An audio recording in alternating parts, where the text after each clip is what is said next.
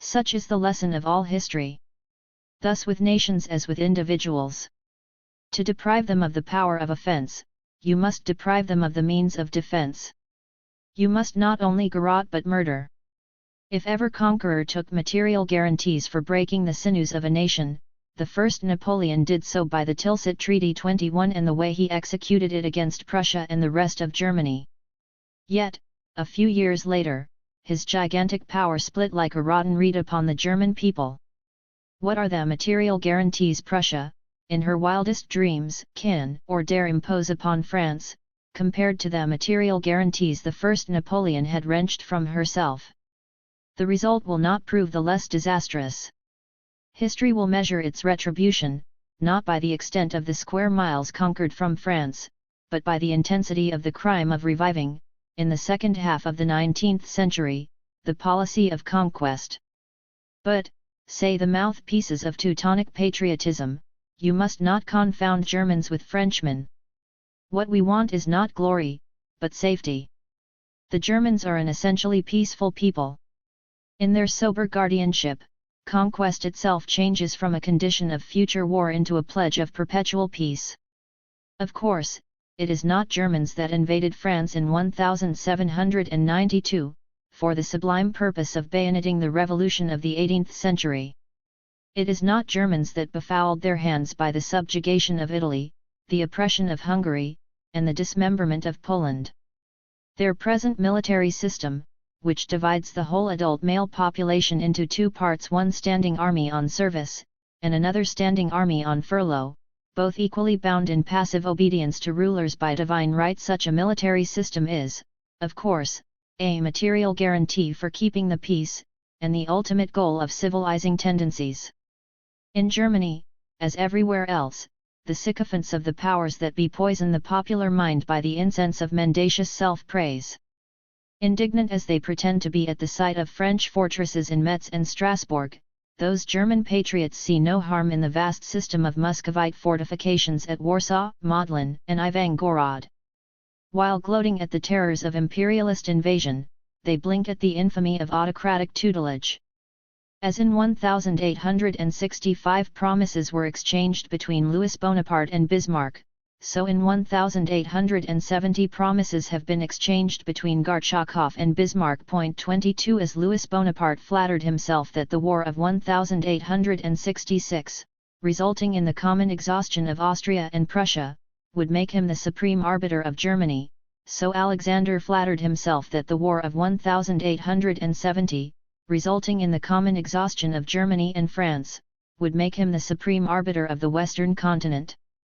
As the Second Empire thought the North German Confederation incompatible with its existence, so autocratic Russia must think herself endangered by a German Empire under Prussian leadership. Such is the law of the old political system. Within its pale the gain of one state is the loss of the other. The Tsar's paramount influence over Europe roots in his traditional hold on Germany. At a moment when in Russia herself volcanic social agencies threaten to shake the very base of autocracy, could the Tsar afford to bear with such a loss of foreign prestige? Already the Muscovite journals repeat the language of the Bonapartist journals after the War of 1866. Do the Teuton patriots really believe that liberty and peace will be guaranteed to Germany by forcing France into the arms of Russia? If the fortune of her arms, the arrogance of success, and dynastic intrigue lead Germany to a dismemberment of France, there will then only remain two courses open to her. She must at all risks become the avowed tool of Russian aggrandizement, or, after some short respite, make again ready for another defensive war, not one of those new-fangled localized wars, but a war of races, a war with the combined Slavonian and Roman races. The German working class has resolutely supported the war, which it was not in their power to prevent, as a war for German independence and the liberation of France and Europe from that pestilential incubus, the Second Empire. It was the German workmen who, together with the rural laborers, furnished the sinews and muscles of heroic hosts, leaving behind their half-starved families. Decimated by the battles abroad, they will be once more decimated by misery at home.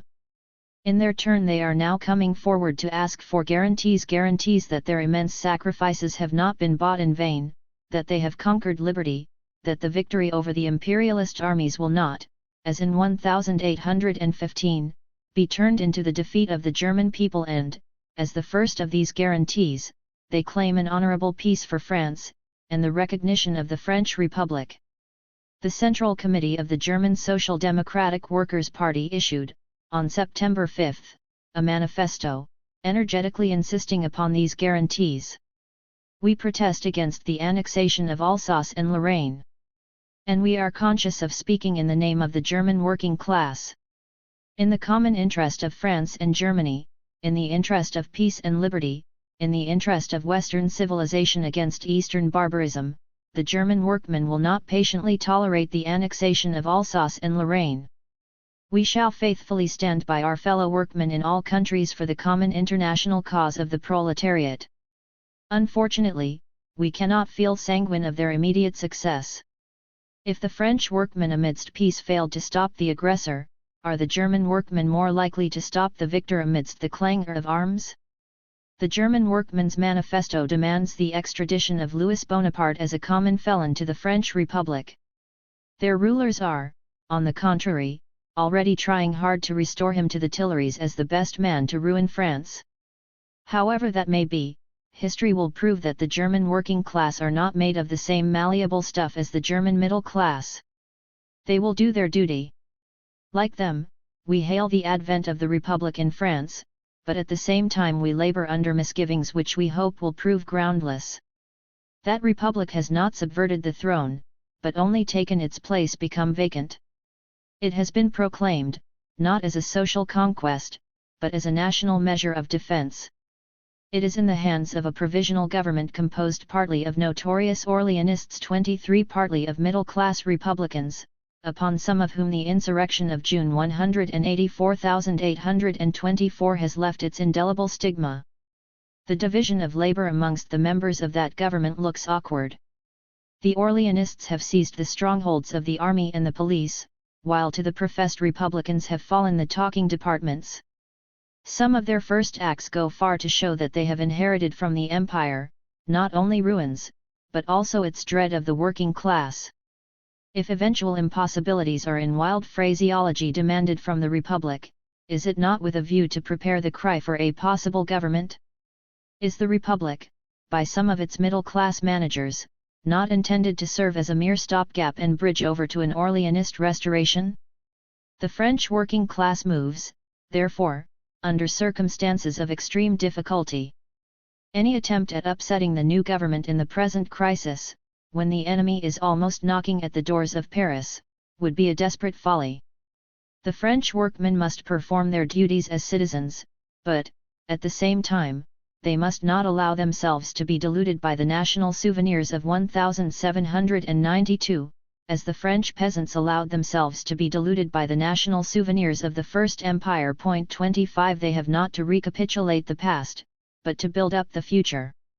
Let them calmly and resolutely improve the opportunities of republican liberty, for the work of their own class organization.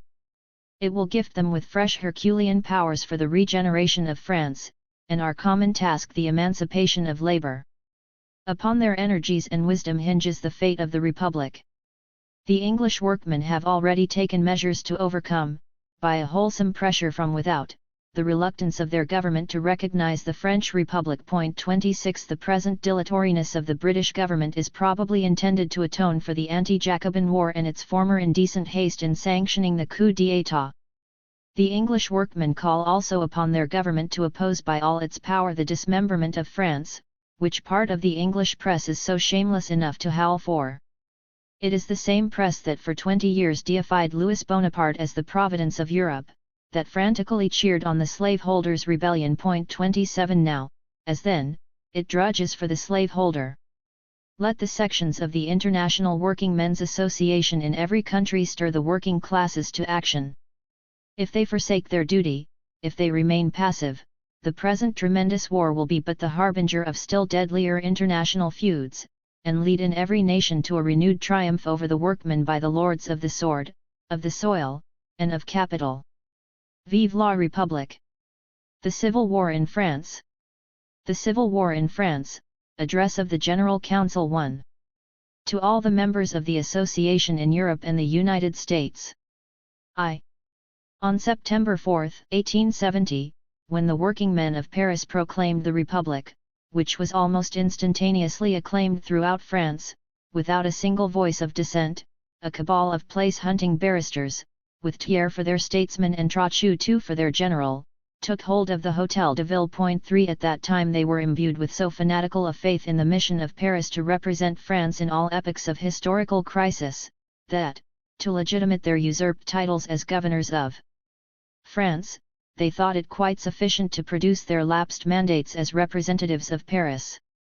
In our second address on the late war, 5 days after the rise of these men, we told you who they were. 4 Yet, in the turmoil of surprise, with the real leaders of the working class still shut up in Bonapartist prisons and the Prussians already marching upon Paris, Paris bore with their assumption of power, on the express condition that it was to be wielded for the single purpose of national defense. Paris, however, was not to be defended without arming its working class, organizing them into an effective force, and training their ranks by the war itself. But Paris armed was the revolution armed. A victory of Paris over the Prussian aggressor would have been a victory of the French workman over the French capitalist and his state parasites. In this conflict between national duty and class interest, the government of national defense did not hesitate one moment to turn into a government of national defection.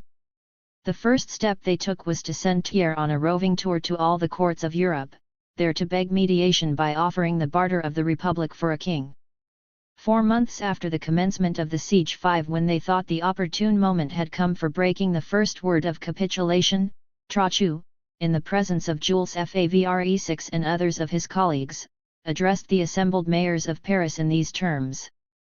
The first question put to me by my colleagues on the very evening of September 4 was this: Paris, can it with any chance of success stand a siege by the Prussian army? I did not hesitate to answer in the negative. Some of my colleagues here present will warrant the truth of my words and the persistence of my opinion. I told them, in these very terms, that, under the existing state of things, the attempt of Paris to hold out a siege by the Prussian army would be a folly. Without doubt, I added, it would be an heroic folly, but that would be all. The events, managed by himself, have not given the lie to my prevision. This nice little speech of Trochu was afterwards published by M. Corbin, one of the mayors present. 7. Thus, on the very evening of the proclamation of the Republic, Trochu's plan was known to his colleagues to be the capitulation of Paris. If national defense had been more than a pretext for the personal government of Thiers, Favre, and co., the upstarts of September 4 would have abdicated on the 5th, would have initiated the Paris people into Trochu's plan, and called upon them to surrender at once, or to take their own fate into their own hands. Instead of this, the infamous impostors resolved upon curing the heroic folly of Paris by a regimen of famine and broken heads, and to dupe her in the meanwhile by ranting manifestos, holding forth that Trochu, the governor of Paris, will never capitulate, and Jules Favre, the foreign minister, will not cede an inch of our territory, nor a stone of our fortresses. In a letter to Gambetta 8, that very same Jules Favre avows that what they were defending against were not the Prussian soldiers, but the working men of Paris. During the whole continuance of the siege, the Bonapartist cutthroats, whom Trochu had wisely entrusted with the command of the Paris army, exchanged, in their intimate correspondence, ribald jokes at the well-understood mockery of defense. See, for instance, the correspondence of Adolphe Simon Gouillard, Supreme Commander of the Artillery of the Army of Defense of Paris and Grand Cross of the Legion of Honor, to Cézanne, General of Division of Artillery, a correspondence published by the journal Officiel of the Commune. 9. The mask of imposture was at last dropped on January 28, 1871. With the true heroism of utter self-debasement, the government of national defense, in their capitulation, came out as the government of France by Bismarck's prisoners, a part so base that Louis Bonaparte himself had, at Sedan, shrunk from accepting it. After the events of March 18, on their wild flight to Versailles, the capitulards left in the hands of Paris the documentary evidence of their treason, to destroy which, as the Commune says in its manifesto to the provinces, those men would not recoil from battering Paris into a heap of ruins washed by a sea of blood. To be eagerly bent upon such a consummation, some of the leading members of the government of defense had, besides, most peculiar reasons of their own.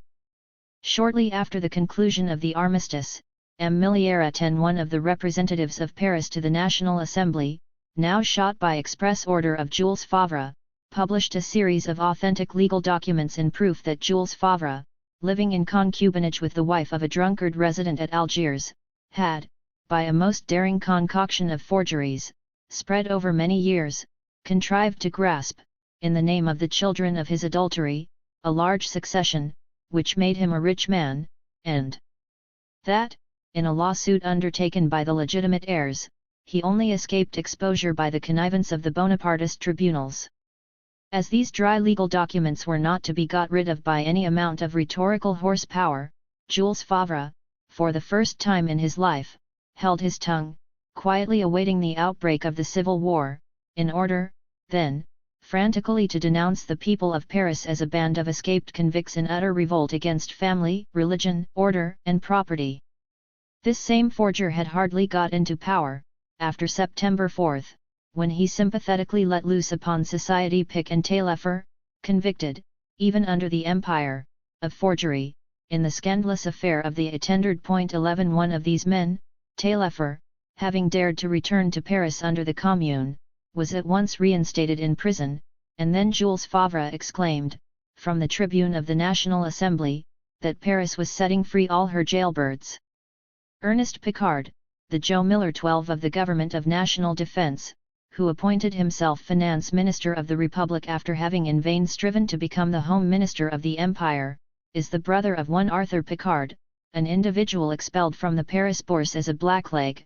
See Report of the Prefecture of Police, dated July 31, 1867, and convicted, on his own confession, of a theft of 300,000 francs, while manager of one of the branches of the Société Générale 13 Rue Palestro, No. 5. See Report of the Prefecture of Police, December 11, 1868.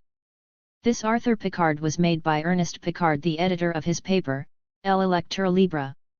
While the common run of stock jobbers were led astray by the official lies of this finance office paper, Arthur was running backwards and forwards between the finance office and the Bourse, there to discount the disasters of the French army. The whole financial correspondence of that worthy pair of brothers fell into the hands of the Commune. Jules Ferry, a penniless barrister before September 4, contrived, as mayor of Paris during the siege, to job a fortune out of famine. The day on which he would have to give an account of his maladministration would be the day of his conviction. These men, then, could find, in the ruins of Paris only, their tickets of leave. They were the very men Bismarck wanted.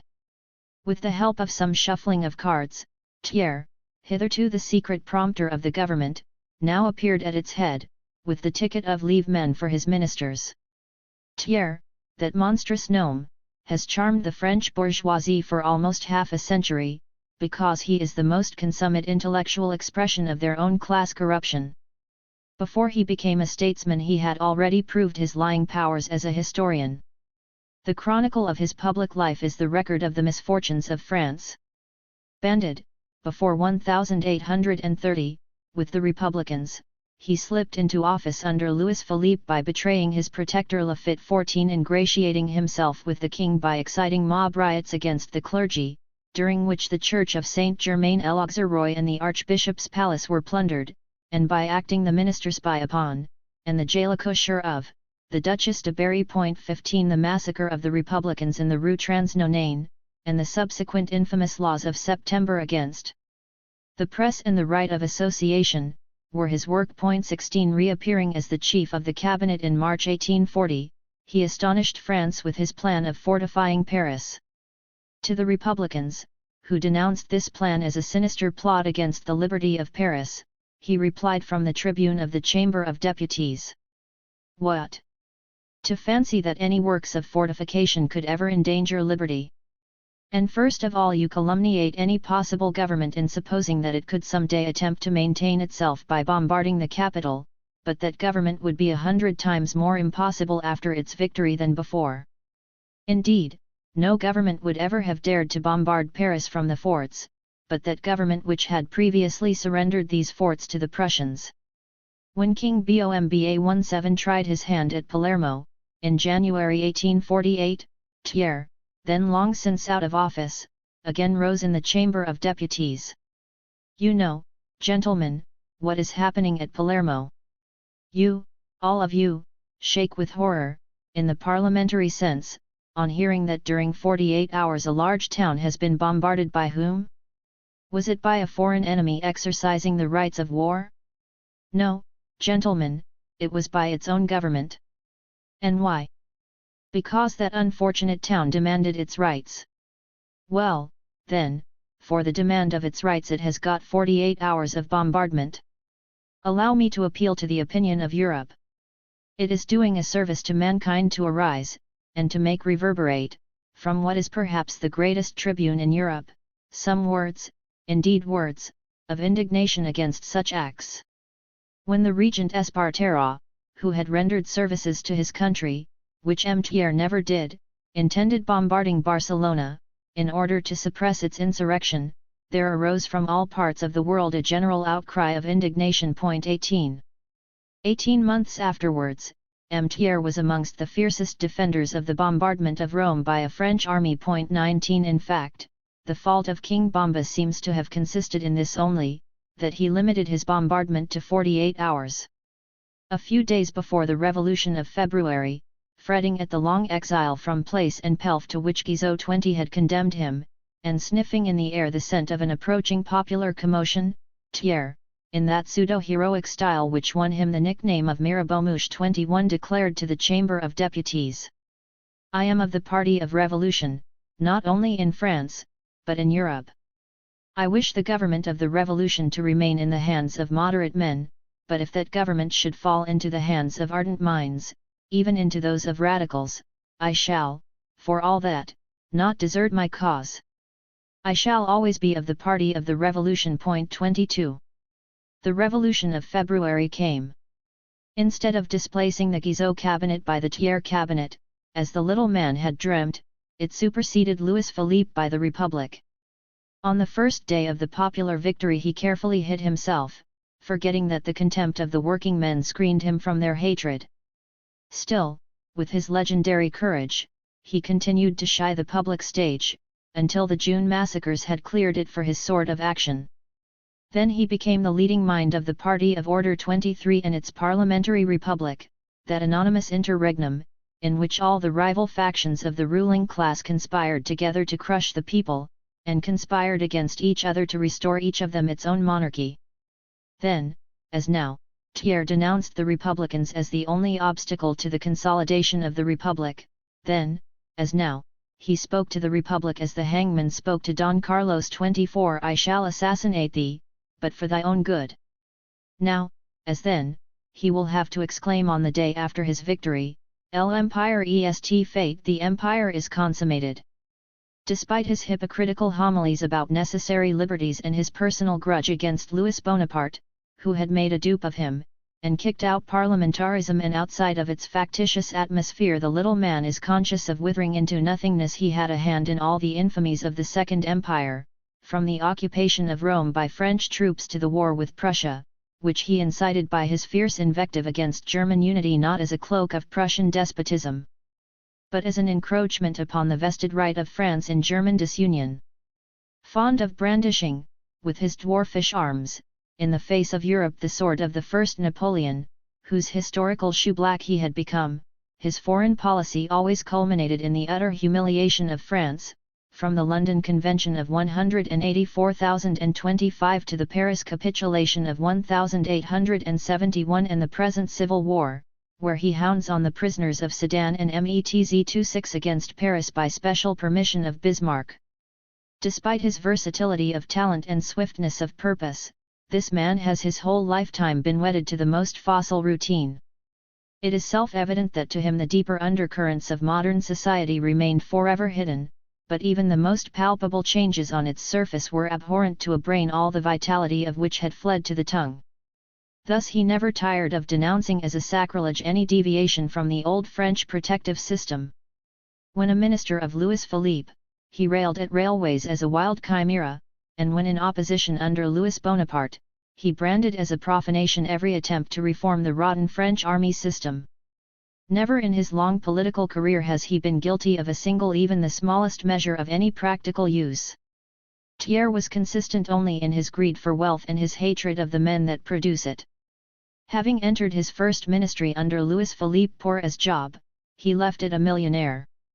His last ministry under the same king, of March 1, 1840, exposed him to public taunts of peculation in the Chamber of Deputies, to which he was content to reply by tears, a commodity he deals in as freely as Jules Favre, or any other crocodile. At Bordeaux 27, his first measure for saving France from impending financial ruin was to endow himself with 3 millions a year, the first and the last word of the economical republic, the vista of which he had opened to his Paris electors in 1869. One of his former colleagues of the Chamber of Deputies of 1830, himself a capitalist and, nevertheless, a devoted member of the Paris Commune, M. Bisley 28, lately addressed Thiers thus in a public placard: "The enslavement of labor by capital has always been the cornerstone of your policy, and from the very day you saw the Republic of Labor installed at the Hôtel de Ville, you have never ceased to cry out to France, 'These are criminals.' A master in small state roguery, a virtuoso in perjury and treason, a craftsman in all the petty stratagems, cunning devices and base perfidies of parliamentary party warfare, never scrupling, when out of office, to fan a revolution, and to stifle it in blood when at the helm of the state, with class prejudices standing him in the place of ideas, and vanity in the place of a heart, his private life as infamous as his public life is odious even now, when playing the part of a French Sulla. 29. He cannot help setting off the abomination of his deeds by the ridicule of his ostentation. The capitulation of Paris, by surrendering to Prussia not only Paris, but all France, closed the long-continued intrigues of treason with the enemy, which the usurpers of September 4 had begun, as Trochu himself said, on that very same day. On the other hand, it initiated the civil war they were now to wage, with the assistance of Prussia, against the Republic and Paris. The trap was laid in the very terms of the capitulation. At that time above 1/3 of the territory was in the hands of the enemy, the capital was cut off from the provinces, all communications were disorganized. To elect under such circumstances a real representation of France was impossible, unless ample time were given for preparation. In view of this, the capitulation stipulated that a National Assembly must be elected within 8 days, so that in many parts of France the news of the impending election arrived on its eve only. This assembly, moreover, was, by an express clause of the capitulation, to be elected for the sole purpose of deciding on peace or war, and, eventually, to conclude a treaty of peace. The population could not but feel that the terms of the armistice rendered the continuation of the war impossible, and that for sanctioning the peace imposed by Bismarck, the worst men in France were the best. But not content with these precautions, Thiers, even before the secret of the armistice had been broached to Paris, set out for an electioneering tour through the provinces, there to galvanize back into life the Legitimist Party 30, which now, along with the Orleanists, had to take the place of the then impossible Bonapartists. He was not afraid of them. Impossible as a government of modern France, and, therefore, contemptible as rivals, what party were more eligible as tools of counter-revolution than the party whose action, in the words of Thiers himself, Chamber of Deputies, January 5, 1833, had always been confined to the 3 resources of foreign invasion, civil war, and anarchy? They verily believed in the advent of their long-expected retrospective millennium. There were the heels of foreign invasion trampling upon France, there was the downfall of an empire, and the captivity of a Bonaparte, and there they were themselves. The wheel of history had evidently rolled back to stop at the chamber introuvable of 1816.31 in the assemblies of the Republic, 1848 to 1851, they had been represented by their educated and trained parliamentary champions, it was the rank and file of the party which now rushed in all the Pourceaugnacs 32 of France. As soon as this assembly of rurals had met at Bordeaux, Thiers made it clear to them that the peace preliminaries must be assented to at once, without even the honours of a parliamentary debate, as the only condition on which Prussia would permit them to open the war against the Republic and Paris, its stronghold. The counter-revolution had, in fact, no time to lose. The Second Empire had more than doubled the national debt, and plunged all the large towns into heavy municipal debts. The war had fearfully swelled the liabilities, and mercilessly ravaged the resources of the nation. To complete the ruin, the Prussian Shylock was there with his bond for the keep of 500,000 of his soldiers on French soil, his indemnity of 5 milliards, and interest at 5% on the unpaid installments thereof. 33 Who was to pay the bill?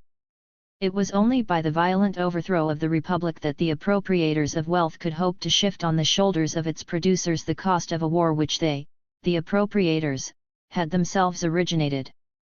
Thus, the immense ruin of France spurred on these patriotic representatives of land and capital, under the very eyes and patronage of the invader, to graft upon the foreign war a civil war, a slaveholders' rebellion.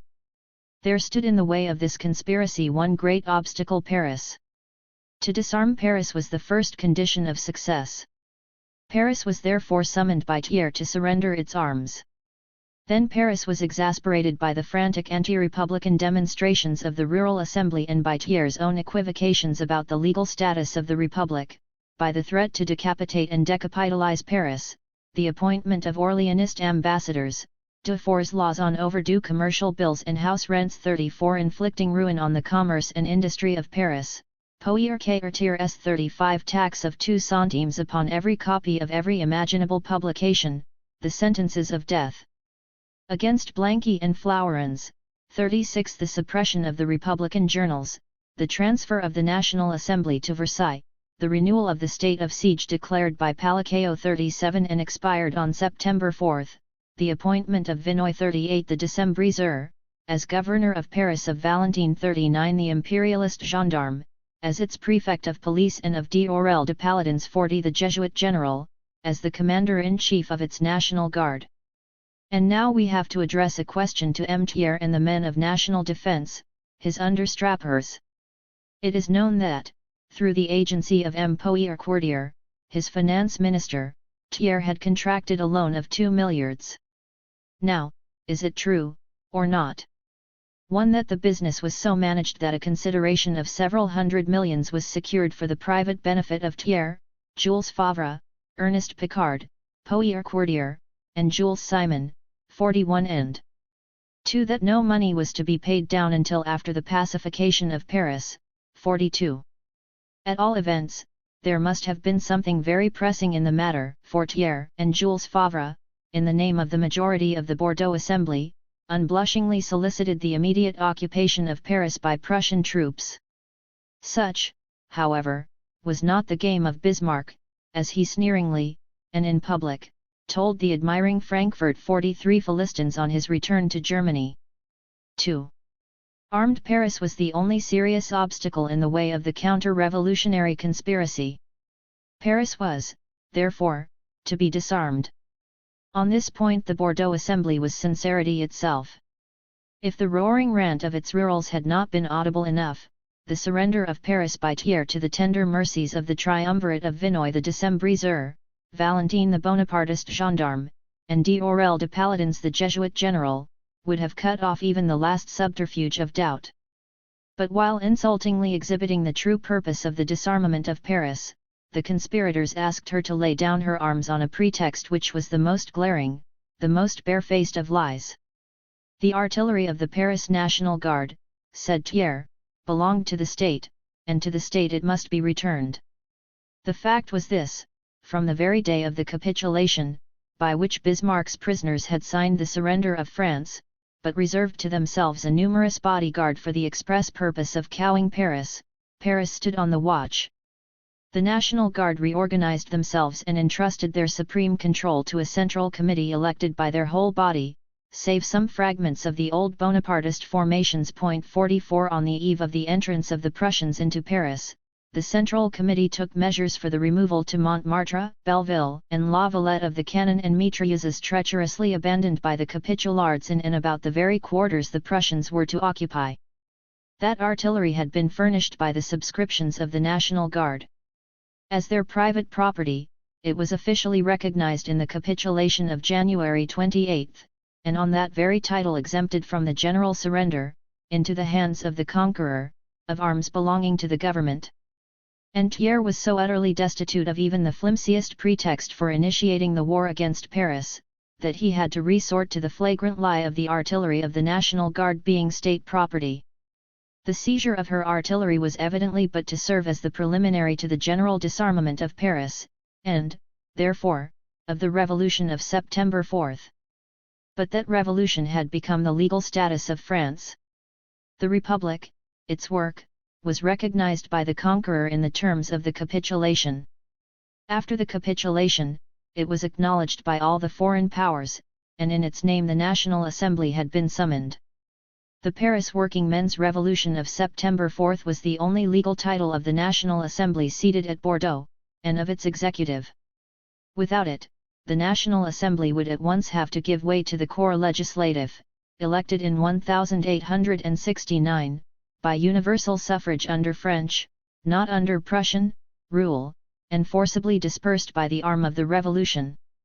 Thiers and his ticket of leave men would have had to capitulate for safe conducts signed by Louis Bonaparte, to save them from a voyage to Kn.45. The National Assembly, with its power of attorney to settle the terms of peace with Prussia, was but an incident of that revolution, the true embodiment of which was still armed Paris, which had initiated it, undergone for it a 5-month siege, with its horrors of famine, and made her prolonged resistance, despite Trochu's plan, the basis of an obstinate war of defense in the provinces.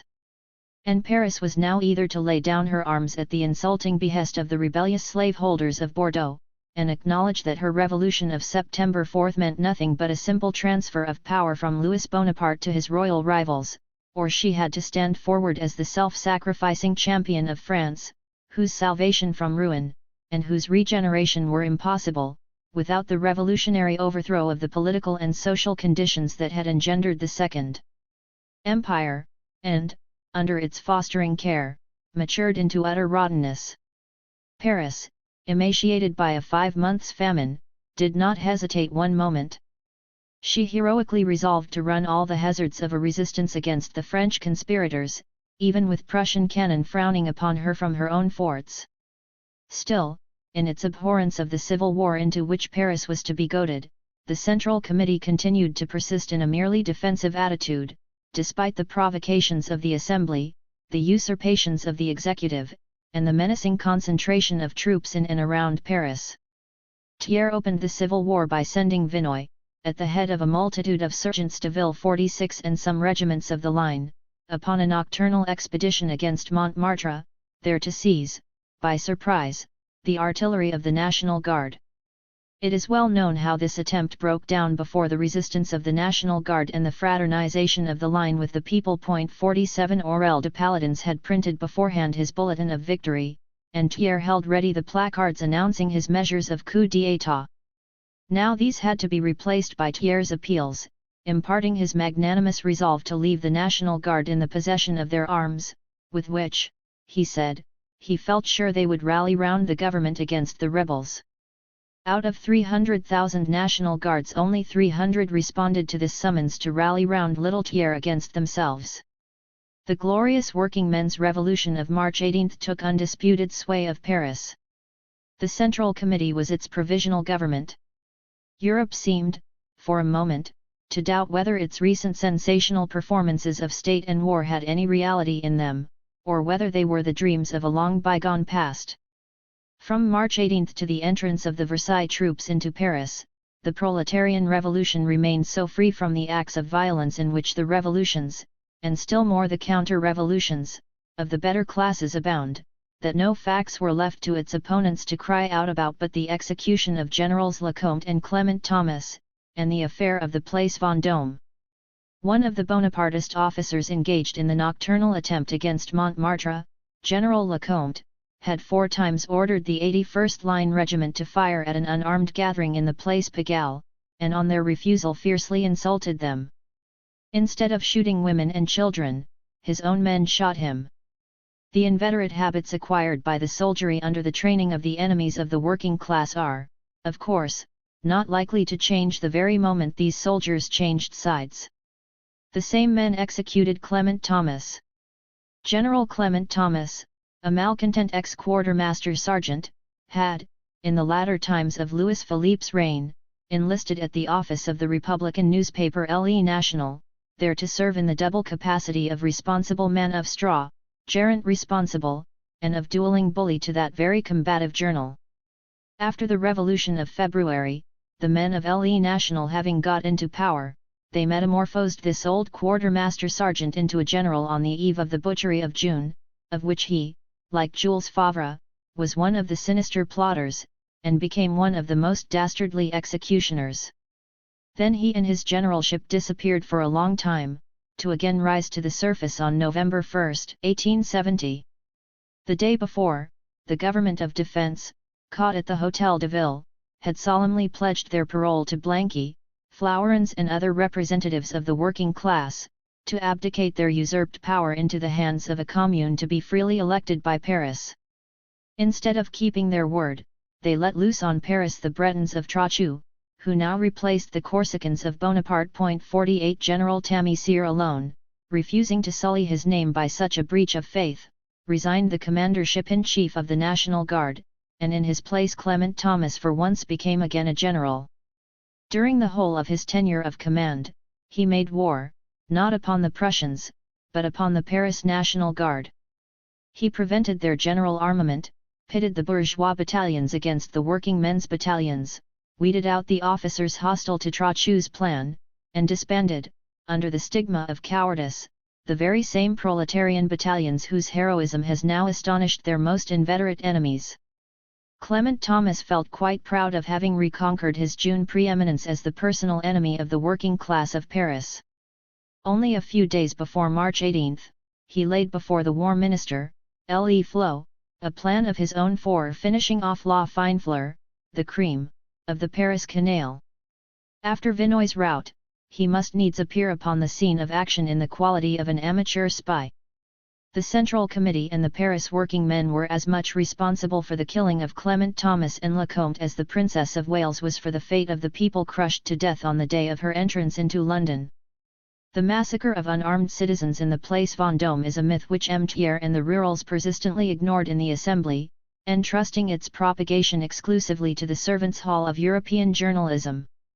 The men of order, the reactionists of Paris, trembled at the victory of March 18. To them it was the signal of popular retribution at last arriving. The ghosts of the victims assassinated at their hands from the days of June 1848 down to January 22, 1871,49 arose before their faces. Their panic was their only punishment.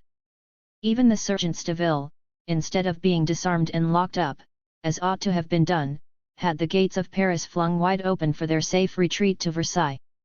The men of order were left not only unharmed, but allowed to rally and quietly to seize more than one stronghold in the very centre of Paris. This indulgence of the Central Committee, this magnanimity of the armed working men so strangely at variance with the habits of the party of order, the latter misinterpreted as mere symptoms of conscious weakness. Hence their silly plan to try, under the cloak of an unarmed demonstration, what Vinoy had failed to perform with his cannon and mitrailleuses. On March 22 a riotous mob of swells started from the quarters of luxury, all the petits creves 50 in their ranks, and at their head the notorious familiars of the Empire, the Hicarin, Cote Lagon, Henri Depine, etc. Under the cowardly pretense of a pacific demonstration, this rabble, secretly armed with the weapons of the bravo, fell into marching order, ill-treated and disarmed the detached patrols and sentries of the National Guards they met with on their progress, and, on debouching from the Rue de la Paix, with the cry of "Down with the Central Committee! Down with the assassins!" the National Assembly forever, attempted to break through the line drawn up there, and thus to carry by surprise the headquarters of the National Guard in the Place Vendôme.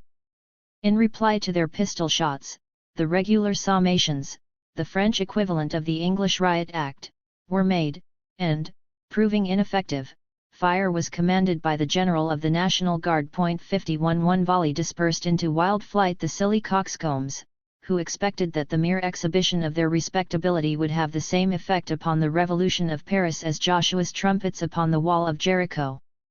The runaways left behind them 2 National Guards killed, 9 severely wounded, among them a member of the Central Committee 52, and the whole scene of their exploit strewn with revolvers, daggers, and sword canes, in evidence of the unarmed character of their pacific demonstration.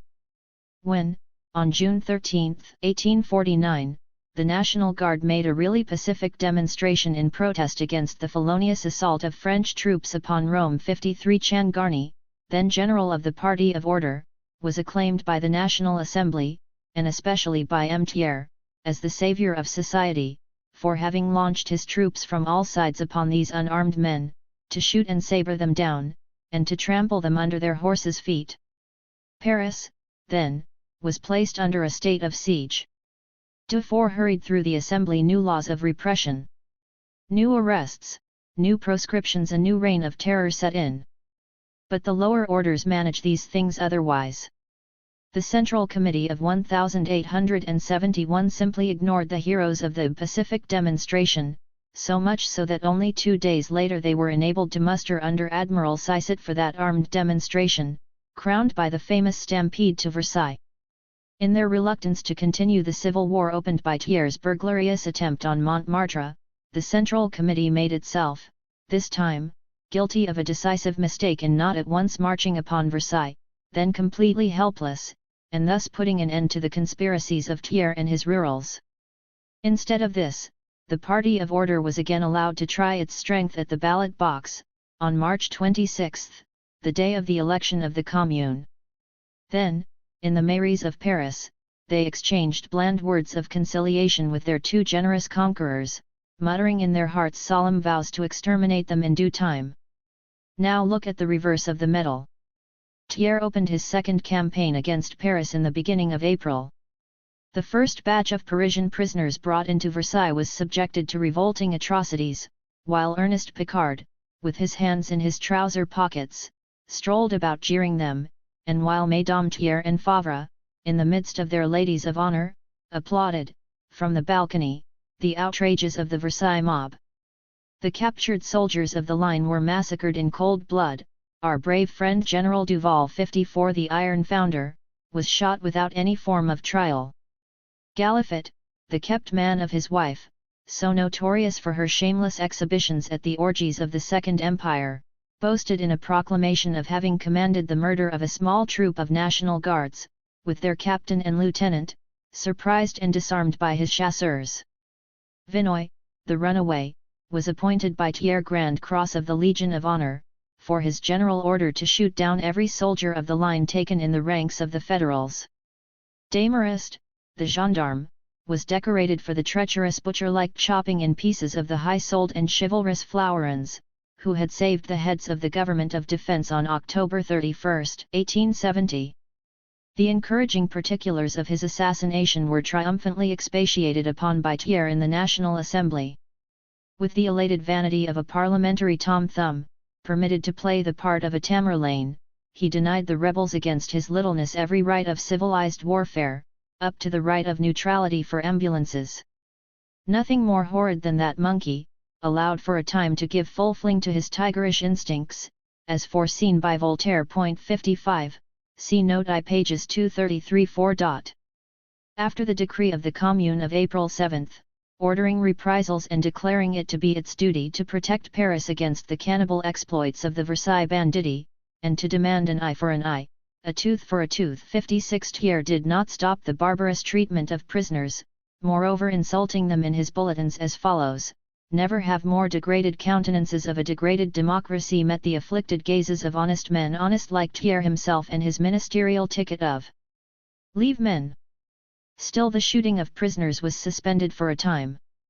Hardly, however, had Thiers and his Decembrist generals become aware that the communal decree of reprisals was but an empty threat, that even their gendarme spies caught in Paris under the disguise of National Guards, that even Sergeant Steville, taken with incendiary shells upon them, were spared when the wholesale shooting of prisoners was resumed and carried on uninterruptedly to the end. Houses to which National Guards had fled were surrounded by gendarmes, inundated with petroleum, which here occurs for the first time in this war, and then set fire to, the charred corpses being afterwards brought out by the ambulance of the press at the turns. 4 National Guards having surrendered to a troop of mounted chasseurs at Belle Epine, on April 25, were afterwards shot down, one after another, by the captain, a worthy man of Gallifat's. One of his 4 victims, left for dead, Scheffer, crawled back to the Parisian outposts, and deposed to this fact before a commission of the Commune. When Tolaine interpellated the War Minister upon the report of this commission, the rurals drowned his voice and forbade Le Flot to answer. It would be an insult to their glorious army to speak of its deeds. The flippant tone in which Thiers' bulletins announced the bayoneting of the Federals surprised asleep at Moulin-Saquet, and the wholesale fusillades at Clamart shocked the nerves even of the not oversensitive London Times. But it would be ludicrous today to attempt recounting the merely preliminary atrocities committed by the bombarders of Paris and the fomenters of a slaveholders' rebellion protected by foreign invasion.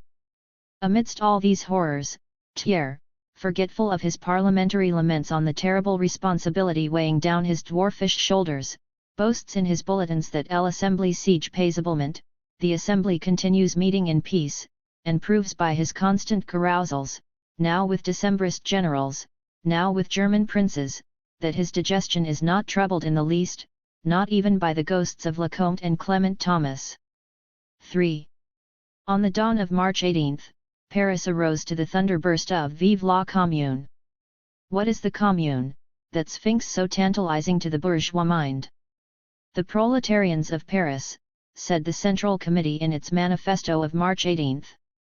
Amidst the failures and treasons of the ruling classes, have understood that the hour has struck for them to save the situation by taking into their own hands the direction of public affairs. They have understood that it is their imperious duty and their absolute right to render themselves masters of their own destinies, by seizing upon the governmental power.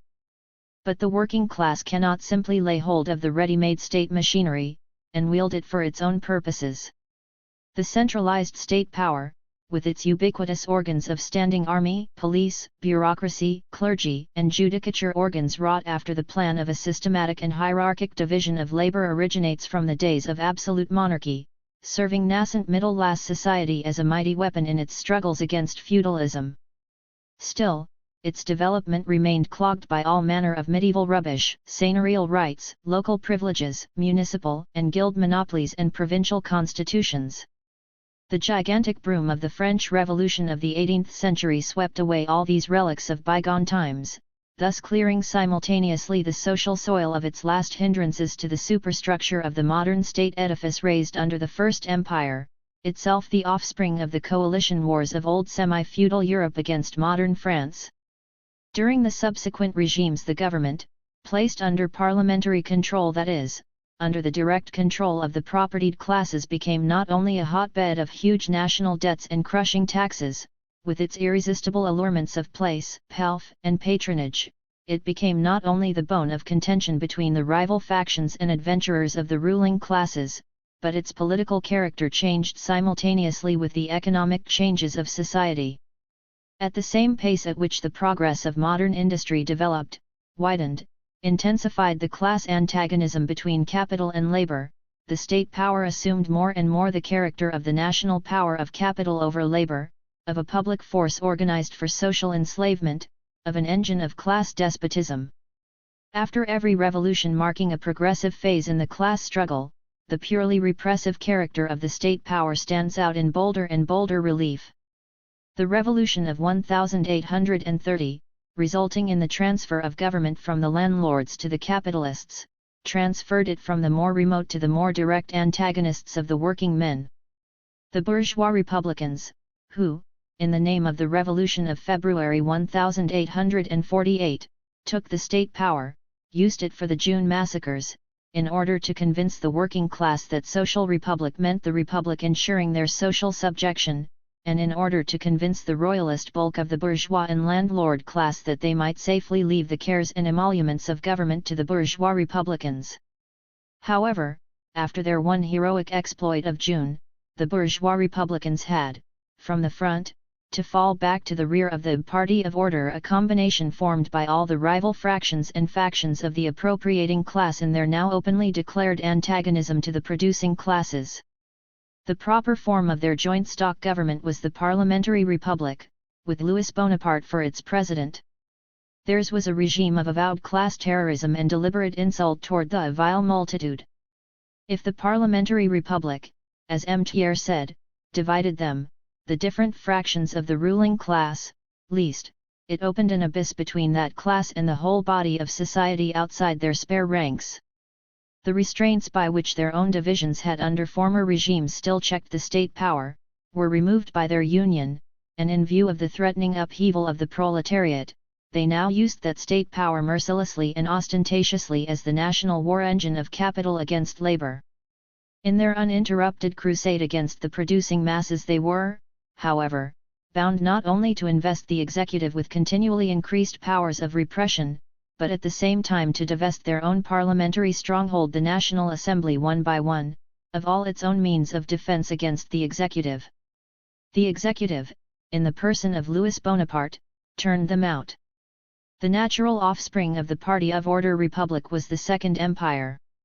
The empire, with the coup d'état for its certificate of birth, universal suffrage for its sanction, and the sword for its scepter, professed to rest upon the peasantry, the large mass of producers not directly involved in the struggle of capital and labor. It professed to save the working class by breaking down parliamentarism, and, with it, the undisguised subserviency of government to the propertied classes.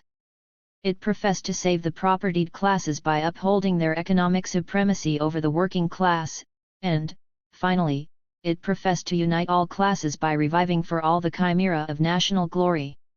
In reality, it was the only form of government possible at a time when the bourgeoisie had already lost, and the working class had not yet acquired, the faculty of ruling the nation.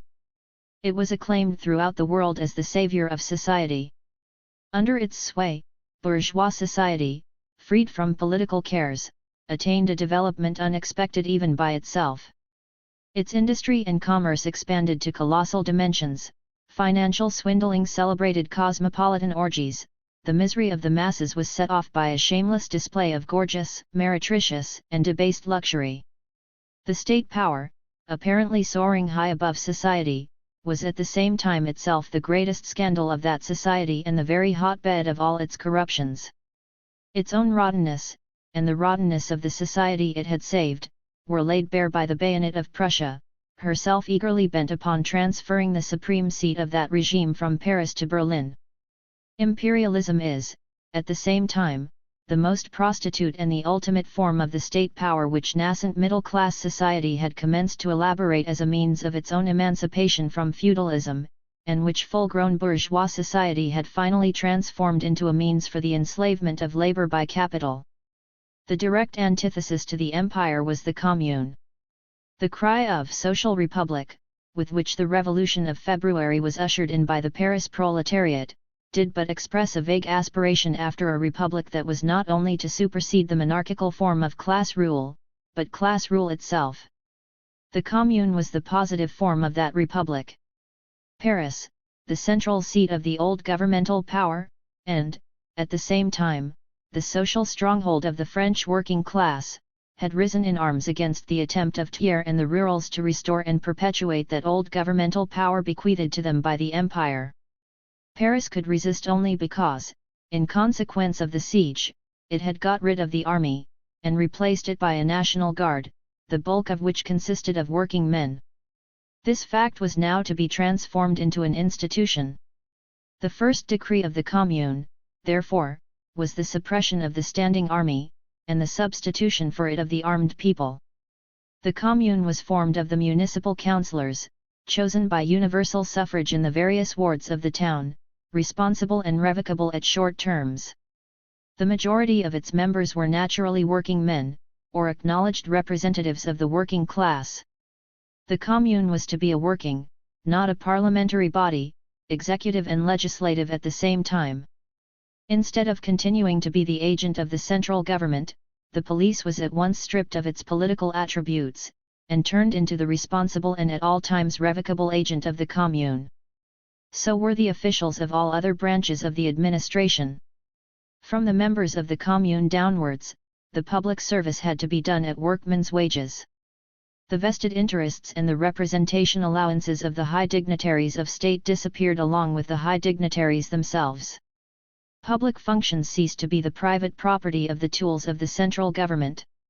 Not only municipal administration, but the whole initiative hitherto exercised by the state was laid into the hands of the commune. Having once got rid of the standing army and the police, the physical force elements of the old government, the commune was anxious to break the spiritual force of repression, the parson power, by the disestablishment and disendowment of all churches as proprietary bodies. The priests were sent back to the recesses of private life, there to feed upon the alms of the faithful in imitation of their predecessors, the apostles. The whole of the educational institutions were opened to the people gratuitously, and at the same time cleared of all interference of church and state. Thus, not only was education made accessible to all, but science itself freed from the fetters which class prejudice and governmental force had imposed upon it. The judicial functionaries were to be divested of that sham independence which had but served to mask their abject subserviency to all succeeding governments to which, in turn, they had taken, and broken, the oaths of allegiance. Like the rest of public servants, magistrates and judges were to be elective, responsible, and revocable. The Paris Commune was, of course, to serve as a model to all the great industrial centers of France. The communal regime once established in Paris and the secondary centers, the old centralized government would in the provinces, too, have to give way to the self-government of the producers. In a rough sketch of national organization which the commune had no time to develop, it states clearly that the commune was to be the political form of even the smallest country hamlet, and that in the rural districts the standing army was to be replaced by a national militia, with an extremely short term of service. The rural communes of every district were to administer their common affairs by an assembly of delegates in the central town, and these district assemblies were again to send deputies to the national delegation in Paris, each delegate to be at any time revocable and bound by the mandat imperatif, formal instructions, of his constituents. The few but important functions which still would remain for a central government were not to be suppressed, as has been intentionally misstated, but were to be discharged by communal, and therefore strictly responsible agents. The unity of the nation was not to be broken, but, on the contrary, to be organized by the communal constitution and to become a reality by the destruction of the state power which claimed to be the embodiment of that unity independent of, and superior to, the nation itself, from which it was but a parasitic excrescence. While the merely repressive organs of the old governmental power were to be amputated, its legitimate functions were to be wrested from an authority usurping preeminence over society itself, and restored to the responsible agents of society. Instead of deciding once in 3 or 6 years which member of the ruling class was to misrepresent the people in Parliament, universal suffrage was to serve the people, constituted in communes, as individual suffrage serves every other employer in the search for the workmen and managers in his business. And it is well known that companies, like individuals, in matters of real business generally know how to put the right man in the right place, and, if they for once make a mistake, to redress it promptly. On the other hand, nothing could be more foreign to the spirit of the commune than to supersede universal suffrage by hierarchic investiture. It is generally the fate of completely new historical creations to be mistaken for the counterpart of older and even defunct forms of social life, to which they may bear a certain likeness. Thus, this new commune, which breaks the modern state power, has been mistaken for a reproduction of the medieval communes, which first preceded, and afterwards became the substratum of, that very state power. The communal constitution has been mistaken for an attempt to break up into a federation of small states, as dreamed of by Montesquieu and the Girondins 57, that unity of great nations which, if originally brought about by political force, has now become a powerful coefficient of social production. The antagonism of the commune against the state power has been mistaken for an exaggerated form of the ancient struggle against over-centralization. Peculiar historical circumstances may have prevented the classical development, as in France, of the bourgeois form of government, and may have allowed, as in England, to complete the great central state organs by corrupt vestries, jobbing councillors, and ferocious poor law guardians in the towns, and virtually hereditary magistrates in the counties. The communal constitution would have restored to the social body all the forces hitherto absorbed by the state parasite feeding upon, and clogging the free movement of, society. By this one act it would have initiated the regeneration of France. The provincial French middle class saw in the Commune an attempt to restore the sway their order had held over the country under Louis Philippe, and which, under Louis Napoleon, was supplanted by the pretended rule of the country over the towns. In reality, the communal constitution brought the rural producers under the intellectual lead of the central towns of their districts, and these secured to them, in the working men, the natural trustees of their interests. The very existence of the commune involved, as a matter of course, local municipal liberty, but no longer as a check upon the, now superseded, state power. It could only enter into the head of a Bismarck, who, when not engaged on his intrigues of blood and iron, always likes to resume his old trade, so befitting his mental caliber, of contributor to Kladderadatsk, the Berlin Punch. It could only enter into such a head, to ascribe to the Paris Commune aspirations after that caricature of the old French municipal organization of 1791, the Prussian municipal constitution which degrades the town governments to mere secondary wheels in the police machinery of the Prussian state. The Commune made that catchword of bourgeois revolutions, cheap government, a reality, by destroying the two greatest sources of expenditure, the standing army and state functionarism. Its very existence presupposed the non-existence of monarchy, which, in Europe at least, is the normal encumbrance and indispensable cloak of class rule. It supplied the republic with the basis of really democratic institutions. But neither cheap government nor the true republic was its ultimate aim, they were its mere concomitants. The multiplicity of interpretations to which the Commune has been subjected, and the multiplicity of interests which construed it in their favor, show that it was a thoroughly expansive political form, while all previous forms of government had been emphatically repressive. Its true secret was this. It was essentially a working-class government, the produce of the struggle of the producing against the appropriating class, the political form at last discovered under which to work out the economical emancipation of labor. Except on this last condition, the communal constitution would have been an impossibility and a delusion. The political rule of the producer cannot coexist with the perpetuation of his social slavery. The commune was therefore to serve as a lever for uprooting the economical foundations upon which rests the existence of classes, and therefore of class rule. With labor emancipated, every man becomes a working man, and productive labor ceases to be a class attribute. It is a strange fact. In spite of all the tall talk and all the immense literature, for the last 60 years, about emancipation of labor, no sooner do the working men anywhere take the subject into their own hands with a will, than uprises at once all the apologetic phraseology of the mouthpieces of present society with its two poles of capital and wage slavery. The landlord now is but the sleeping partner of the capitalist, as if capitalist society was still in its purest state of virgin innocence, with its antagonism still undeveloped, with its delusions still unexploded, with its prostitute realities not yet laid bare. The commune, they exclaim, intends to abolish property, the basis of all civilization. Yes, gentlemen, the commune intended to abolish that class property which makes the labor of the many the wealth of the few.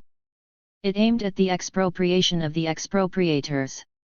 It wanted to make individual property a truth by transforming the means of production, land and capital, now chiefly the means of enslaving and exploiting labor, into mere instruments of free and associated labor. But this is communism, impossible communism. Why, those members of the ruling classes who are intelligent enough to perceive the impossibility of continuing the present system, and they are many, have become the obtrusive and full-mouthed apostles of cooperative production. If cooperative production is not to remain a sham and a snare, if it is to supersede the capitalist system, if united cooperative societies are to regulate national production upon a common plan, thus taking it under their own control, and putting an end to the constant anarchy and periodical convulsions which are the fatality of capitalist production, what else, gentlemen, would it be but communism, possible communism? The working class did not expect miracles from the commune. They have no ready-made utopias to introduce par Decret du Peuple. 58 They know that in order to work out their own emancipation, and along with it that higher form to which present society is irresistibly tending by its own economical agencies, they will have to pass through long struggles, through a series of historic processes, transforming circumstances and men. They have no ideals to realize, but to set free the elements of the new society with which old collapsing bourgeois society itself is pregnant. In the full consciousness of their historic mission, and with the heroic resolve to act up to it, the working class can afford to smile at the coarse invective of the gentleman's gentleman with the pen and inkhorn, and at the didactic patronage of well-wishing bourgeois doctrinaires, pouring forth their ignorant platitudes and sectarian crotchets in the oracular tone of scientific infallibility. When the Paris Commune took the management of the revolution in its own hands, when plain working men for the first time dared to infringe upon the governmental privilege of their natural superiors, and, under circumstances of unexampled difficulty, performed their work modestly, conscientiously, and efficiently, performed it at salaries the highest of which barely amounted to 1/5 of what, according to high scientific authority 59 is the minimum required for a secretary to a certain Metropolitan School Board. The old world writhed in convulsions of rage at the sight of the red flag, the symbol of the Republic of Labour, floating over the Hôtel de Ville. And yet, this was the first revolution in which the working class was openly acknowledged as the only class capable of social initiative, even by the great bulk of the Paris middle-class shopkeepers, tradesmen, merchants, the wealthy capitalists alone excepted. The Commune had saved them by a sagacious settlement of that ever-recurring cause of dispute among the middle classes themselves, the debtor and creditor accounts. 60 The same portion of the middle class, after they had assisted in putting down the working men's insurrection of June 1848, had been at once unceremoniously sacrificed to their creditors by the then Constituent Assembly. 61 But this was not their only motive for now rallying round the working class. They felt that there was but one alternative: the Commune, or the Empire, under whatever name it might reappear. The Empire had ruined them economically by the havoc it made of public wealth, by the wholesale financial swindling it fostered, by the props it lent to the artificially accelerated centralization of capital, and the concomitant expropriation of their own ranks. It had suppressed them politically, it had shocked them morally by its orgies, it had insulted their Voltaireanism by handing over the education of their children to the frères ignorantins. 62 It had revolted their national feeling as Frenchmen by precipitating them headlong into a war which left only one equivalent for the ruins it made: the disappearance of the Empire. In fact, after the exodus from Paris of the high Bonapartist and capitalist Bohème, the true middle-class party of order came out in the shape of the Union Républicaine. 63 Enrolling themselves under the colours of the Commune and defending it against the wilful misconstruction of Thiers. Whether the gratitude of this great body of the middle class will stand the present severe trial, time must show. The Commune was perfectly right in telling the peasants that its victory was their only hope. 64 Of all the lies hatched at Versailles and re-echoed by the glorious European Penier liner, one of the most tremendous was that the rurals represented the French peasantry. Think only of the love of the French peasant for the men to whom, after 1815, he had to pay the milliard of indemnity. 65 In the eyes of the French peasant, the very existence of a great landed proprietor is in itself an encroachment on his conquests of 1789.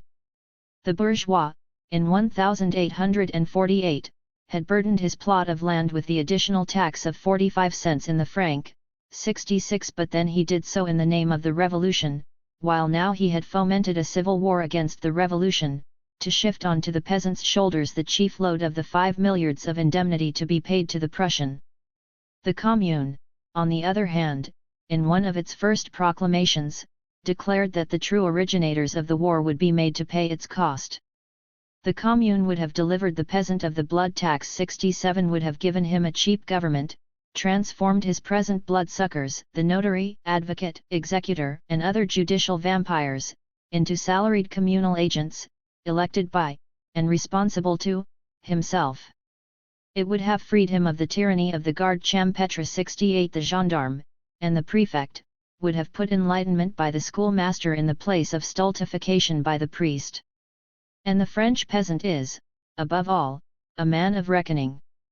He would find it extremely reasonable that the pay of the priest, instead of being extorted by the tax-gatherer, should only depend upon the spontaneous action of the parishioners' religious instincts. Such were the great immediate boons which the rule of the Commune and that rule alone held out to the French peasantry. It is, therefore, quite superfluous here to expatiate upon the more complicated but vital problems which the Commune alone was able, and at the same time compelled, to solve in favor of the peasant, viz., the hypothecary debt, lying like an incubus upon his parcel of soil, the proletariat foncier, the rural proletariat, daily growing upon it, and his expropriation from it enforced, at a more and more rapid rate, by the very development of modern agriculture and the competition of capitalist farming. The French peasant had elected Louis Bonaparte President of the Republic, but the party of order created the empire. What the French peasant really wants he commenced to show in 1849 and 1850, by opposing his mayor to the government's prefect, his schoolmaster to the government's priest, and himself to the government's gendarme. All the laws made by the party of order in January and February 185,069 were avowed measures of repression against the peasant. The peasant was a Bonapartist, because the Great Revolution, with all its benefits to him, was, in his eyes, personified in Napoleon. This delusion, rapidly breaking down under the Second Empire, and in its very nature hostile to the rurals, this prejudice of the past, how could it have withstood the appeal of the Commune to the living interests and urgent wants of the peasantry? The rurals, this was, in fact, their chief apprehension, knew that 3 months' free communication of communal Paris with the provinces would bring about a general rising of the peasants, and hence their anxiety to establish a police blockade around Paris, so as to stop the spread of the rinderpest. If the Commune was thus the true representative of all the healthy elements of French society, and therefore the truly national government, it was, at the same time, as a working men's government, as the bold champion of the emancipation of labor, emphatically international.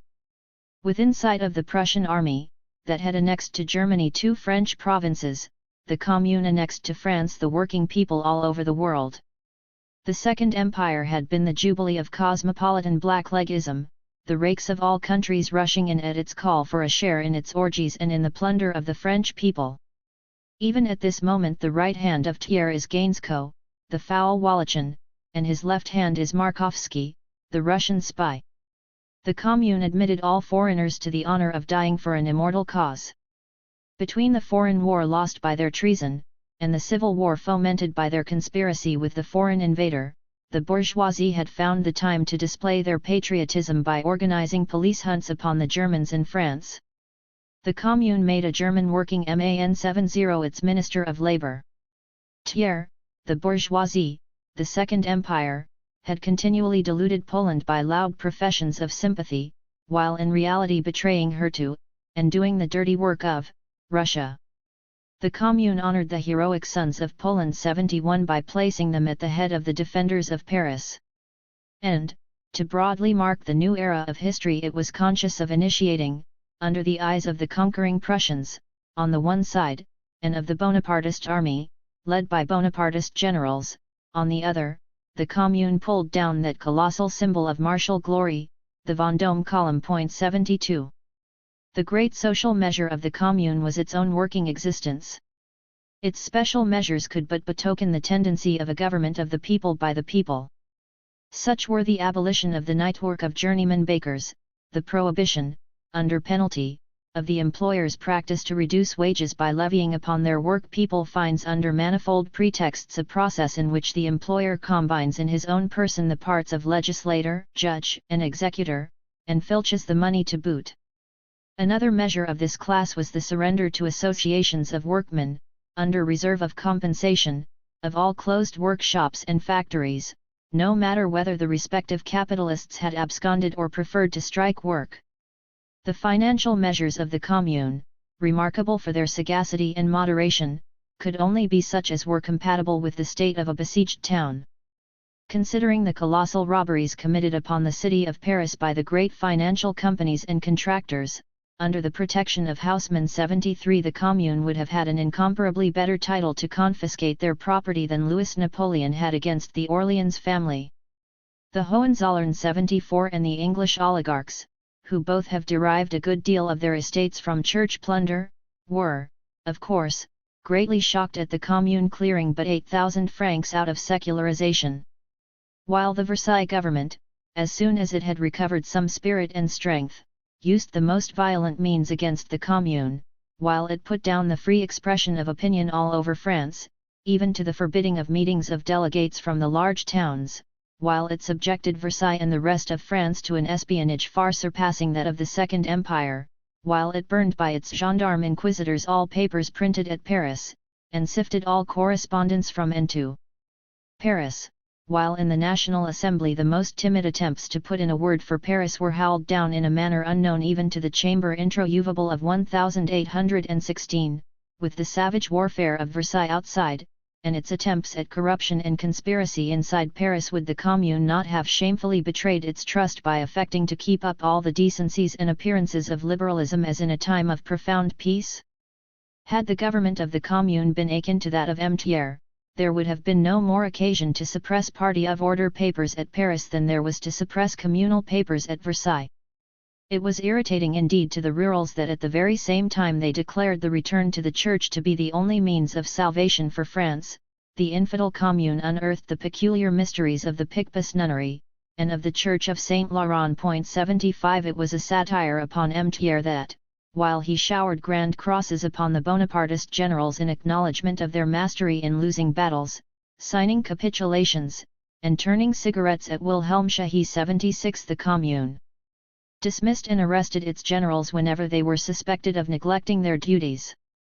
The expulsion from, and arrest by, the Commune of one of its members 77 who had slipped in under a false name, and had undergone at Lyons 6 days' imprisonment for simple bankruptcy, was it not a deliberate insult hurled at the forger, Jules Favre, then still the foreign minister of France, still selling France to Bismarck, and still dictating his orders to that paragon government of Belgium?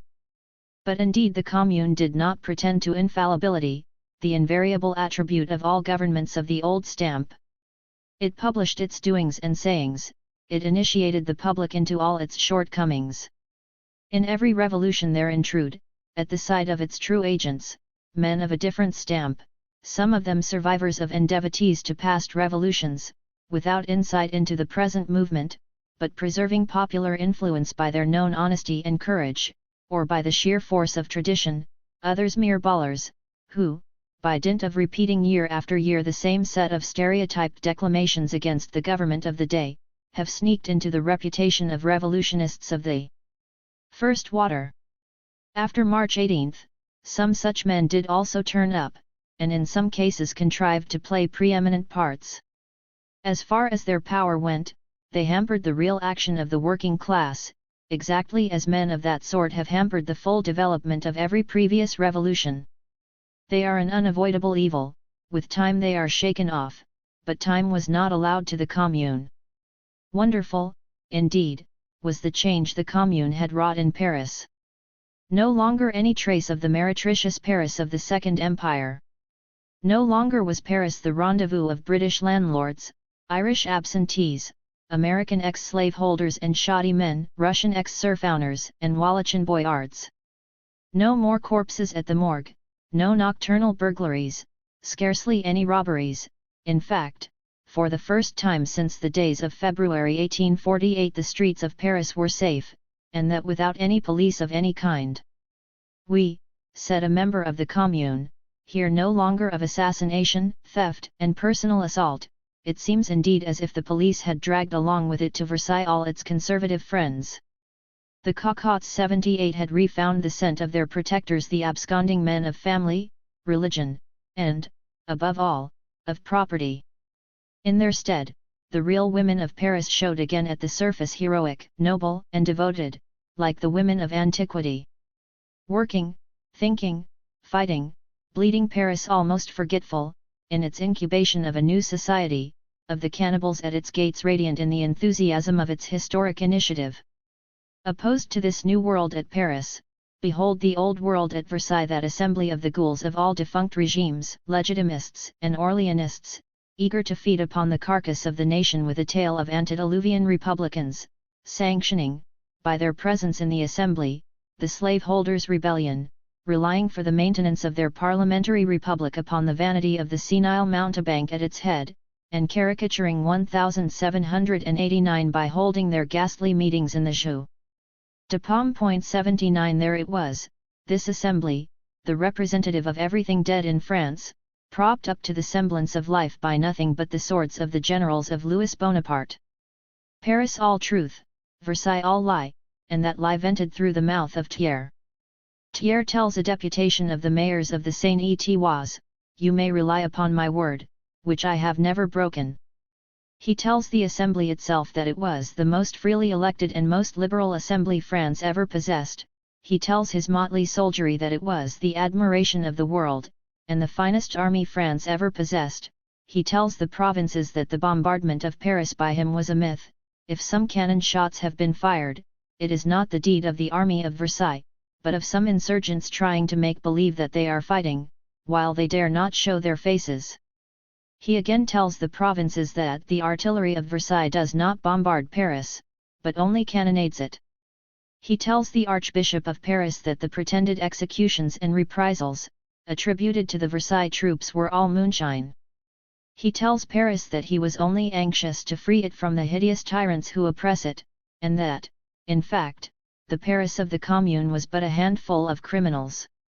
The Paris of Thiers was not the real Paris of the vile multitude, but a phantom Paris, the Paris of the Francs filers 80, the Paris of the boulevards, male and female, the rich, the capitalist, the gilded, the idle Paris, now thronging with its lackeys, its blacklegs, its literary bohème and its cocottes at Versailles, Saint-Denis, Rueil, and Saint-Germain, considering the civil war but an agreeable diversion, eyeing the battle going on through telescopes, counting the rounds of cannon, and swearing by their own honor, and that of their prostitutes, that the performance was far better got up than it used to be at the Porte Saint-Martin.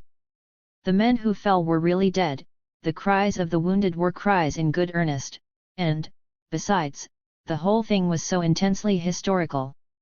This is the Paris of Thiers, as the emigration of Coblentz was the France of M. de Calonne. 81. 4. The first attempt of the slaveholders' conspiracy to put down Paris by getting the Prussians to occupy it, was frustrated by Bismarck's refusal. The second attempt, that of March 18, ended in the rout of the army and the flight to Versailles of the government, which ordered the whole administration to break up and follow in its track. By the semblance of peace negotiations with Paris, Thiers found the time to prepare for war against it. But where to find an army? The remnants of the line regiments were weak in number and unsafe in character. His urgent appeal to the provinces to succor Versailles, by their national guards and volunteers, met with a flat refusal. Brittany alone furnished a handful of Chouans, 82 fighting under a white flag, every one of them wearing on his breast the heart of Jesus in white cloth, and shouting Vive l'Roi! Long live the King! Thiers was, therefore, compelled to collect, in hot haste, a motley crew, composed of sailors, marines, pontifical zouaves, 83 Valentines gendarmes, and Pietries sergeants de ville and Mouchards. 84 This army, however, would have been ridiculously ineffective without the installments of imperialist war prisoners, which Bismarck granted in numbers just sufficient to keep the civil war going, and keep the Versailles government in abject dependence on Prussia. During the war itself, the Versailles police had to look after the Versailles army, while the gendarmes had to drag it on by exposing themselves at all posts of danger. The forts which fell were not taken, but bought. The heroism of the Federals convinced Thiers that the resistance of Paris was not to be broken by his own strategic genius and the bayonets at his disposal. Meanwhile, his relations with the provinces became more and more difficult. Not one single address of approval came into gladden Thiers and his rurals. Quite the contrary. Deputations and addresses demanding, in a tone anything but respectful, conciliation with Paris on the basis of the unequivocal recognition of the Republic, the acknowledgement of communal liberties, and the dissolution of the National Assembly, whose mandate was extinct, poured in from all sides, and in such numbers that Dufour, Thiers' Minister of Justice, in his circular of April 23 to the public prosecutors, commanded them to treat the cry of conciliation as a crime. In regard, however, of the hopeless prospect held out by his campaign, Thiers resolved to shift his tactics by ordering, all over the country, municipal elections to take place on April 30, on the basis of the new municipal law dictated by himself to the National Assembly. What with the intrigues of his prefects, what with police intimidation, he felt quite sanguine of imparting, by the verdict of the provinces, to the National Assembly that moral power it had never possessed, and of getting at last from the provinces the physical force required for the conquest of Paris. His banditti warfare against Paris, exalted in his own bulletins, and the attempts of his ministers at the establishment, throughout France, of a reign of terror, Thiers was from the beginning anxious to accompany with a little byplay of conciliation, which had to serve more than one purpose. It was to dupe the provinces, to inveigle the middle-class element in Paris, and, above all, to afford the professed Republicans in the National Assembly the opportunity of hiding their treason against Paris behind their faith in Thiers. On March 21, when still without an army, he had declared to the Assembly, "Come what may, I will not send an army to Paris." On March 27 he rose again, "I have found the Republic an accomplished fact, and I am firmly resolved to maintain it." In reality, he put down the revolution at Lyons and Marseilles 85 in the name of the Republic, while the roars of his rurals drowned the very mention of its name at Versailles. After this exploit, he toned down the accomplished fact into an hypothetical fact. The Orleans princes, whom he had cautiously warned off Bordeaux, were now, in flagrant breach of the law, permitted to intrigue at Dreux. The concessions held out by Thiers in his interminable interviews with the delegates from Paris and the provinces, although constantly varied in tone and color, according to time and circumstances, did in fact never come to more than the prospective restriction of revenge to the handful of criminals implicated in the murder of Lecomte and Clement Thomases, on the well-understood premise that Paris and France were unreservedly to accept Thiers himself as the best of possible republics, as he, in 1830, had done with Louis Philippe. Even these concessions he not only took care to render doubtful by the official comments put upon them in the Assembly through his ministers.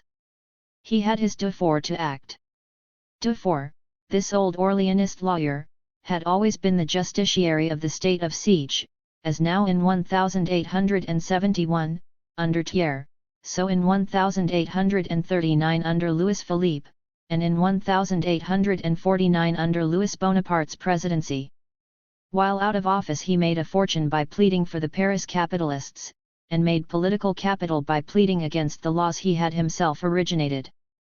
He now hurried through the National Assembly not only a set of repressive laws which were, after the fall of Paris, to extirpate the last remnants of republican liberty in France. 86 He foreshadowed the fate of Paris by abridging the, for him, too slow procedure of courts-martial, and by a new-fangled, draconic code of deportation. The Revolution of 1848, abolishing the penalty of death for political crimes, had replaced it by deportation. Louis Bonaparte did not dare, at least not in theory, to re-establish the regime of the guillotine. The Rural Assembly, not yet bold enough even to hint that the Parisians were not rebels, but assassins, had therefore to confine its prospective vengeance against Paris to Dufour's new code of deportation. Under all these circumstances Thiers himself could not have gone on with his comedy of conciliation, had it not, as he intended it to do, drawn forth shrieks of rage from the rurals, whose ruminating mind did neither understand the play, nor its necessities of hypocrisy, tergiversation, and procrastination. In sight of the impending municipal elections of April 30, Thiers enacted one of his great conciliation scenes on April 27. Amidst a flood of sentimental rhetoric, he exclaimed from the tribune of the assembly. There exists no conspiracy against the Republic but that of Paris, which compels us to shed French blood. I repeat it again and again. Let those impious arms fall from the hands which hold them, and chastisement will be arrested at once by an act of peace excluding only the small number of criminals. To the violent interruption of the rurals he replied, Gentlemen, tell me, I implore you, am I wrong? Do you really regret that I could have stated the truth that the criminals are only a handful? Is it not fortunate in the midst of our misfortunes that those who have been capable to shed the blood of Clement Thomas and General Lecomte are but rare exceptions? France, however, turned a deaf ear to what Thiers flattered himself to be a parliamentary siren's song. Out of 700,000 municipal councillors returned by the 35,000 communes still left to France, the United Legitimists, Orleanists, and Bonapartists did not carry 8,000. The supplementary elections which followed were still more decidedly hostile. Thus, instead of getting from the provinces the badly needed physical force, the National Assembly lost even its last claim to moral force, that of being the expression of the universal suffrage of the country. To complete the discomfiture, the newly chosen municipal councils of all the cities of France openly threatened the usurping assembly at Versailles with a counter-assembly at Bordeaux. Then the long-expected moment of decisive action had at last come for Bismarck. He peremptorily summoned Thiers to send to Frankfurt plenipotentiaries for the definitive settlement of peace. In humble obedience to the call of his master, Thiers hastened to dispatch his trusty Jules Favre, backed by Poirier-Courtier.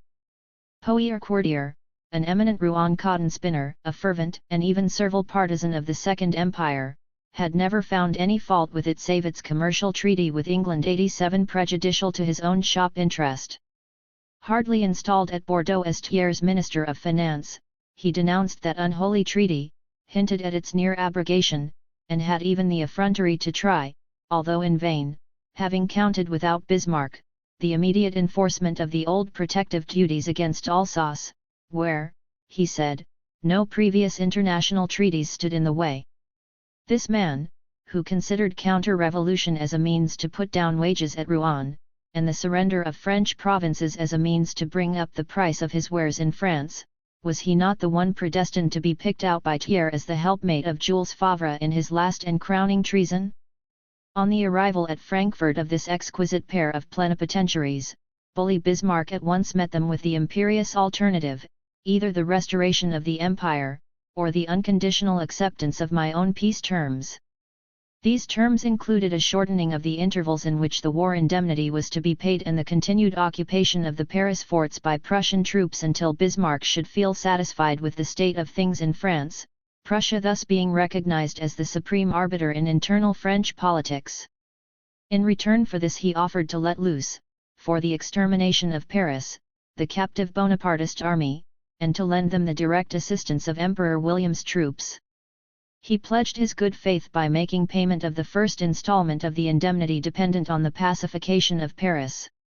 Such a bait was, of course, eagerly swallowed by Thiers and his plenipotentiaries.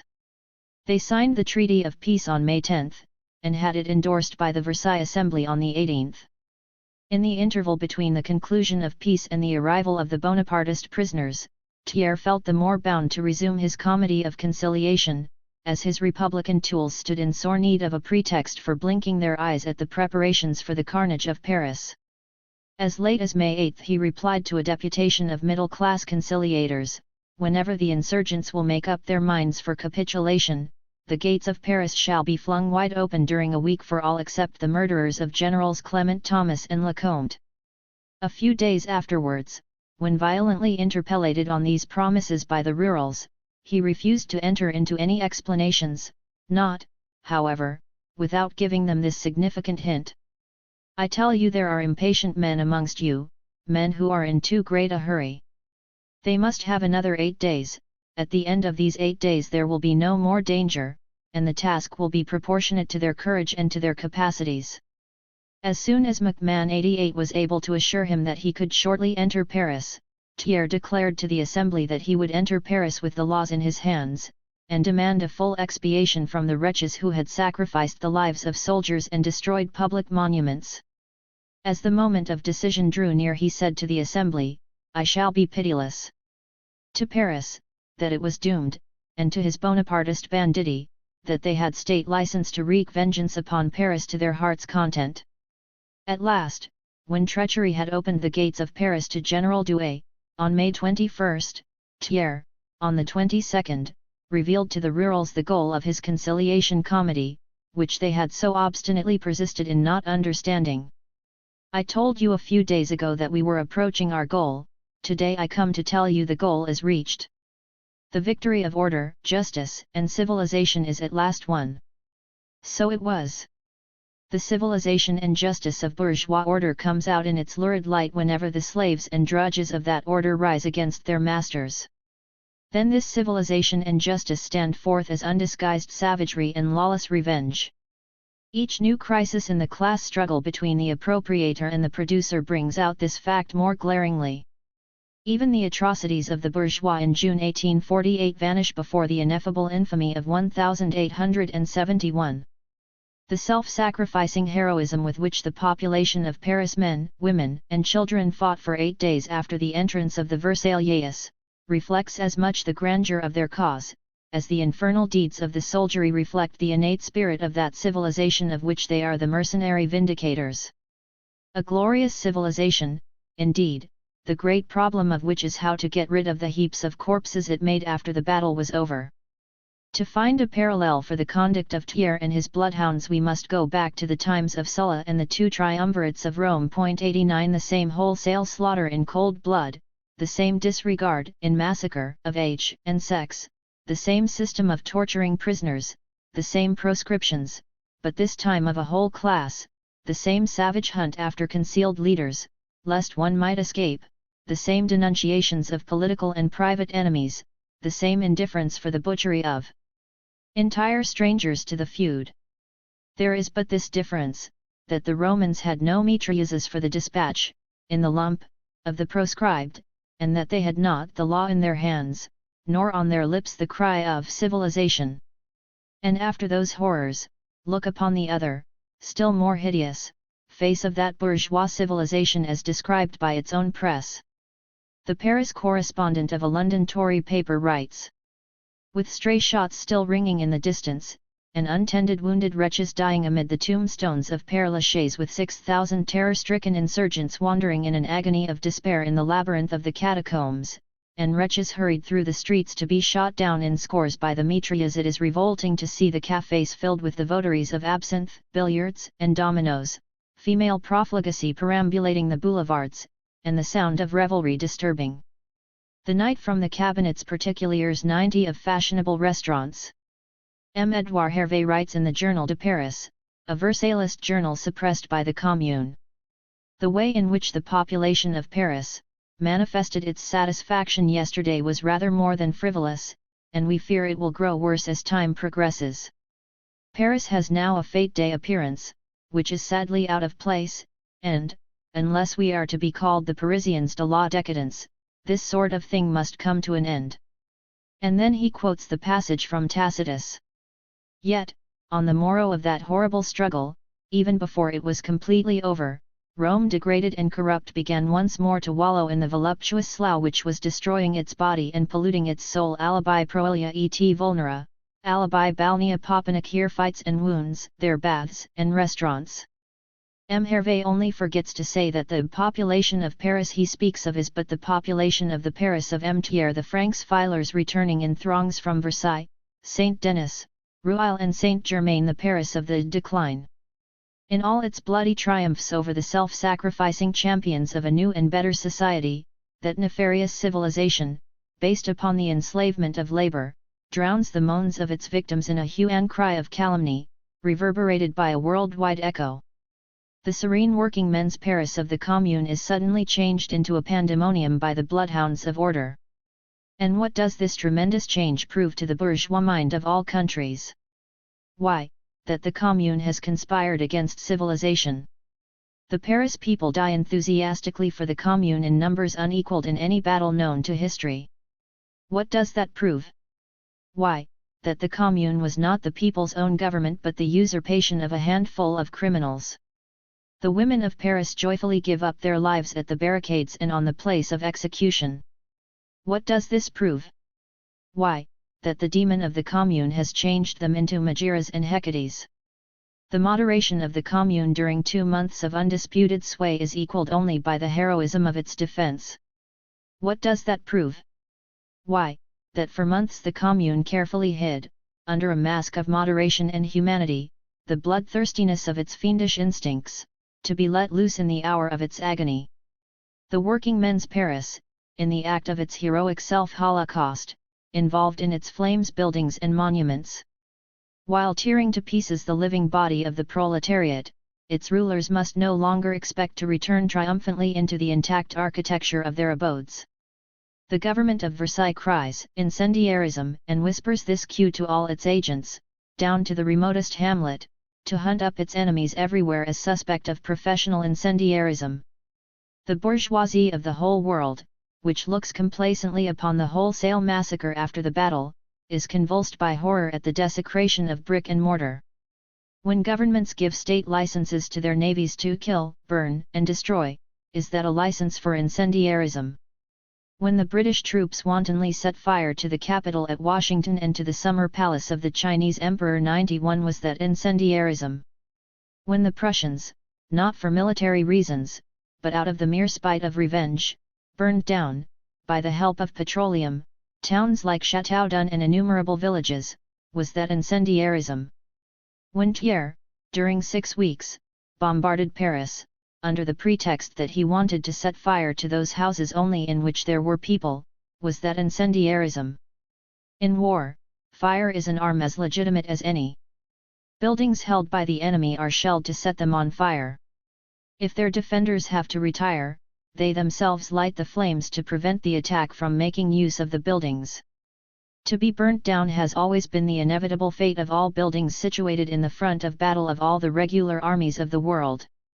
But in the war of the enslaved against their enslavers, the only justifiable war in history, this is by no means to hold good. The Commune used fire strictly as a means of defense.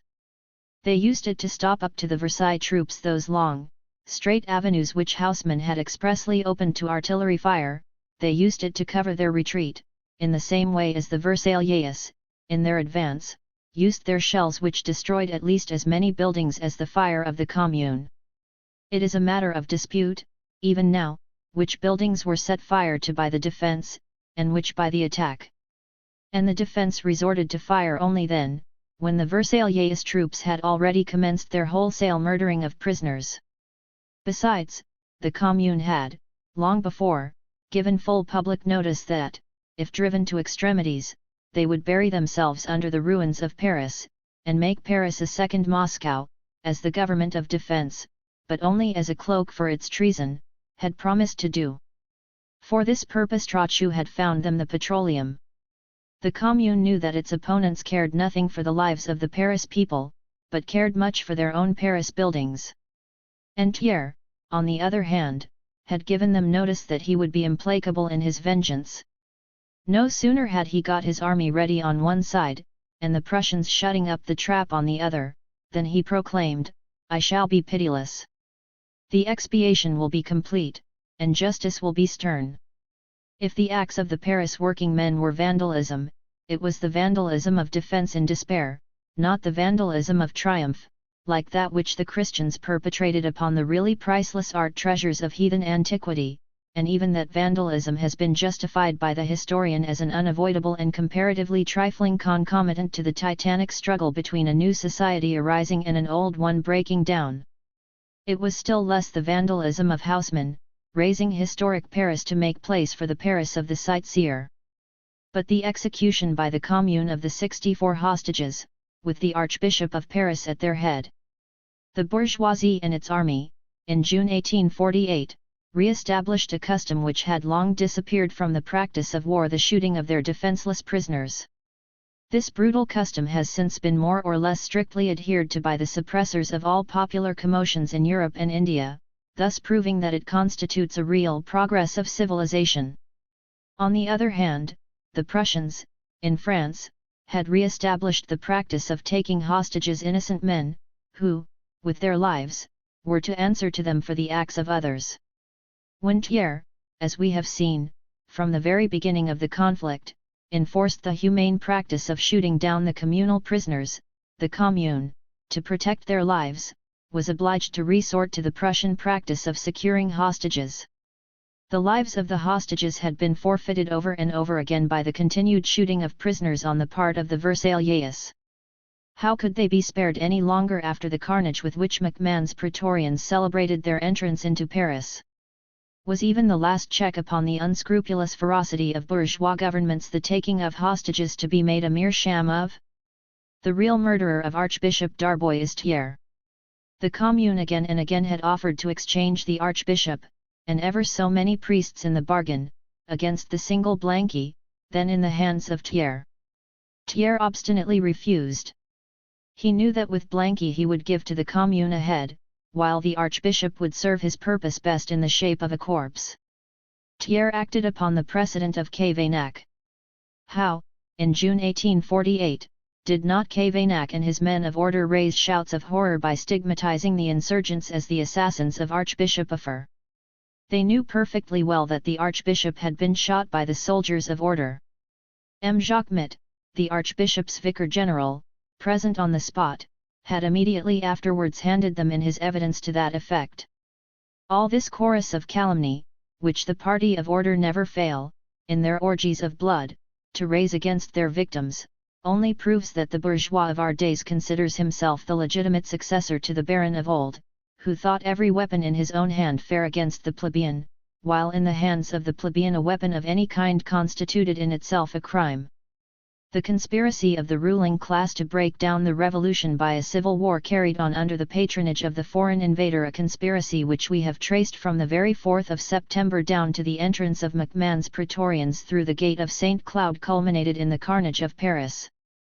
Bismarck gloats over the ruins of Paris, in which he saw perhaps the first installment of that general destruction of great cities he had prayed for when still a simple rural in the Prussian chamber introuvable of 1849.92. He gloats over the cadavers of the Paris proletariat. For him this is not only the extermination of revolution, but the extinction of France, now decapitated in reality, and by the French government itself. With the shallowness characteristic of all successful statesmen, he sees but the surface of this tremendous historic event. Whenever before has history exhibited the spectacle of a conqueror crowning his victory by turning into, not only the gendarme, but the hired bravo of the conquered government? There existed no war between Prussia and the Commune of Paris. On the contrary, the Commune had accepted the peace preliminaries, and Prussia had announced her neutrality. Prussia was, therefore, no belligerent. She acted the part of a bravo, a cowardly bravo, because incurring no danger, a hired bravo, because stipulating beforehand the payment of her blood money of 500 millions on the fall of Paris. And thus, at last, came out the true character of the war, ordained by Providence as a chastisement of godless and debauched France by pious and moral Germany. And this unparalleled breach of the law of nations, even as understood by the old world lawyers, instead of arousing the civilized governments of Europe to declare the felonious Prussian government, the mere tool of the St. Petersburg cabinet, an outlaw amongst nations, only incites them to consider whether the few victims who escape the double cordon around Paris are not to be given up to the hangman at Versailles. That after the most tremendous war of modern times, the conquering and the conquered hosts should fraternize for the common massacre of the proletariat, this unparalleled event does indicate, not, as Bismarck thinks, the final repression of a new society upheaving, but the crumbling into dust of bourgeois society. The highest heroic effort of which old society is still capable is national war, and this is now proved to be a mere governmental humbug, intended to defer the struggle of classes, and to be thrown aside as soon as that class struggle bursts out into civil war. Class rule is no longer able to disguise itself in a national uniform, the national governments are one as against the proletariat. After Whitsunday 1871, there can be neither peace nor truce possible between the working men of France and the appropriators of their produce. The iron hand of a mercenary soldiery may keep for a time both classes tied down in common oppression. But the battle must break out again and again in ever-growing dimensions, and there can be no doubt as to who will be the victor in the end, the appropriating few, or the immense working majority. And the French working class is only the advanced guard of the modern proletariat. While the European governments thus testify, before Paris, to the international character of class rule, they cry down the International Working Men's Association, the international counter-organization of labor, against the cosmopolitan conspiracy of capital as the head fountain of all these disasters. Thiers denounced it as the despot of labor, pretending to be its liberator. Picard ordered that all communications between the French internationalists and those abroad should be cut off. Count Joubert, 93, Thiers' mummified accomplice of 1835, declares it the great problem of all civilized governments to weed it out. The rurals roar against it, and the whole European press joins the chorus. An honorable French writer, 94, completely foreign to our association, speaks as follows: "The members of the Central Committee of the National Guard, as well as the greater part of the members of the Commune, are the most active, intelligent, and energetic minds of the International Working Men's Association, men who are thoroughly honest, sincere, intelligent, devoted, pure, and fanatical in the good sense of the word." The police-tinged bourgeois mind naturally figures to itself the International Working Men's Association as acting in the manner of a secret conspiracy, its central body ordering, from time to time, explosions in different countries. Our association is, in fact, nothing but the international bond between the most advanced working men in the various countries of the civilized world. Wherever, in whatever shape, and under whatever conditions the class struggle obtains any consistency, it is but natural that members of our association should stand in the foreground. The soil out of which it grows is modern society itself. It cannot be stamped out by any amount of carnage. To stamp it out, the governments would have to stamp out the despotism of capital over labor, the condition of their own parasitical existence. Working men's Paris, with its commune, will be forever celebrated as the glorious harbinger of a new society. Its martyrs are enshrined in the great heart of the working class.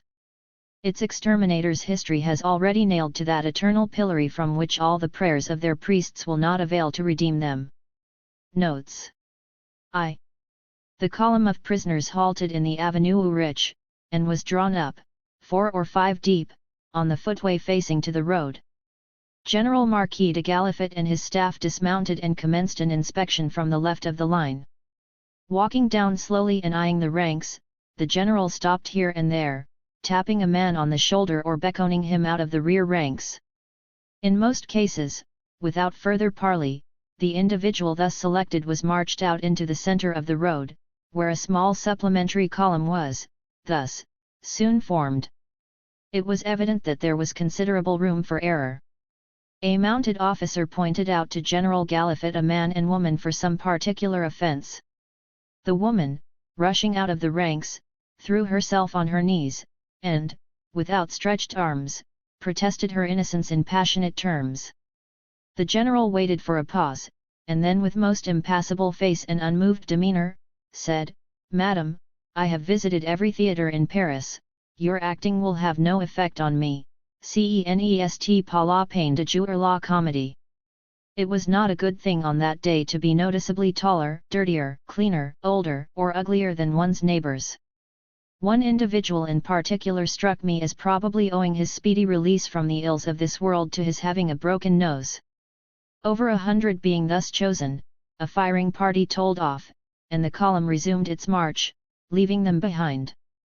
A few minutes afterwards a dropping fire in our rear commenced, and continued for over a quarter of an hour. It was the execution of these summarily convicted wretches. Paris Correspondent, Daily News, June 8.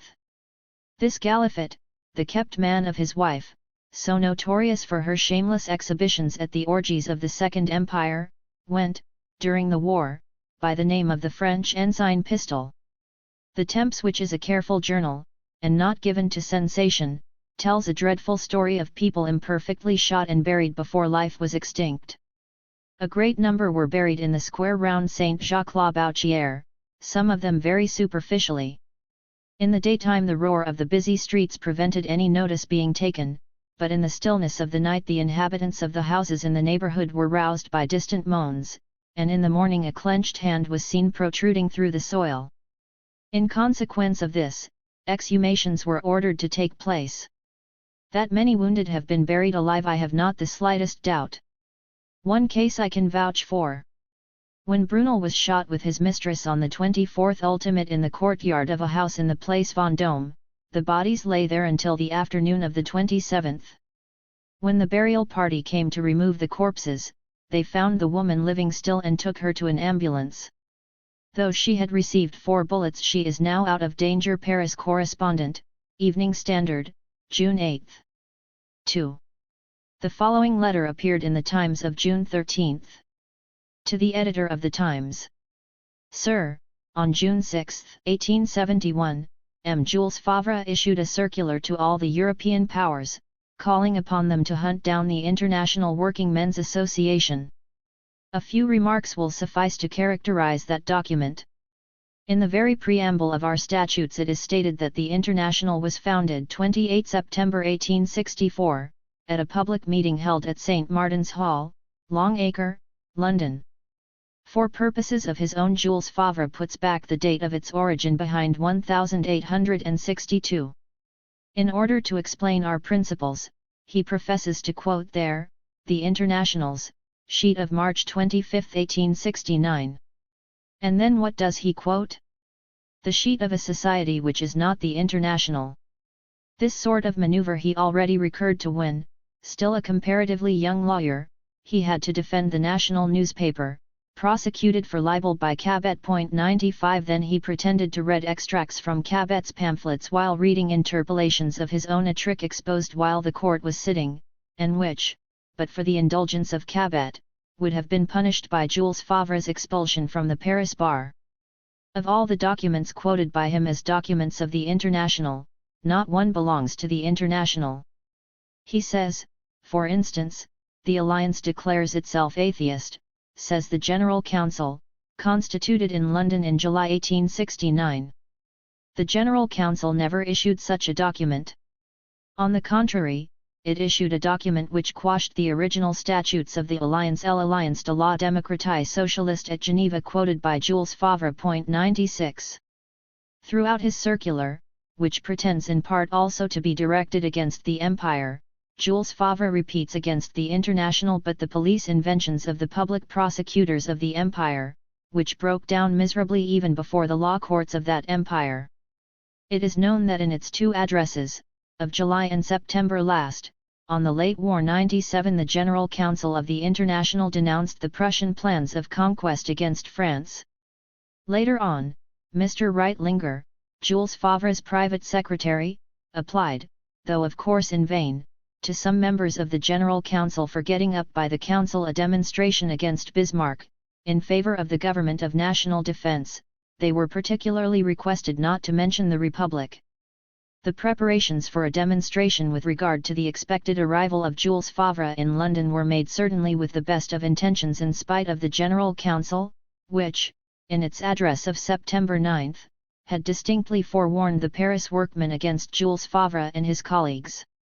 What would Jules Favre say if, in its turn, the International were to send a circular on Jules Favre to all the cabinets of Europe, drawing their particular attention to the documents published at Paris by the late M. Millieret, 98. I am, sir, your obedient servant, John Hales. 99. Secretary to the General Council of the International Working Men's Association. London, June 12, 1871. In an article on the International Society and its aims, that pious informer, the London Spectator, June 24, amongst other similar tricks, quotes, even more fully than Jules Favre has done, the above document of the Alliance as the work of the International, and that 11 days after the refutation had been published in the Times. We do not wonder at this. Frederick the Great used to say that of all Jesuits the worst are the Protestant ones. First draft of the Civil War in France. 1 extract. The Commune. 1 Measures for the working class. Night work of journeyman bakers suppressed, April 20. The private jurisdiction, usurped by the seigneurs of mills, etc. Manufacturers, employers, great and small, being at the same time judges, executors, gainers, and parties in the disputes, that right of a penal code of their own, enabling them to rob the laborers' wages by fines and deductions as punishment, etc., abolished in public and private workshops, penalties impended upon the employers in case they infringe upon this law, fines and deductions extorted since March 18 to be paid back to the workmen, April 27. Sale of pawned articles at pawn shops suspended, March 29. A great lot of workshops and manufactories have been closed in Paris, their owners having run away. This is the old method of the industrial capitalists, who consider themselves entitled by the spontaneous action of the laws of political economy not only to make a profit out of labor, as the condition of labor, but to stop it altogether and throw the workmen on the pavement to produce an artificial crisis whenever a victorious revolution threatens the order of their system. The Commune, very wisely, has appointed a communal commission which, in cooperation with delegates chosen by the different trades, will inquire into the ways of handing over the deserted workshops and manufactories to cooperative workmen's societies with some indemnity for the capitalist deserters, April 16. This commission has also to make statistics of the abandoned workshops. The Commune has given order to the mairies to make no distinction between the wives called illegitimate, the mothers and widows of National Guards, as to the indemnity of 75 centimes. 3. The public prostitutes till now kept for the men of order at Paris, but for their safety kept in personal servitude under the arbitrary rule of the police. The Commune has liberated the prostitutes from this degrading slavery, but swept away the soil upon which, and the men by whom, prostitution flourishes. The higher prostitutes, the cocottes, were of course, under the rule of order, not the slaves, but the masters of the police and the governors. There was, of course, no time to reorganize public instruction, education, but by removing the religious and clerical element from it, the Commune has taken the initiative in the mental emancipation of the people. It has appointed a commission for the organization of education, primary, elementary and professional, April 28. It has ordered that all tools of instruction, like books, maps, paper, etc., be given gratuitously by the schoolmasters who receive them in their turn from the respective mairies to which they belong. No schoolmaster is allowed on any pretext to ask payment from his pupils for these instruments of instruction, April 28. Pawn shops. All pawn tickets issued by the Mont de Piet IV prior to April 25, 1871, pledging articles of clothing, furniture, linen, books, bedding, and instruments of labor valued at not more than 20 francs, may be redeemed free of charge as from May 12, May 7. 2 measures for the working class, but mostly for the middle classes. House rent for the last 3 quarters up to April wholly remitted. Whoever had paid any of these 3 quarters shall have right of setting that sum against future payments. The same law to prevail in the case of furnished apartments. No notice to quit coming from landlords to be valid for 3 months to come, March 29. Échéances. Payment of bills of exchange due, expiration of bills. All prosecutions for bills of exchange fallen due suspended, April 12. All commercial papers of that sort to be repaid in, repayments spread over, 2 years, to begin July 15 next, the debt being not chargeable with interest. The total amount of the sums due divided in 8 equal installments payable quarterly, first quarter to be dated from July 15. Only on these partial payments when fallen due judicial prosecutions permitted, April 16. The due for LAWS 5 on leases and bills of exchange entailed the bankruptcy of the majority of the respectable shopkeepers of Paris. The notaries, bailiffs, auctioneers, bum bailiffs and other judicial officers making till now a fortune of their functions, transformed into agents of the Commune receiving from it fixed salaries like other workmen. As the professors of the École de Médecine have run away, the Commune appointed a commission for the foundation of free universities, no longer state parasites, given to the students that had passed their examination, means to practice independent of doctoral titles, titles to be conferred by the faculty. Since the judges of the Civil Tribunal of the Seine, like the other magistrates always ready to function under any class government, had run away.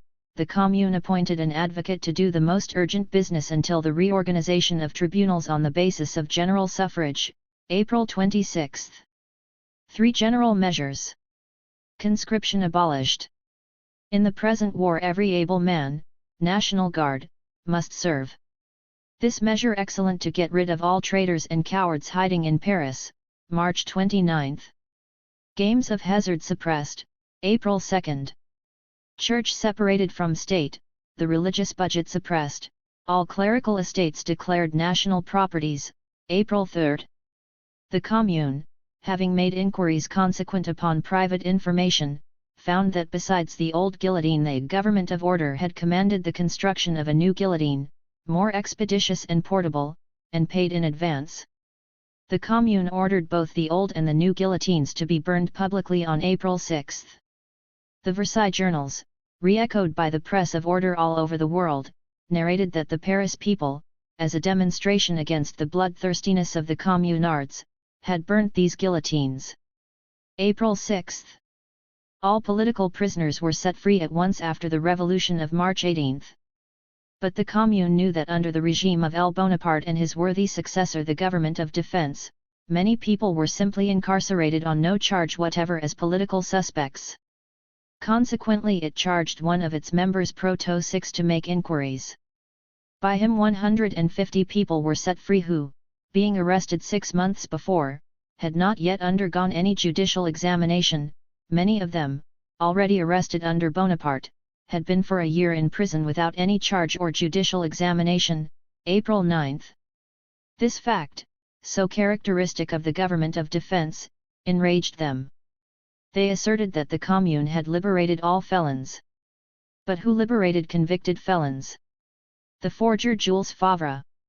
Hardly got into power, he hastened to liberate Pic and Taillefer, condemned for theft and forgery in the affair of the attendard. 71 of these men, Taillefer, daring to return to Paris, has been reinstated in his convenient abode. But this is not all. The Versailles government has delivered, in the Maisons Centrales 8 all over France, convicted thieves on the condition of entering M. Thiers' army. Decree on the demolition of the column of the Place Vendôme.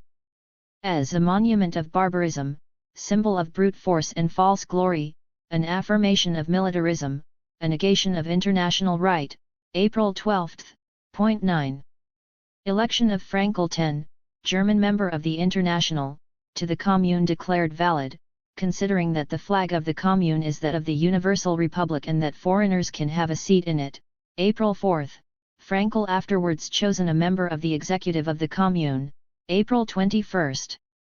The journal Officiel has inaugurated the publicity of the sittings of the Commune, April 15. Decree of Pascal Grousset 11 for the protection of foreigners against requisitions. Never a government in Paris so courteous to foreigners, April 27. The Commune has abolished political and professional oaths, April 27. Destruction of the monument known as Chapelle Expiatoire de Louis XVI 12, Rue d'Angely Sainte-Thérèse, the work of the Chamber Introuvable of 1816, May 7. 4 measures of public safety. Disarmament of the Loyal National Guards, March 30.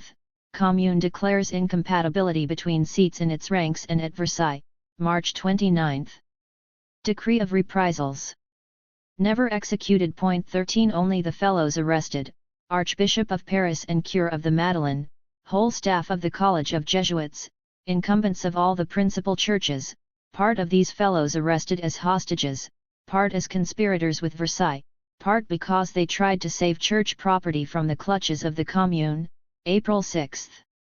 The monarchists wage war like savages, they shoot prisoners, they murder the wounded, they fire on ambulances, troops raise the butt end of their rifles in the air and then fire traitorously. Proclamation of Commune. In regard to these decrees of reprisals to be remarked. In the first instance men of all layers of the Paris society after the exodus of the capitalists, the idlers and the parasites have interposed at Versailles to stop the civil war except the Paris clergy. The Archbishop and the Cure of the Madeleine have only written to Thiers because averse to the effusion of their own blood, in their quality as hostages. Secondly, after the publication by the Commune of the decree of reprisal, the taking of hostages etc., the atrocious treatment of the Versailles prisoners by Pietries Lambs 14 and Valentines gendarmes did not cease, but the assassination of the captive Paris soldiers and National Guard was stopped, to set in with renewed fury as soon as the Versailles government had convinced itself that the Commune was too humane to execute its decree of April 6. Then the assassination set in again wholesale. The Commune did not execute one hostage, not one prisoner, not even some gendarme officers who under the disguise of National Guard had entered Paris as spies and were simply arrested. Surprise of the redoubt of Clamart, May 2. Railway station in the hands of the Parisians, massacre, bayoneting, the 22nd Battalion of Chasseurs, Galifet, shoots line soldiers offhand without any formality, May 2. Redoubt of Moulin-Saquet, situated between Fort Issy and Montrouge, surprised in the night by treachery on the part of the Commandant Gallion who had sold the password to the Versaillais troops. Federals surprised in their beds asleep, great part of them massacred, 4 May. April 25. 4 National Guards, this established by commissaries sent to Bicêtre were the only survivor of the 4 men, at Belle Epine, near Villejuif. His name Scheffer. These men being surrounded by horse chasseurs, on their order, unable to resist, surrendered, disarmed, nothing done to them by the soldiers. But then arrives the captain of the chasseurs, and shoots them down one after the other with his revolver. Left there on the soil.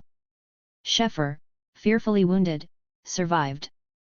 13 soldiers of the line made prisoners at the railway station of Clamart were shot offhand, and all prisoners wearing the line uniforms who arrive in Versailles will be executed whenever doubts about their identity are cleared up. Liberté at Versailles.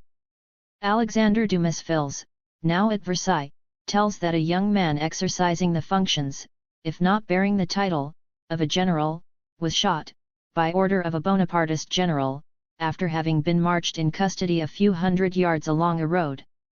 Parisian troops and National Guards surrounded in houses by gendarmes, who inundate the house with petroleum and then fire it. Some cadavers of National Guards burnt to ashes have been transported by the ambulance of the press of the Turns, Mot d'Ordre, April 20. They have no right to ambulances. Thiers. Blanqui. Archbishop. General Chanzy. 15, Thiers said his Bonapartists should have liked to be shot. Visitation in houses, etc. Casimir Bois 16 named chairman of a commission of inquiry into the doings of the dictators of September 4, April 14. Private houses invaded and papers seized, but no furniture has been carried away and sold by auction. Papers of the Fellows of September 4, Thiers, etc. and Bonapartist policemen in the house of Lafont, Inspector General of Prisons, April 11. The houses, properties, of Thiers and Co. invaded as traitors, but only the papers confiscated. Arrests among themselves. This shocks the bourgeois who wants political idols and great men immensely. It is provoking. Daily News, May 6. Paris correspondence, however, and discouraging, that whatever be the authority possessed by the Commune, it is continually changing hands, and we know not today with whom the power may rest tomorrow. In all these eternal changes one sees more than ever the want of a presiding hand. The Commune is a concourse of equivalent atoms, each one jealous of another and none endowed with supreme control over the others. Suppression of newspapers. 5 financial measures. See Daily News, May 6. Principal outlay for war. Only 8,928 francs from seizures all taken from ecclesiastics, etc. Venger, May 6. The Commune, the rise of the Commune and the Central Committee. The Commune had been proclaimed at Lyons, then Marseilles, Toulouse, etc., after Sedan. Gambetta tried his best to break it down. 17.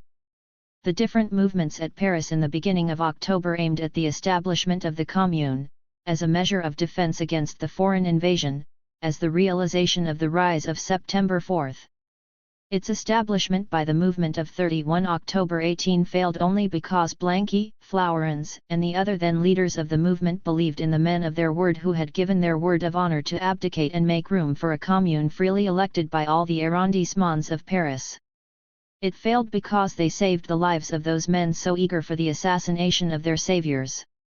Having allowed Trochu and Ferry to escape, they were surprised by Trochu's Bretons. It ought to be remembered that on October 31 the self-imposed government of defense existed only on sufferance. It had not yet gone even through the farce of a plebiscite. 19 Under the circumstances, there was of course nothing easier than to misrepresent the character of the movement, to decry it as a treasonable conspiracy with the Prussians, to improve the dismissal of the only man amongst them who would not break his word. 20 To strengthen Trochu's Bretons who were for the government of defense what the Corsican bravos had been for L. Bonaparte by the appointment of Clement Thomas as commander-in-chief of the National Guard, there was nothing easier for these old panic-mongers than appealing to the cowardly fears of the middle class towards working-class battalions who had taken the initiative, throwing distrust and dissension amongst the working-class battalions themselves, by an appeal to patriotism to create one of those days of blind reaction and disastrous misunderstandings by which they have always contrived to maintain their usurped power. As they had slipped into power on September 4 by a surprise, they were now enabled to give it a mock sanction by a plebiscite of the true Bonapartist pattern during days of reactionary terror. The victorious establishment in Paris of the Commune at the beginning of November 1870, then already initiated in the great cities of the country and sure to be imitated all over France, would not only have taken the defense out of the hands of traitors, and imprinted its enthusiasm on it as the present heroic war of Paris shows, it would have altogether changed the character of the war. It would have become the war of Republican France, hoisting the flag of the social revolution of the 19th century, against Prussia, the banner-bearer of conquest and counter-revolution. Instead of sending the hackneyed old intriguer 21A begging at all courts of Europe, it would have electrified the producing masses in the Old and the New World. By juggling away the Commune on October 31, Jules Favre and co. secured the capitulation of France to Prussia and initiated the present civil war. But this much is shown, the Revolution of September 4 was not only the reinstallment of the Republic, because the place of the usurper had become vacant by his capitulation at Sedan. It not only conquered that republic from the foreign invader by the prolonged resistance of Paris, although fighting under the leadership of its enemies, that revolution was working its way into the heart of the working classes. The republic had ceased to be a name for a thing of the past. It was impregnated with a new world.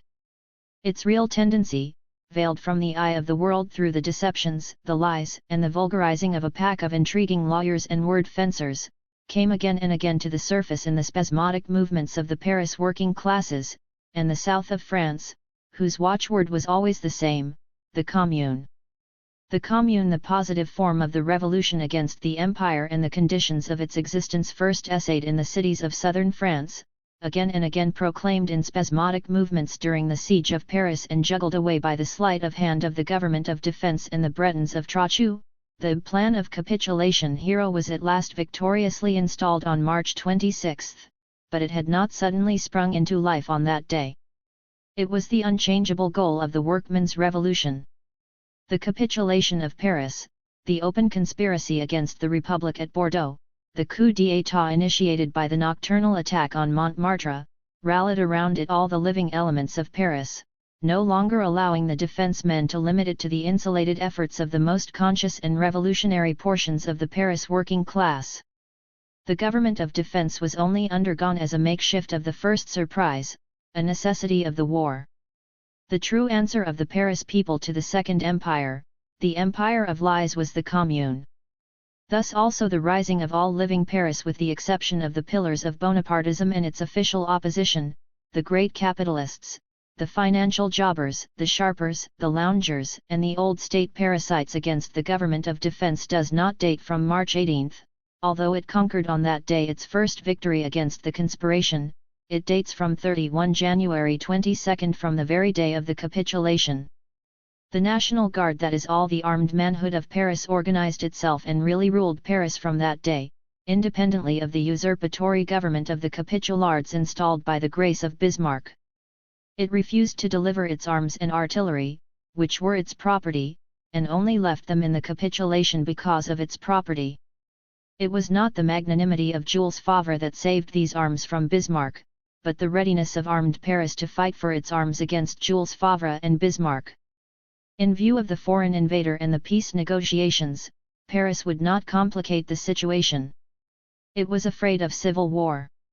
It observed a mere attitude of defense and content with the de facto self-rule of Paris. But it organized itself quietly and steadfastly for resistance. Even in the terms of the capitulation itself, the capitulards had unmistakably shown their tendency to make the surrender to Prussia at the same time the means of their domination over Paris. The only concession by Prussia they insisted upon, a concession which Bismarck would have imposed upon them as a condition, if they had not begged it as a concession, was 40,000 soldiers for subduing Paris. In the face of its 300,000 National Guards, more than sufficient for securing Paris from an attempt by the foreign enemy, and for the defense of its internal order, the demand of these 40,000 men, a thing which was besides avowed, could have no other purpose. On its existing military organization it grafted a political federation according to a very simple plan. It was the alliance of all the National Guard, put in connection the one with the other by the delegates of each company, appointing in their turn the delegates of the battalions, who in their turn appointed general delegates, generals of legions, who were to represent an arrondissement and to cooperate with the delegates of the 19 other arrondissements. Those 20 delegates, chosen by the majority of the battalions of the National Guard, composed the Central Committee, which on March 18 initiated the greatest revolution of this century and still holds its post in the present glorious struggle of Paris. Never were elections more sifted, never delegates fuller representing the masses from which they had sprung. To the objection of the outsiders that they were unknown in point of fact, that they only were known to the working classes, but no old stagers, no men illustrious by the infamies of their past, by their chase after pelf and place, they proudly answered, so were the 12 apostles, and they answered by their deeds. The character of the Commune. The centralized state machinery which, with its ubiquitous and complicated military, bureaucratic, clerical and judiciary organs, entoils, enmeshes, the living civil society like a boa constrictor, was first forged in the days of absolute monarchy as a weapon of nascent modern society in its struggle of emancipation from feudalism. The seigneurial privileges of the medieval lords and cities and clergy were transformed into the attributes of a unitary state power, displacing the feudal dignitaries by salaried state functionaries, transferring the arms from medieval retainers of the landlords and the corporations of townish citizens to a standing army, substituting for the checkered, party-colored, anarchy of conflicting medieval powers the regulated plan of a state power, with the systematic and hierarchic division of labor. The first French Revolution, with its task to found national unity, to create a nation, had to break down all local, territorial, townish, and provincial independence. It was, therefore, forced to develop what absolute monarchy had commenced, the centralization and organization of state power, and to expand the circumference and the attributes of the state power, the number of its tools, its independence, and its supernaturalist sway over real society, which in fact took the place of the medieval supernaturalist heaven, with its saints. Every minor solitary interest engendered by the relations of social groups was separated from society itself, fixed and made independent of it and opposed to it in the form of state interest, administered by state priests with exactly determined hierarchical functions. This parasitical excrescence upon civil society, pretending to be its ideal counterpart, grew to its full development under the sway of the first Bonaparte. The Restoration and the monarchy of July 1830 added nothing to it but a greater division of labor, growing at the same measure in which the division of labor within civil society created new groups of interests, and therefore new material for state action. In their struggle against the Revolution of 1848, the Parliamentary Republic of France and the governments of all continental Europe were forced to strengthen, with their measures of repression against the popular movement, the means of action and the centralization of that governmental power. All revolutions thus only perfected the state machinery instead of throwing off this deadening incubus. The fractions and parties of the ruling classes which alternately struggled for supremacy, considered the occupancy, control, seizure, and the direction of this immense machinery of government as the main booty of the victor. It centered in the creation of immense standing armies, a host of state vermin, and huge national debts. During the time of the absolute monarchy it was a means of the struggle of modern society against feudalism, crowned by the French Revolution, and under the first Bonaparte it served not only to subjugate the revolution and annihilate all popular liberties, it was an instrument of the French Revolution to strike abroad, to create for France on the continent, instead of feudal monarchies, more or less states after the image of France. Under the Restoration and the monarchy of July it became not only a means of the forcible class domination of the middle class, and a means of adding to the direct economic exploitation a second exploitation of the people by assuring to their families all the rich places of the state household. During the time of the revolutionary struggle of 1848 at last it served as a means of annihilating that revolution and all aspirations at the emancipation of the popular masses. But the state parasite received only its last development during the Second Empire.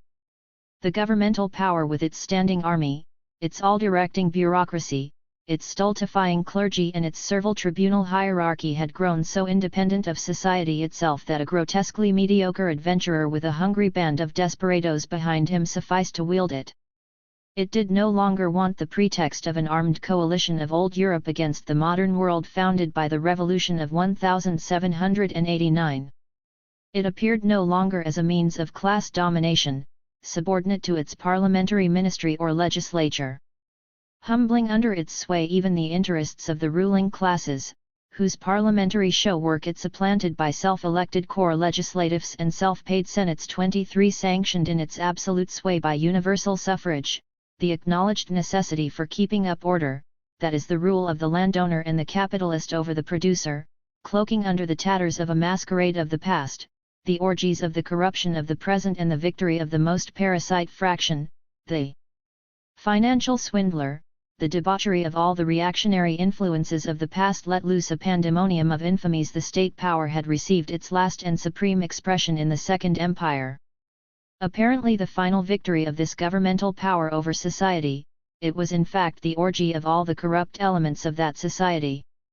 To the eye of the uninitiated it appeared only as the victory of the executive over the legislative, of the final defeat of the form of class rule pretending to be the autocracy of society by its form pretending to be a superior power to society.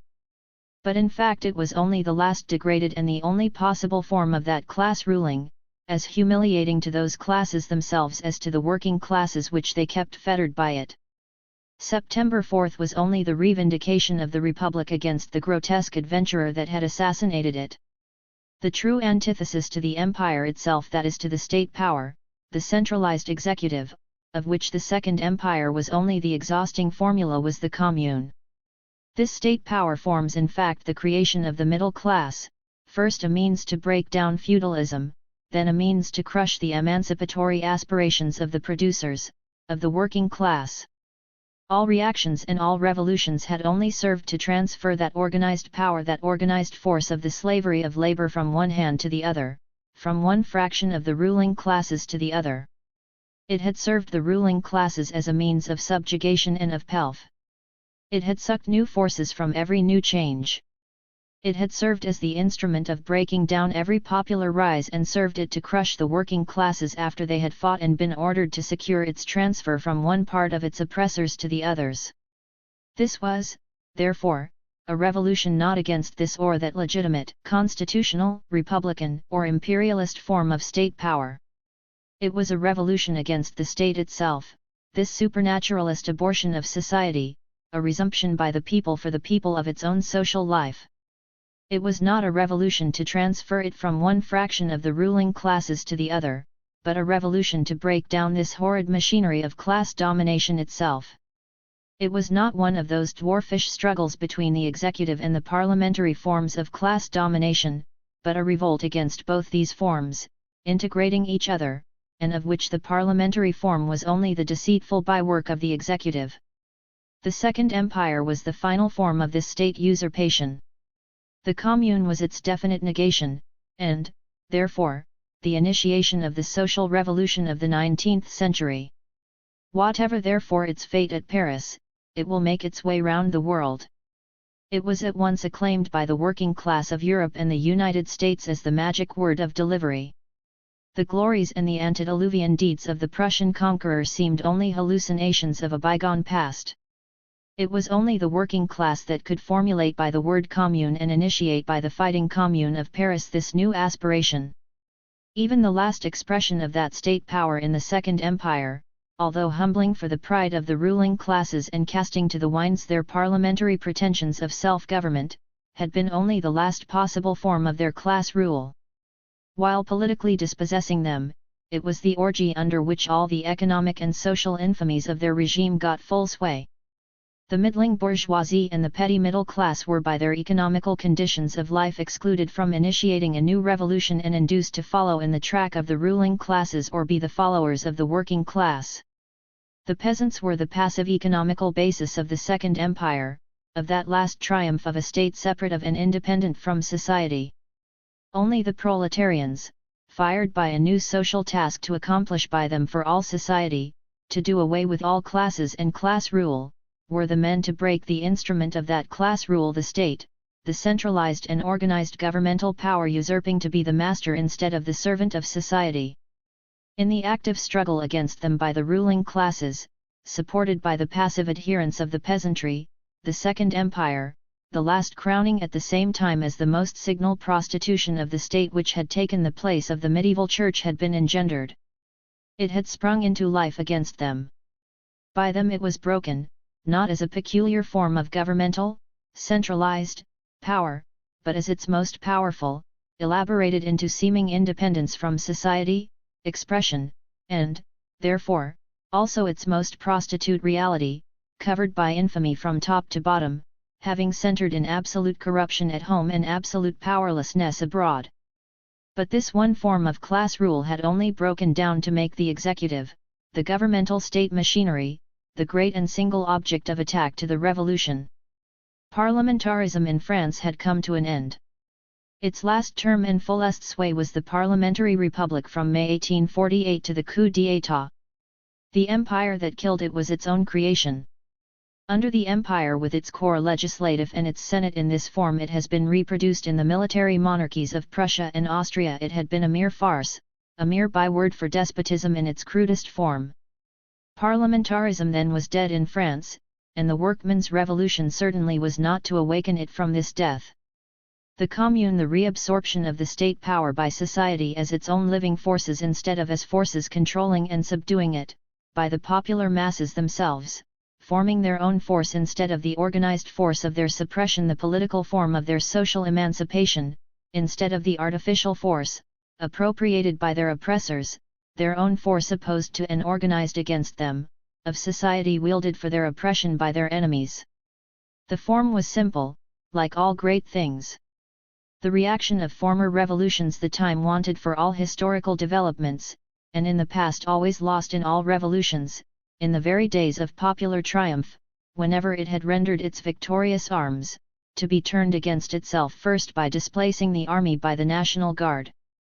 For the first time since September 4 the Republic is liberated from the government of its enemies, to the city a national militia that defends the citizens against the power, the government, instead of a permanent army that defends the government against the citizens. Proclamation of Central Committee of 22 March. The people had only to organize this militia on a national scale, to have done away with the standing armies, the first economical condition sine qua non for all social improvements, discarding at once this source of taxes and state debt, and this constant danger to government usurpation of class rule, of the regular class rule or an adventurer pretending to save all classes, at the same time the safest guarantee against foreign aggression and making in fact the costly military apparatus impossible in all other states, the emancipation of the peasant from the blood tax and from being the most fertile source of all state taxation and state debts. Here already the point in which the Commune is a luck for the peasant, the first word of his emancipation. With the independent police abolished, and its ruffians supplanted by servants of the Commune. The general suffrage, till now abused either for the parliamentary sanction of the holy state power, or a play in the hands of the ruling classes, only employed by the people to sanction, choose the instruments of parliamentary class rule once in many years, adapted to its real purposes, to choose by the communes their own functionaries of administration and initiation. The delusion as if administration and political governing were mysteries, transcendent functions only to be trusted to the hands of a trained caste state parasites, richly paid sycophants and sinecurists, in the higher posts, absorbing the intelligence of the masses and turning them against themselves in the lower places of the hierarchy. Doing away with the state hierarchy altogether and replacing the haughty masters of the people by always removable servants, a mock responsibility by a real responsibility, as they act continuously under public supervision. Paid like skilled workmen, £12 a month, the highest salary not exceeding £240 a year, a salary somewhat more than a fifth, according to a great scientific authority, Professor Huxley, of that needed to satisfy a clerk for the Metropolitan School Board. The whole sham of state mysteries and state pretensions was done away with by a commune, mostly consisting of simple working men, organizing the defense of Paris, carrying war against the Praetorians of Bonaparte, securing the supplies for that immense town, filling all the posts hitherto divided between government, police, and prefecture, doing their work publicly, simply, under the most difficult and complicated circumstances, and doing it, as Milton did his Paradise Lost, for a few pounds.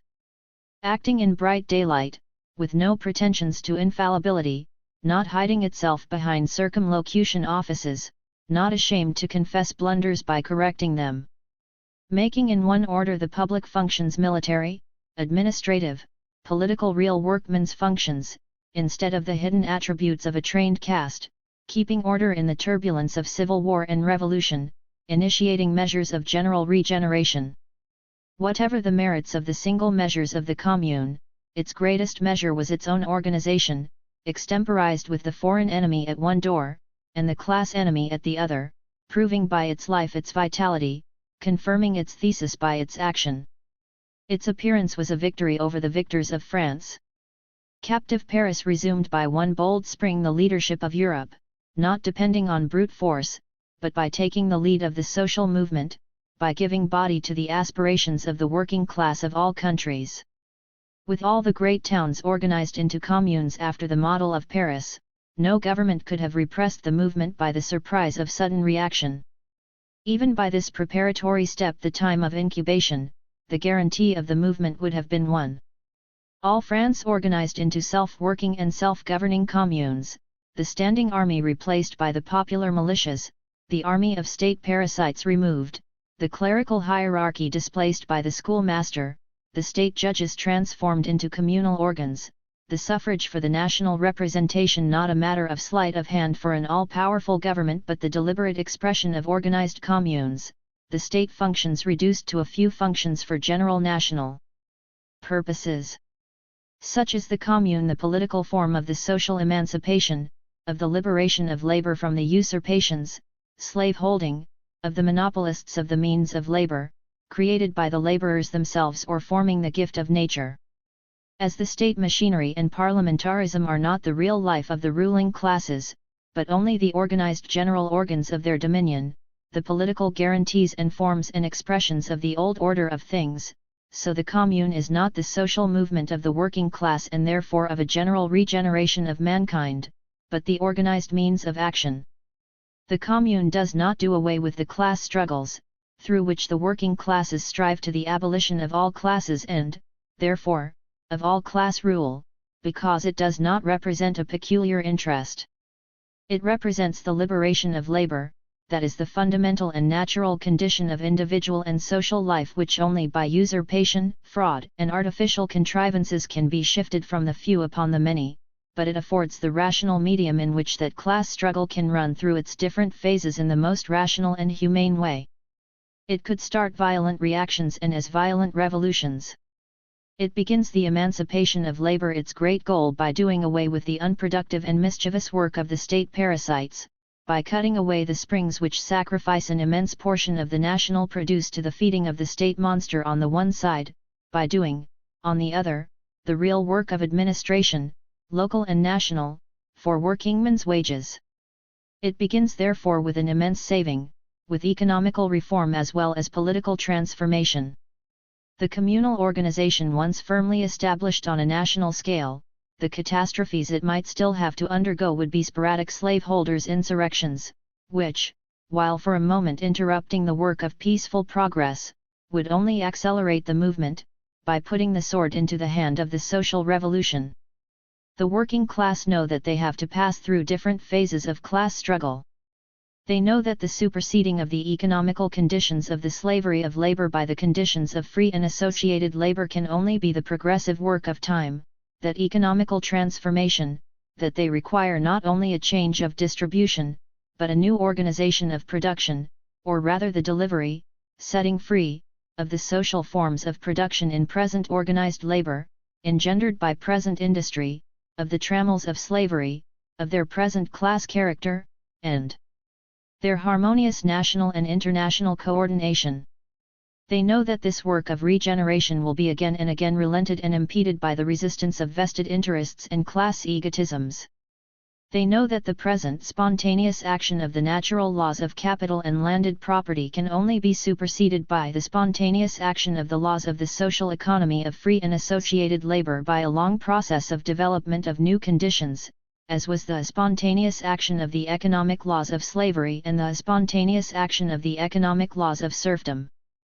But they know at the same time that great strides may be made at once through the communal form of political organization and that the time has come to begin that movement for themselves and mankind. Peasantry. War indemnity. Even before the installment of the Commune, the Central Committee had declared through its journal Officiel, the greater part of the war indemnity should be paid by the authors of war.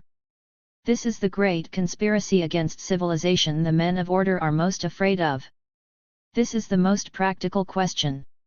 With the Commune victorious, the authors of the war will have to pay its indemnity; with Versailles victorious, the producing masses who have already paid in blood, ruin, and contribution, will have again to pay, and the financial dignitaries will even contrive to make a profit out of the transaction. The liquidation of the war costs is to be decided by the civil war. The Commune represents on this vital point not only the interests of the working class, the petty middle class, in fact, all the middle class with the exception of the bourgeoisie, the wealthy capitalists, the rich landowners, and their state parasites. It represents above all the interest of the French peasantry. On them the greater part of the war taxes will be shifted, if Thiers and his rurals are victorious. And people are silly enough to repeat the cry of the rurals that they, the great landed proprietors, represent the peasant, who is of course, in the naivety of his soul, exceedingly anxious to pay for these good landowners the milliards of the war indemnity, who made him already pay the milliard of indemnity, the Revolution indemnity. 24. The same men deliberately compromised the Republic of February 1848 by the additional 45 centimes tax on the peasant 25, but this they did in the name of the Revolution, in the name of the provisional government created by it. It is now in their own name that they wage a civil war against the communal republic to shift the war indemnity from their own shoulders upon those of the peasant. He will of course be delighted by it. The Commune will abolish conscription. The party of order will fasten this blood tax on the peasant. The party of order will fasten upon him the tax collector for the payment of a parasitical and costly state machinery. The Commune will give him a cheap government. The party of order will continue to grind him down by the townish usurer. The Commune will free him of the incubus of the mortgages resting upon his plot of land. The Commune will replace the parasitical judiciary body eating the heart of his income, the notary, the bailiff, etc. By communal agents doing their work at workmen's salaries, instead of enriching themselves out of the peasants' work.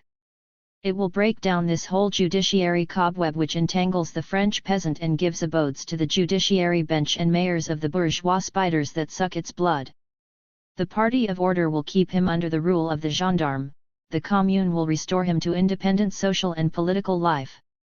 The Commune will enlighten him by the rule of the schoolmaster. The party of order force upon him the stultification by the rule of the priest. But the French peasant is above all a man of reckoning.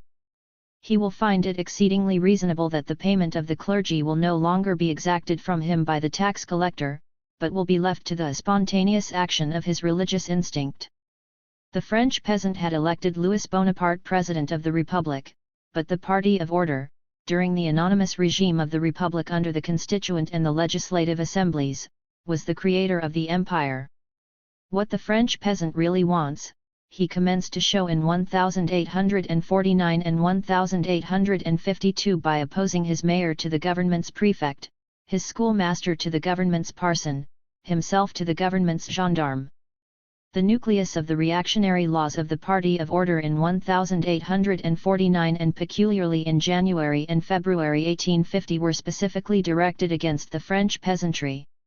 If the French peasant had made Louis Bonaparte President of the Republic because in his tradition all the benefits he had derived from the First Revolution were fantastically transferred on the First Napoleon, the armed risings of peasants in some departments of France and the gendarme hunting upon them after the coup d'état proved that that delusion was rapidly breaking down. The empire was founded on the delusions artificially nourished into power and traditional prejudices. The commune would be founded on his living interests and his real wants. The hatred of the French peasant is centering on the rurals, the men of the chateaux, the men of the milliard of indemnity, and the townish capitalists masqueraded into landed proprietors, whose encroachment upon him marched never more rapidly than under the Second Empire, partly fostered by artificial state means, partly naturally growing out of the very development of modern agriculture. The rurals know that 3 months' rule of the Republican Commune in France would be the signal for the rising of the peasantry and the agricultural proletariat against them. Hence their ferocious hatred of the Commune. What they fear even more than the emancipation of the townish proletariat is the emancipation of the peasants. The peasants would soon acclaim the townish proletariat as their own leaders and seniors. There exists of course in France as in most continental countries a deep antagonism between the townish and rural producers, between the industrial proletariat and the peasantry. The aspirations of the proletariat, the material basis of its movement, is labor organized on a grand scale, although now despotically organized, and the means of production centralized, although now centralized in the hands of the monopolist, not only as a means of production, but as a means of the exploitation and enslavement of the producer. What the proletariat has to do is to transform the present capitalist character of that organized labor and those centralized means of labor, to transform them from the means of class rule and class exploitation into forms of free associated labor and social means of production. On the other hand, the labor of the peasant is insulated and the means of production are parceled, dispersed. On these economical differences rests superconstructed a whole world of different social and political views. But this peasant proprietorship has long since outgrown its normal phase, that is the phase in which it was a reality, a mode of production and a form of property which responded to the economical wants of society and placed the rural producers themselves in normal conditions of life. It has entered its period of decay. On the one side a large proletariat foncier, rural proletariat, has grown out of it whose interests are identical with those of the townish wage laborers. The mode of production itself has become superannuated by the modern progress of agronomy. Lastly, the peasant proprietorship itself has become nominal, leaving to the peasant the delusion of proprietorship and expropriating him from the fruits of his own labor. The competition of the great farm producers, the blood tax, the state tax, the usury of the townish mortgagee and the multitudinous pilfering of the judiciary system thrown around him, have degraded him to the position of a Hindu Riot 26, while expropriation, even expropriation from his nominal proprietorship and his degradation into a rural proletarian, is an everyday fact. What separates the peasant from the proletarian is, therefore, no longer his real interest, but his delusive prejudice. If the commune, as we have shown, is the only power that can give him immediate great loans even in its present economical conditions, it is the only form of government that can secure to him the transformation of his present economical conditions, rescue him from expropriation by the landlord on the one hand, save him from grinding, drudging and misery on the pretext of proprietorship on the other, that can convert his nominal proprietorship of the land into real proprietorship of the fruits of his labor, that can combine for him the profits of modern agronomy, dictated by social wants and every day now encroaching upon him as a hostile agency, without annihilating his position as a really independent producer. Being immediately benefited by the communal republic, he would soon confide in it. Union, Ligue, Républicaine. The party of disorder, whose regime topped, under the corruption of the Second Empire, has left Paris, exodus from Paris, followed by its appurtenances, its retainers, its menials, its state parasites, its mouchards 27 its cocottes, and the whole band of low bohème, the common criminals, that form the complement of that bohème of quality. But the true vital elements of the middle classes, delivered by the workmen's revolution from their sham representatives, have for the first time in the history of French revolutions separated from them and come out in their true colors. This is the League of Republican Liberty 28 acting the intermediary between Paris and the provinces, disavowing Versailles and marching under the banners of the Commune. The communal revolution as the representative of all classes of society not living upon foreign labor.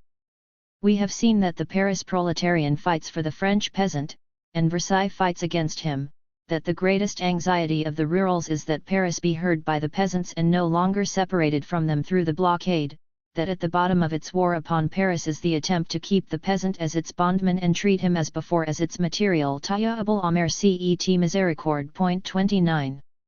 For the first time in history the petty and middling middle class has openly rallied round the workmen's revolution, and proclaimed it as the only means of their own salvation and that of France. It forms with them the bulk of the National Guard, it sits with them in the Commune, it mediates for them in the Union Républicaine. The principal measures taken by the Commune are taken for the salvation of the middle class, the debtor class of Paris against the creditor class. That middle class had rallied in the June insurrection, 1848, against the proletariat under the banners of the capitalist class, their generals, and their state parasites. It was punished at once on September 19, 1848 by the rejection of the Concordats à l'amiable. 30 The victory over the June insurrection showed itself at once also as the victory of the creditor, the wealthy capitalist over the debtor, the middle class. It insisted mercilessly on its pound of flesh. On June 13, 1849 the National Guard of that middle class was disarmed and sabred down by the army of the bourgeoisie, 31 during the Empire, as a result of the dilapidation of the state resources upon which the wealthy capitalist fed. This middle class was delivered to the plunder of the stock jobbers, the railway kings, the swindling associations of the Credit Mobilier 32 etc., and expropriated by capitalist association, joint stock company. If lowered in its political position, attacked in its economical interests, it was morally revolted by the orgies of that regime. The infamies of the war gave the last shock and roused its feelings as Frenchmen. The disasters bestowed upon France by that war, its crisis of national breakdown and its financial ruin, this middle class feels that not the corrupt class of the would-be slaveholders of France, but only the manly aspirations and the Herculean power of the working class, can come to the rescue. They feel that only the working class can emancipate them from priest rule, convert science from an instrument of class rule into a popular force, convert the men of science themselves from the panderers to class prejudice, place-hunting parasites and allies of capital into free agents of thought. Science can only play its genuine part in the Republic of Labor. Republic only possible as avowedly social republic.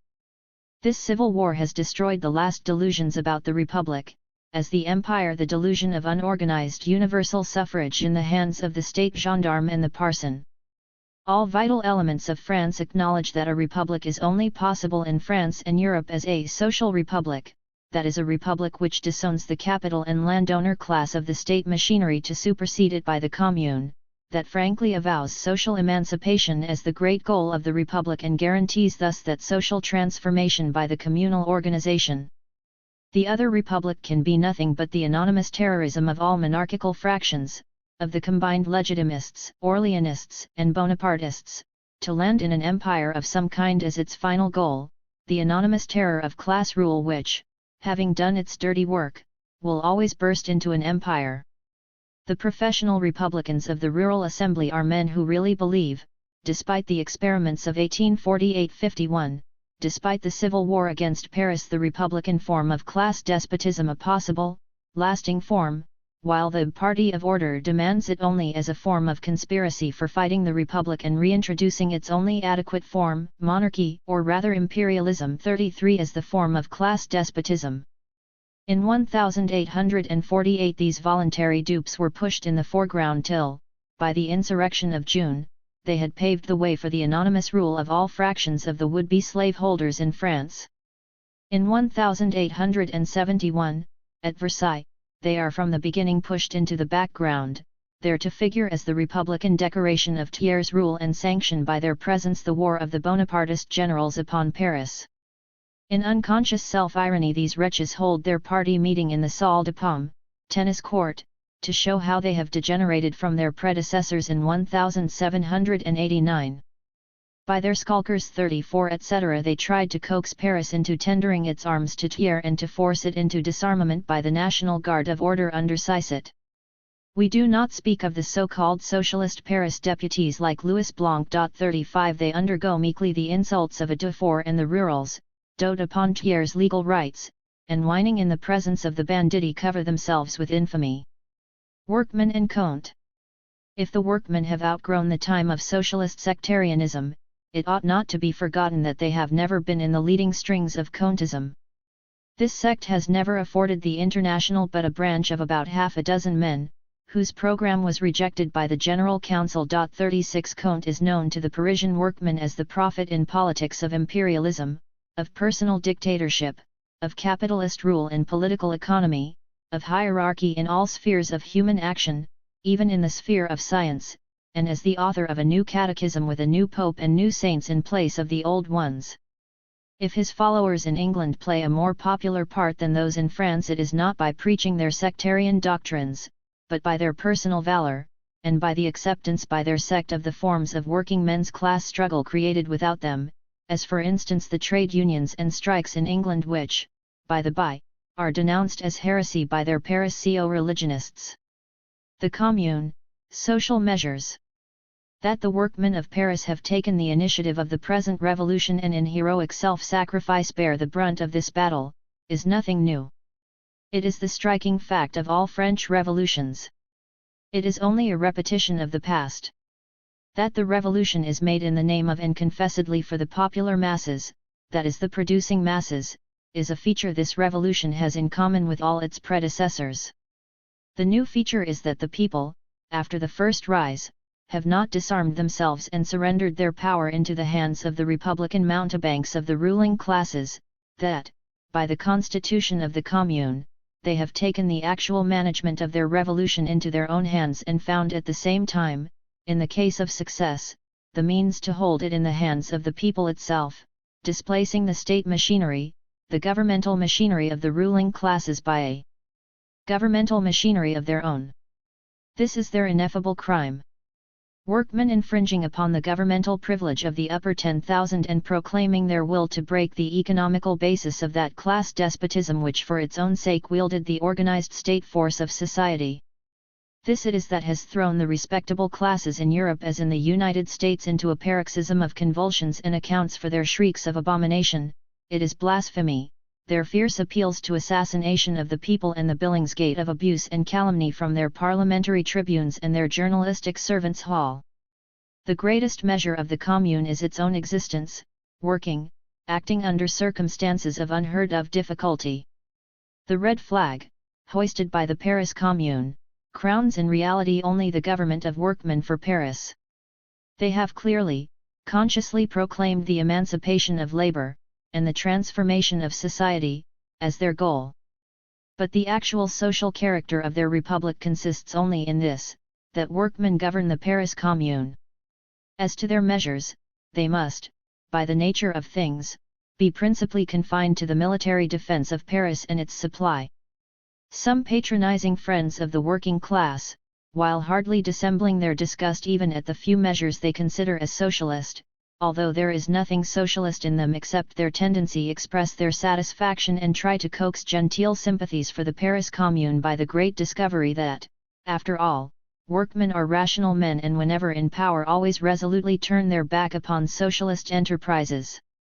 They do in fact neither try to establish in Paris a phalanstère nor an Icari. 37 Wise men of their generation, These benevolent patronizers, profoundly ignorant of the real aspirations and the real movement of the working classes, forget one thing. All the socialist founders of sects belong to a period in which the working classes themselves were neither sufficiently trained and organized by the march of capitalist society itself to enter as historical agents upon the world's stage, nor were the material conditions of their emancipation sufficiently matured in the old world itself. Their misery existed, but the conditions of their own movement did not yet exist. The utopian founders of sects, while in their criticism of present society clearly describing the goal of the social movement, the supersession of the wages system with all its economical conditions of class rule, found neither in society itself the material conditions of its transformation, nor in the working class the organized power and the conscience of the movement. They tried to compensate for the historical conditions of the movement by fantastic pictures and plans of a new society in whose propaganda they saw the true means of salvation. From the moment the working men's class movement became real, the fantastic utopias evanesced, not because the working class had given up the end aimed at by these utopians, but because they had found the real means to realize them, and in their place came a real insight into the historic conditions of the movement and more gathering force of the militant organization of the working class. But the last two ends of the movement proclaimed by the utopians are the last ends proclaimed by the Paris Revolution and by the International. Only the means are different, and the real conditions of the movement are no longer clouded in utopian fables. These patronizing friends of the proletariat, in glossing over the loudly proclaimed socialist tendencies of this revolution, are therefore but the dupes of their own ignorance. It is not the fault of the Paris proletariat, if for them the utopian creations of the prophets of the working men's movement are still the social revolution, that is to say, if the social revolution is for them still utopian. **** Journal OFFI Seal of the Central Committee, March 20. The proletarians of the capital, amidst the failures and the treasons of the governing, ruling, classes, have understood that the hour has arrived for them to save the situation by taking into their own hands the direction, management, of public affairs, the state business. They denounce the political incapacity and the moral decrepitude of the bourgeoisie as the source of the misfortunes of France. The workmen, who produce everything and enjoy nothing, who suffer from misery in the midst of their accumulated products, the fruit of their work and their sweat, shall they never be allowed to work for their emancipation? The proletariat, in face of the permanent menace against its rights, of the absolute negation of all its legitimate aspirations, of the ruin of the country and all its hopes, has understood that it was its imperious duty and its absolute right to take into its hands its own destinies and to assure their triumph in seizing the state power. It is here plainly stated that the government of the working class is, in the first instance, necessary to save France from the ruins and the corruption impended upon it by the ruling classes, that the dislodgement of these classes from power, of these classes who have lost the capacity of ruling France, is a necessity of national safety. But it is no less clearly stated that the government by the working class can only save France and do the national business by working for its own emancipation, the conditions of that emancipation being at the same time the conditions of the regeneration of France. It is proclaimed as a war of labor upon the monopolists of the means of labor, upon capital. The chauvinism of the bourgeoisie is only a vanity, giving a national cloak to all their own pretensions. It is a means, by permanent armies, to perpetuate international struggles, to subjugate in each country the producers by pitching them against their brothers in each other country, a means to prevent the international cooperation of the working classes, the first condition of their emancipation. The true character of that chauvinism, long since become a mere phrase, has come out during the War of Defense after Sedan, everywhere paralyzed by the chauvinist bourgeoisie in the capitulation of France, in the civil war carried on under that high priest of chauvinism, Thiers, on Bismarck's sufferance.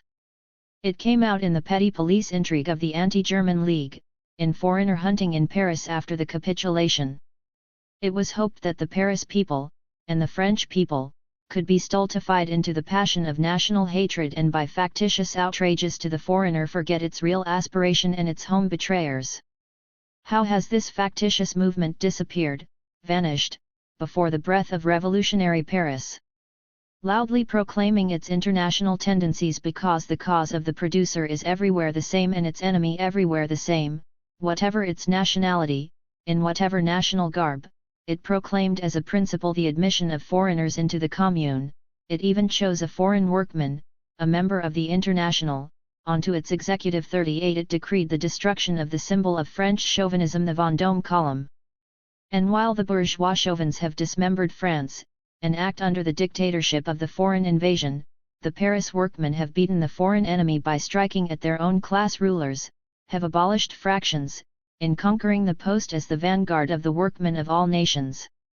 The genuine patriotism of the bourgeoisie, so natural for the real proprietors of the different national estates, has faded into a mere sham consequent upon the cosmopolitan character imprinted upon their financial, commercial, and industrial enterprise.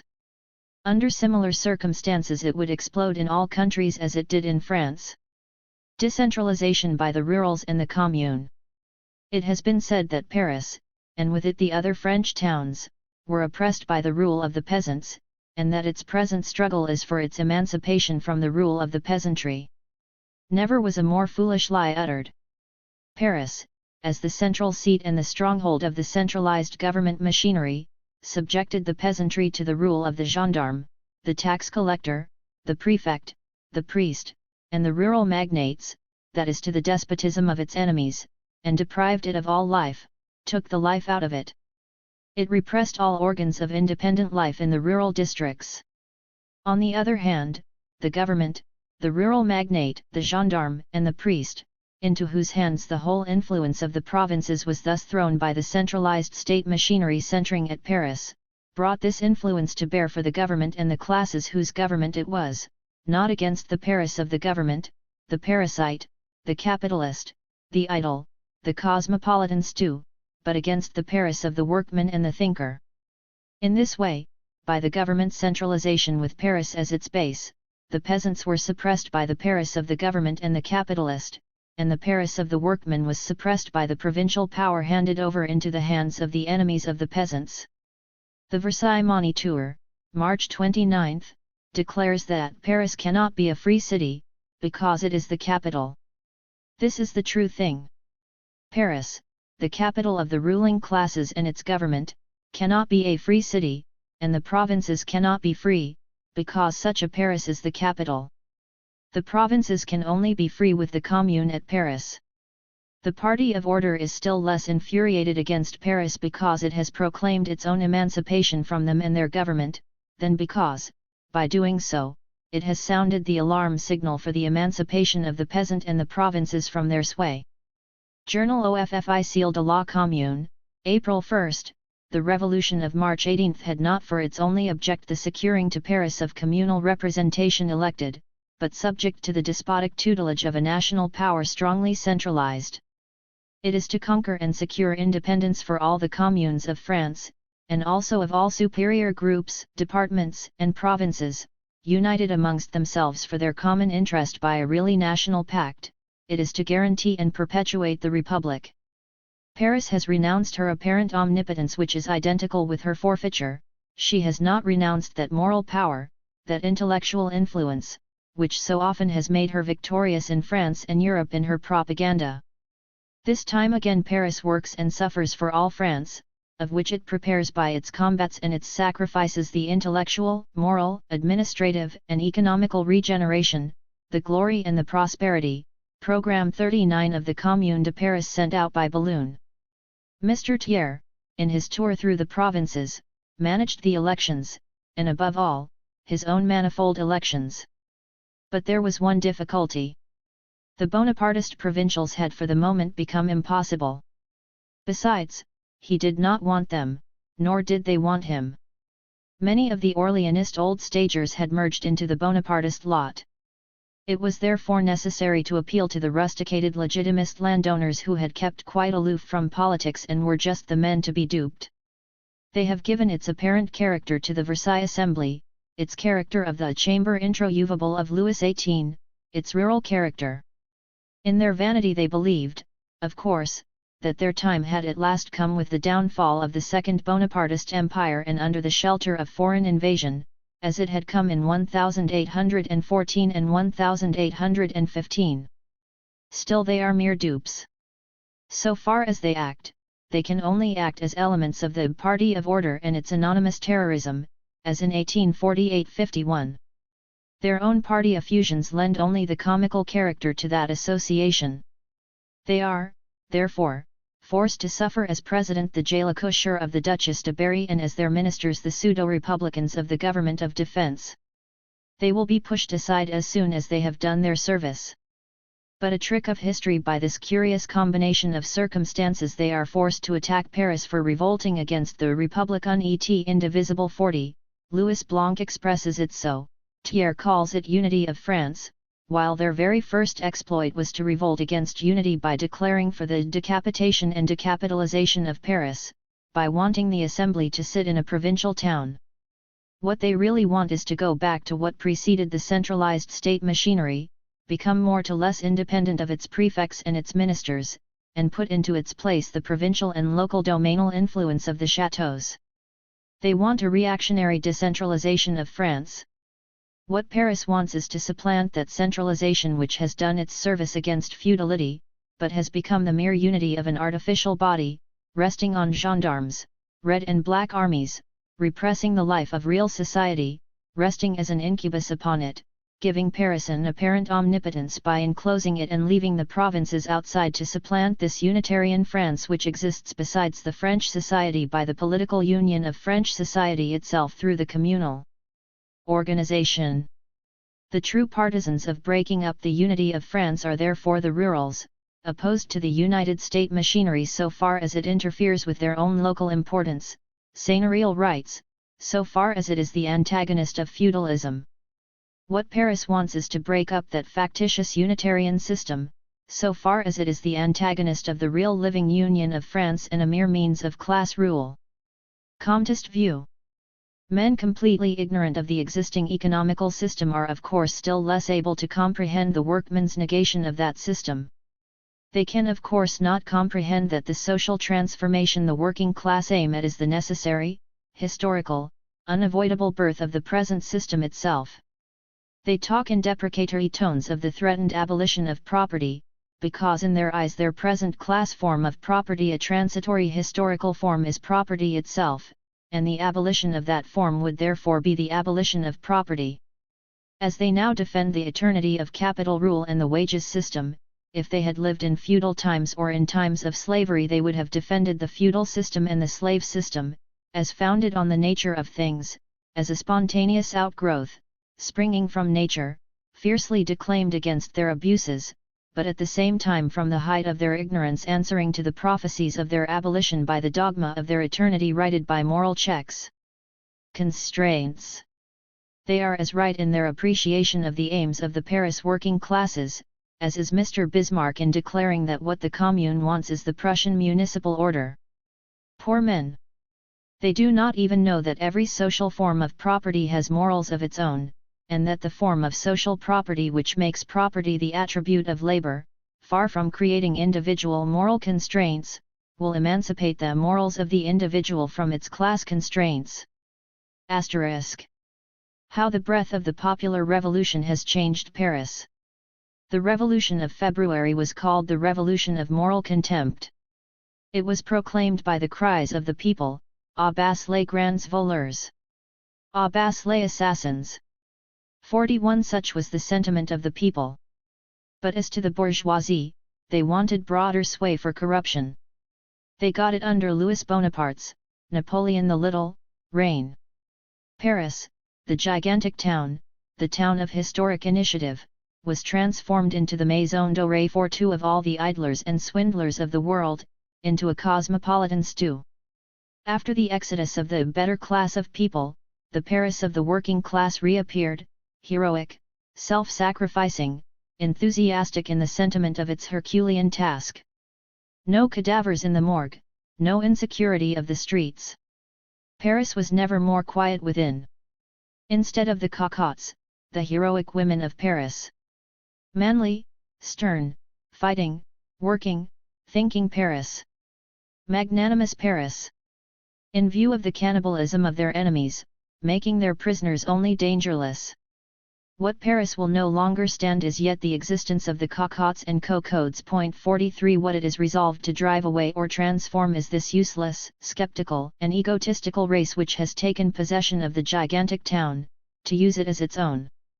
No celebrity of the empire shall have the right to say, Paris is very pleasant in the best quarters, but there are too many paupers in the others.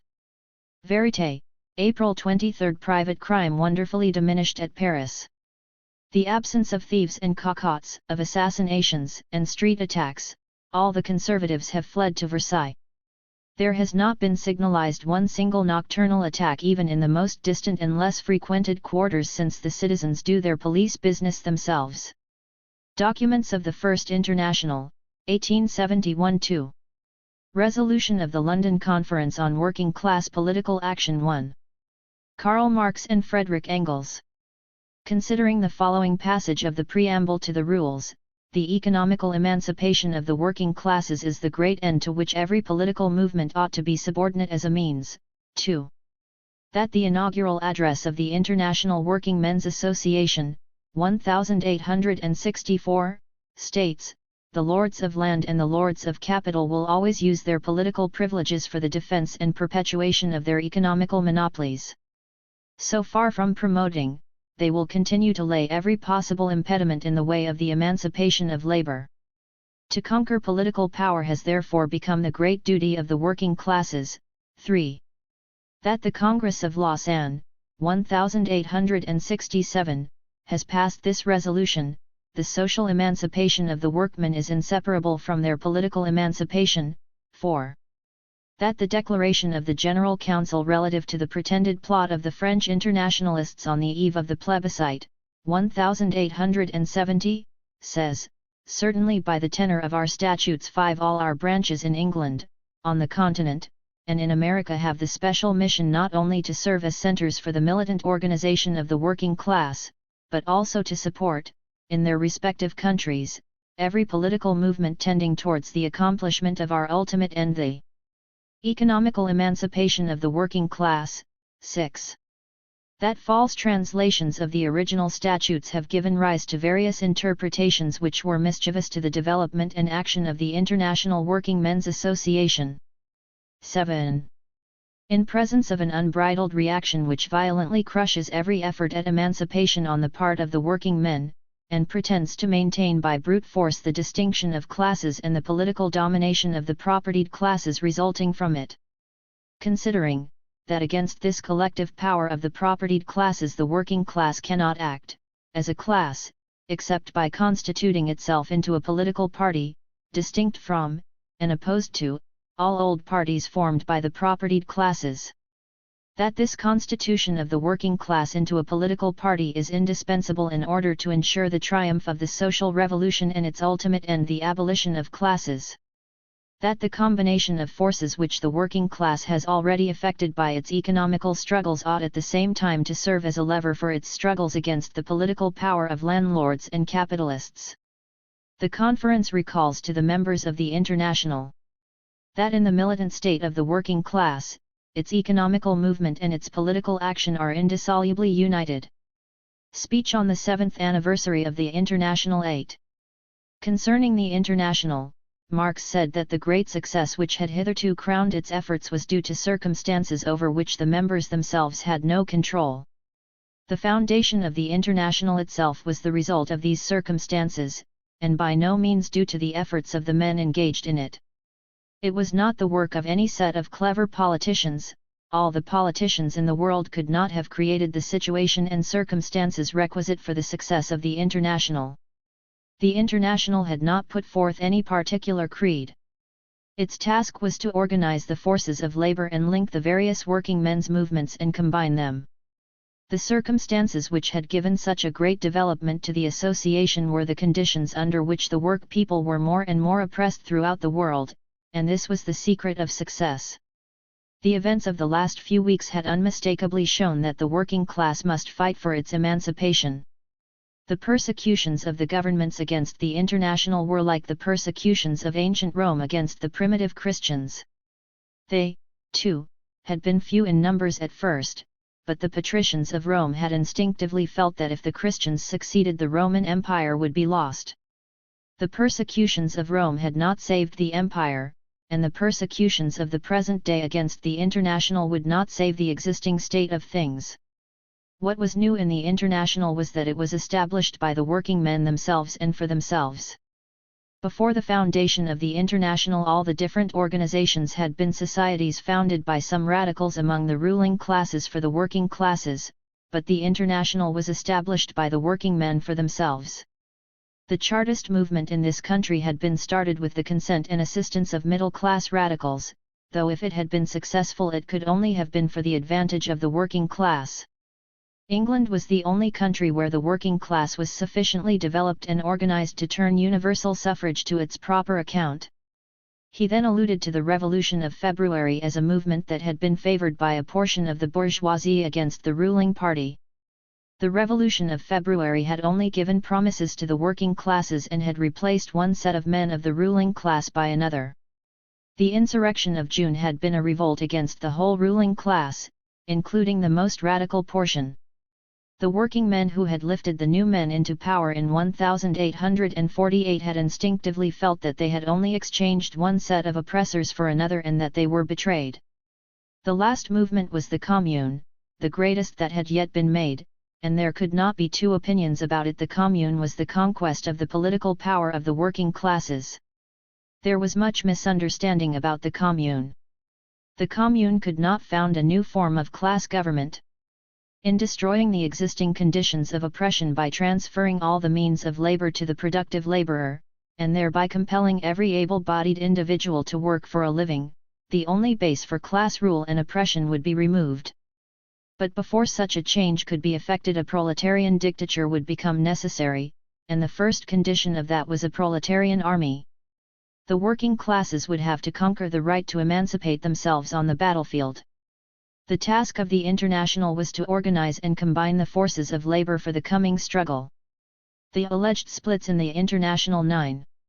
Private circular from the General Council of the International Working Men's Association. Karl Marx and Friedrich Engels. Up to now the General Council has maintained a total reserve over struggles within the International, and has never made any public answer to the public attacks made against it over the past 2 years by members of the association. And still, had it only been a question of a few troublemakers persisting in purposely sowing confusion between the International and a society which has from the first been hostile to it, that silence might have been preserved. But in view of the support given to reactionary forces all over Europe by the scandals that society has provoked just at a moment when the International is passing through the most serious crisis it has faced since it was founded, it becomes necessary for the General Council to give a full account of these intrigues. After the fall of the Paris Commune, the first act of the General Council was to publish its address on the civil war in France, in which it expressed its solidarity with everything done by the Commune, at a point when the bourgeoisie, the press, and every government in Europe were all pouring out a stream of calumnies upon the defeated communards. There were even some among the working class who failed to recognize their own cause, and joined in the abuse. The Council received one proof of this, among others, when 2 of its members, citizens Auger and Lecraft, resigned to dissociate themselves from the address. 10 But in general it may be said that the united attitude of the working class towards the events in Paris dates from its publication in all the countries of the civilized world. Furthermore, the International discovered a most powerful means of propaganda in the bourgeois press, and above all the leading English papers, because they felt obliged to attack the address, and the replies of the General Council maintained a full-scale debate in being. 11. The arrival of numbers of communard refugees in London made it necessary for the General Council to form itself into a relief committee, a function quite outside its normal activities which it carried on for over 8 months. It goes without saying that the defeated and exiled communards had nothing to hope for from the bourgeoisie. As for the working class, their calls for help came at a difficult time. Switzerland and Belgium had already received their contingents of refugees, whom they had either to support, or help on their way to London, and money collected in Germany, Austria, and Spain was sent to Switzerland. In England, the battle for the 9-hour working day whose final decisive engagement took place in Newcastle 12 had absorbed both the individual contributions of the workers, and the organized funds of the trade unions. The latter, in any case, could statutorily only be used in the industrial struggle as such.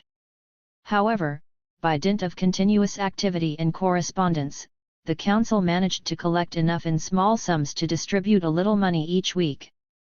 American working people responded most generously to its appeal.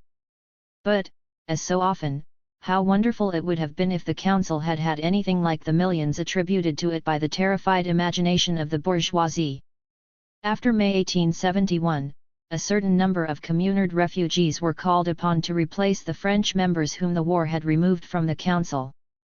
Among those thus brought in were former members of the International, and a minority of well-known revolutionaries whose election represented our homage to the Paris Commune. 13. In the midst of such preoccupations, the Council had also to do the preparatory work for the conference of delegates it had just convened. The violent measures taken against the International by the Bonapartist government 14 had made it impossible to hold a Congress in Paris, as determined by the Ball Congress. The General Council, in virtue of the right conferred upon it in Article 4 of the Rules 15, sent out a circular on July 12, 1870, to convene the Congress in Mainz. 16. At the same time, in letters addressed to the various federations, it proposed that the seat of the General Council be transferred from England to another country, and asked that the delegates be given a mandate to do this. 17. However, the federations were unanimous in asking that it remain in London. The outbreak of the Franco-Prussian War, a few days later, made it impossible to hold any Congress at all, and the federations consulted gave us the power to fix a date for the next Congress as circumstances should allow. As soon as the political situation seemed to make it possible, the General Council summoned a private conference. The precedents for our doing this were the 1865 Conference, and the private administrative sessions of each Congress. It was impossible to hold a public Congress, for that would merely have served to get the continental delegates denounced at the height of the positive orgy of reaction then taking place in Europe, with Jules Favre demanding the extradition of refugees as common law criminals from all other governments, even the English 18 with Dufour proposing in the Rural Assembly a law banning the International 19 later plagiarized by MALOU 20 for use against the Belgians, with a refugee from the Commune being taken into preventive custody in Switzerland while the federal government was making up its mind whether or not to grant extradition, with the combined operation against internationalists forming the ostensible basis for an alliance between Beust and Bismarck 21 and Victor Emmanuel hurrying to adopt the clause directed against the International, 22 with the Spanish government doing everything demanded by the executioners of Versailles and forcing the Madrid Federal Council to seek refuge in Portugal. 23 In short, it was a situation in which the International's first task was to get its own organization back into order, so as to take up the challenge of the various governments. All sections in regular communication with the General Council were invited to the conference in good time, but even though it was not a public congress, it still had serious difficulties to contend with. Obviously France, in its present state, could not elect delegates. The only section then functioning in Italy was the one in Naples, and just as it was appointing its delegate, it was dissolved by the army. In Austria and Hungary, all the most active members were in prison. 24 In Germany, some of the best-known members were wanted for the crime of high treason, while others were in prison, and all the parties' funds were needed for the support of their families. 25 The Americans, though they sent the conference a detailed memorandum on the situation of the International in their country, spent the money that could have paid for sending a delegation on supporting refugees. Clearly, all the federations recognized the need for holding a private conference rather than a public congress. The conference, having sat in London from 17 to September 23, 1871, entrusted the General Council with the task of publishing its resolutions, of codifying the administrative regulations and putting them out, together with the revised and corrected general rules, in 3 languages, of putting into effect the resolution to substitute adhesive stamps for membership cards, of reorganizing the International in England, and lastly, of finding the money needed for all these objects. 26. The moment the conference's activities were made public, the reactionary press from Paris to Moscow, from London to New York attacked the resolution on working-class political action. 27 It enshrined, they said, designs so dangerous, coldly calculated audacity, accused the Times, that it was vital that the International be outlawed at once.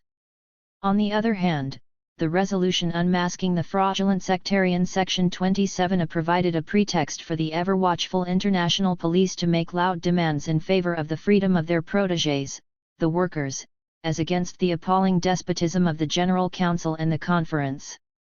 So heavily oppressed did the workers feel, indeed, that the General Council received new members, and notifications that new branches had been formed, from Europe, America, Australia and even the East Indies. 2. The attacks of the bourgeois press and the laments of the international police even found a certain sympathetic echo within our association.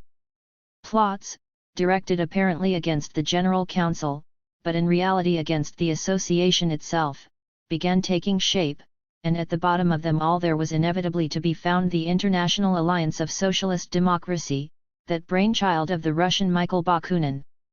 On his return from Siberia he preached pan-slavism and racial war in Herzens colloquial, as the fruit of his long experience.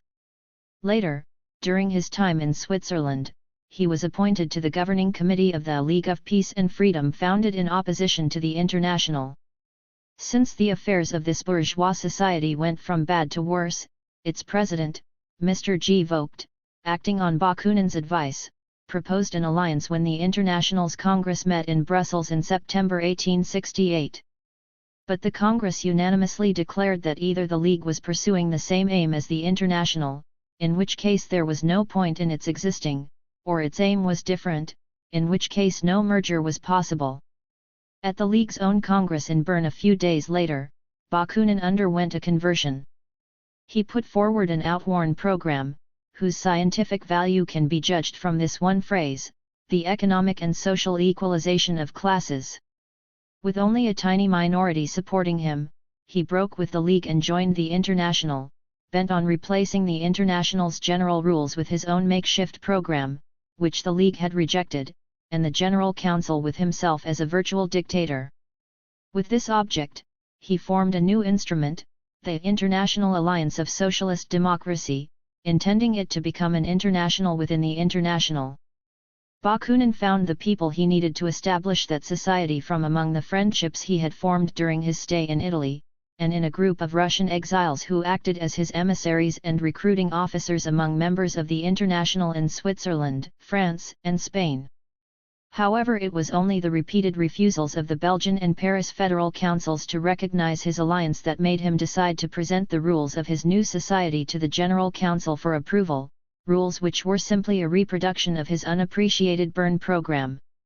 The Council replied with the following circular, dated December 22, 1868. The International Working Men's Association and the International Alliance of Socialist Democracy 28. About a month ago, a number of citizens established themselves in Geneva as the inaugural Central Committee of a new international society, known as the International Alliance of Socialist Democracy, which took as its special mission the study of political and philosophical questions actually on the basis of this great principle of equality, etc. The printed program and rules of this inaugural committee were only communicated to the General Council of the International Working Men's Association on December 15, 1868. According to these documents, the aforesaid alliance is wholly founded within the International, though at the same time it is wholly founded outside this association. Alongside the General Council of the International, elected by the successive Congresses of Geneva, Lausanne, and Brussels, there would seem, to judge by these documents, to be another General Council in Geneva, appointed by itself. Alongside the local groups of the International, there would seem to be local groups of the Alliance which, through their own national bureaus functioning quite apart from the national bureaus of the International, will ask the Central Bureau of the Alliance to admit them into the International. In other words, the Central Committee of the Alliance is taking upon itself the right to admit people into the International. Finally, the General Congress of the International Working Men's Association also has its counterpart in the General Congress of the Alliance, for, as the rules of the inaugural committee tell us, at the annual Working Men's Congress, the delegation of the International Alliance of Socialist Democracy, as a branch of the International Working Men's Association, will hold its public sessions in another place. Considering that the presence of a second international body functioning both inside and outside the International Working Men's Association would infallibly succeed in reducing it to chaos. That any other group of individuals living anywhere would have a right to imitate the Geneva Inaugural Group, and under various pretexts, whether expressed or not, to graft other international associations with their own special missions onto the International Working Men's Association. That in this way the International Working Men's Association could easily become the plaything of intriguers from all countries and all parties. That in any case the rules of the International Working Men's Association only include in its framework local and national branches, see Articles 1 and 7 of the rules. That no section of the International Working Men's Association is allowed to adopt rules and administrative regulations contrary to the general rules and administrative regulations of the International Working Men's Association, see Article V/1 of the Administrative Regulations. That the rules and administrative regulations of the International Working Men's Association can only be revised by a General Congress at which 2/3 of the delegates present are in favor, see Article 12 of the General Rules. That the question has already been settled by the resolutions unanimously adopted at the Brussels General Congress against the League of Peace, 29. That in those resolutions Congress declared that the League of Peace served no purpose, given that its recent declarations made it clear that its aims and principles were identical with those of the International Working Men's Association. That several members of the inaugural group of the Alliance, as delegates to the Brussels Congress, themselves voted for those resolutions. The General Council of the International Working Men's Association, at its meeting of December 22, 1868, has unanimously resolved 1. All the articles of the rules of the International Alliance of Socialist Democracy concerning its relationship with the International Working Men's Association are declared null and void. 2. The International Alliance of Socialist Democracy is not admitted as a branch of the International Working Men's Association. G. Auger, Chairman of the meeting. R. Shaw, General Secretary. London, December 22, 1868. A few months later, the Alliance once again approached the General Council, asking whether or not its principles were acceptable to it.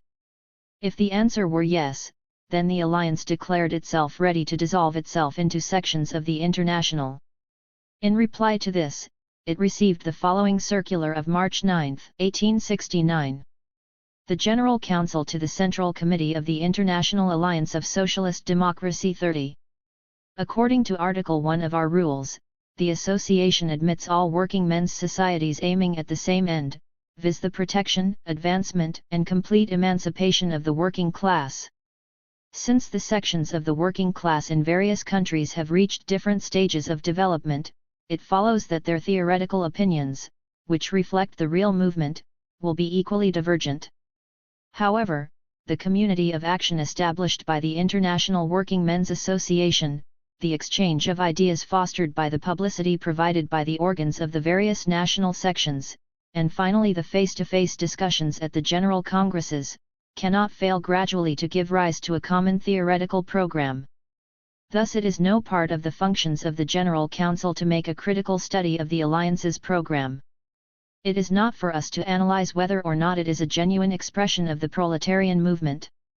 All we need to know is that it contains nothing counter to the general tendency of our association, in other words, the complete emancipation of the working class.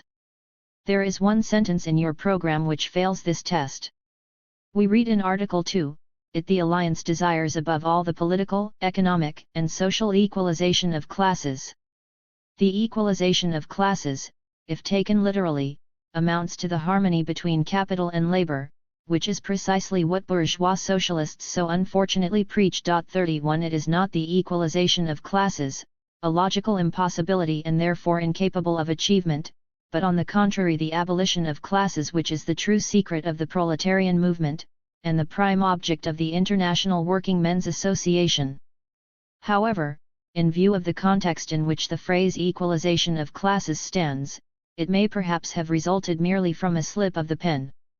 The General Council has no doubt that you would be willing to remove from your program a phrase which could give rise to such dangerous misunderstanding. Apart from cases in which our association's general tendency is positively contradicted, it is part of our principles to leave each section free to formulate its own theoretical program. Thus there is no obstacle to converting the sections of the Alliance into sections of the International Working Men's Association. If it is definitely decided to dissolve the Alliance, and have its sections individually join the International, then by our regulations it would become necessary to inform the Council of each new section's location and numerical strength. Meeting of the General Council, March 9, 1869.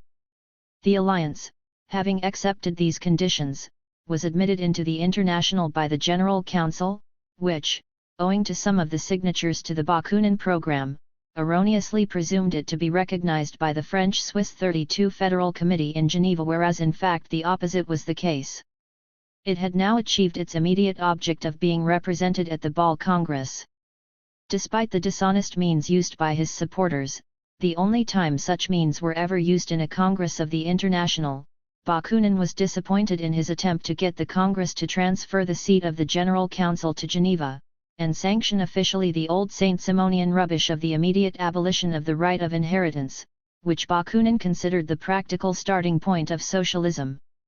This marked the opening of the open and unremitting war waged by the Alliance not just against the General Council, but also against all sections of the International which refused to adopt the program of their sectarian coterie, and above all the doctrine of total abstention from political activity. Before the Ball Congress, when Nechayev came to Geneva, Bakunin had made contact with him and founded a secret society among students in Russia. Always concealing his own identity under the name of various revolutionary committees, he assumed autocratic powers, and adopted all the trickeries and mystifications from the time of Cagliostro. 33 This society's major means of propaganda consisted in compromising innocent people with the Russian police by sending them communications from Geneva in yellow envelopes, marked on the outside, in Russian, with the stamp of the secret revolutionary committee. Public reports of the Nechayev trial show what infamous things were done in the name of the International. 34. During that time, the Alliance began a public polemic against the General Council, first in Progrès, Le Local, then in Égalité, Geneva, the official newspaper of the French-Swiss Federation, into which some members of the Alliance had followed Bakunin. The General Council paid no heed to the attacks in Progrès, Bakunin's own personal paper, but it could not ignore those in Égalité since these gave the appearance of having the Federation's approval. So it published the circular of January 1, 1870-35 in which it said: We read in Égalité, December 11, 1869, it is certain that the General Council is neglecting matters of great importance. We would remind it of its obligations under Regulation 2/2, the General Council is bound to execute the Congress resolutions, etc. We could ask the General Council enough questions for its answers to make a somewhat lengthy document. These will come later.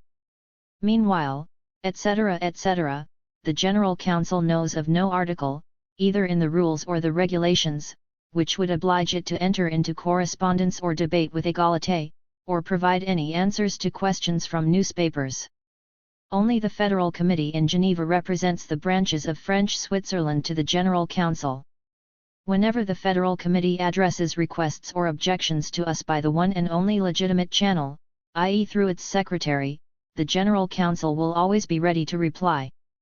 But the Federal Committee has no right either to hand over its functions to the editors of Égalité and Progrès, or to permit those journals to usurp its functions. Generally speaking, administrative correspondence between the General Council and the national and local committees cannot be made public without doing considerable damage to the general interests of the association. Therefore, if other organs of the International were to imitate Progrès and Égalité, the General Council would be forced either to remain silent and thus earn the discredit of the public, or to violate its obligations by making a public reply. Égalité has combined with Progrès in urging Le Travail, a Paris newspaper, also to attack the General Council. This is virtually a ligue du bien public. However, even before it learned of this circular, the French-Swiss Federal Committee had already removed all alliance supporters from editorial positions on égalité. The circular of January 1, 1870, like those of December 22, 1868 and March 9, 1869, was approved by all sections of the International. It goes without saying that none of the conditions agreed by the alliance was ever fulfilled. Its so-called sections remained a mystery to the General Council. Bakunin tried to keep under his personal authority the scattered groups in Spain and Italy, and the Naples section which he had prized away from the International. In the other towns of Italy, he was in correspondence with small groups made up not of working men, but of lawyers, journalists, and other bourgeois doctrinaires. In Barcelona his influence was kept alive by a few friends. In certain towns in the south of France, the alliance tried to establish separatist sections under the leadership of Albert Richard and Gaspard Blanc of Lyons, of whom we shall have more to say later on. In brief, the International within the International continued to stir up trouble. The alliance's masterstroke, its attempt to seize the leadership of French Switzerland, was to take place at the Congress of La Chaux-de-Fonds, which opened on April 4, 1870. Though, according to their own estimates, the supporters of the alliance amounted to no more than 1/5 of the members of the Federation, they managed, thanks to a repetition of the maneuvers which had been so successful at Bâle, to win an apparent majority of 1 or 2 votes, a majority which, on the admission of their own organ, see Solidarité for May 7, 1870, represented no more than 15 sections, though there were 30 in Geneva alone. With this vote, the Congress split into 2 parts, which continued their sessions separately. The supporters of the alliance, considering themselves the legal representatives of the whole federation, transferred the seat of the Federal Committee to La Chaux-de-Fonds, and established their official organ, Solidarité, edited by Citizen Guillaume, in Neuchâtel. The special job of this young writer was to abuse the factory workers of Geneva as disgraceful bourgeois, to attack Égalité, the Federation's own paper, and to urge total abstention from all political activity. The most trenchant articles on this latter subject were written by Bastelica 36 in Marseilles, and by those 2 great pillars of the alliance in Lyons, Albert Richard and Gaspard Blanc. On their return, the Geneva delegates convoked their sections to a General Assembly which, despite the opposition of Bakunin and his friends, gave its approval to what they had done at the Chaux-de-Fonds Congress. Shortly afterwards, Bakunin and his most active disciples were expelled from the original French-Swiss Federation. Barely had the Congress closed when the new La Chaux-de-Fonds Committee appealed to the General Council to intervene, in a letter signed by F. Robert, Secretary, and Henri Chevalier, President, who, 2 months later was denounced as a thief by the committee's organ, Solidarité, on July 7. Having closely studied the apologias of both parties, the General Council decided on June 28, 1870 to maintain the Geneva Federal Committee in its former functions, and asked the new Federal Committee of La Chaux-de-Fonds to adopt a local title. For this decision, which ran wholly counter to their wishes, the Chaux-de-Fonds Committee denounced the General Council's authoritarianism, quite forgetting that it was they who had asked it to intervene in the first place. The problems created in the Swiss Federation by their continuing to usurp the title of the French-Swiss Federal Committee forced the General Council to suspend all official relations with them. Louis Bonaparte had just surrendered his army at Sedan. Protests arose from the International's supporters everywhere against the continuance of the war. The General Council, in its address of 9 September 37 denouncing Prussia's plans for conquest, showed how damaging its victory would be to the proletarian cause, and warned the workers of Germany that they would be the first to suffer. Meetings were called in England to create a counterweight to the pro-Prussian leanings of the court. In Germany, internationalist workers organized demonstrations demanding the recognition of the Republic, and a peace that would be honorable to France. The ebullient and bellicose Guillaume, in Neuchâtel, had the brilliant idea of producing an anonymous manifesto, published as a supplement to the official paper Solidarité, demanding the formation of a Swiss Free Corps to go and fight the Prussians, though when it came to the point, his abstentionist convictions would presumably have prevented his actually doing this. Then came the Lyons uprising. Bakunin hastened to the spot, and with the support of Albert Richard, Gaspard Blanc, and Bastelica, he established himself on September 28 in the town hall, though he made no attempt to guard the building in any way, since that would have been a political act. He was ignominiously driven out by a few National Guards, just as, after a painful labor, he had at last given birth to his decree on the abolition of the state. In October 1870, the General Council, in the absence of its French members, co-opted as a member citizen Paul Robin, a refugee from Brest, one of the best known of the Alliance's supporters, and also the author of the attacks published against the General Council in Égalité, whose correspondent from the Chasse de Fonds Committee he still remained. On March 14, 1871, he suggested that a private conference of the International be summoned to settle the Swiss dispute. The Council, realizing that major events would soon be taking place in Paris, refused outright. Robin returned several times to the question, and even suggested that the Council itself pronounce a final settlement of the dispute. On July 25, the General Council decided that this matter must be one of the questions laid before the conference due to be convened in September 1871. On August 10, the Alliance, far from anxious to have its doings looked into closely by any conference, declared itself dissolved as from the 6th of that month. But on September 15 it reappeared, and asked to be admitted to the Council in the guise of the Atheist Socialist Section. According to Administrative Regulation 2/5, adopted by the Ball Congress, the Council could not admit it without prior consultation with the Geneva Federal Committee, now worn out after 2 years of struggle with the various sectarian sections. Besides, the Council had already informed the Young Men's Christian Association that the International could not recognize any theological sections. On August 6, the date of the Alliance's dissolution, the Federal Committee of La Chasse de Fonds, while renewing its request to enter into official relations with the Council, informed it that it would continue to ignore the resolution of June 28 and present itself as the French-Swiss Federal Committee, as against Geneva, on the grounds that it is for the General Congress to judge the matter. On September 4, that same committee sent a protest against the competence of the conference, though it had been the first to demand that it be convened.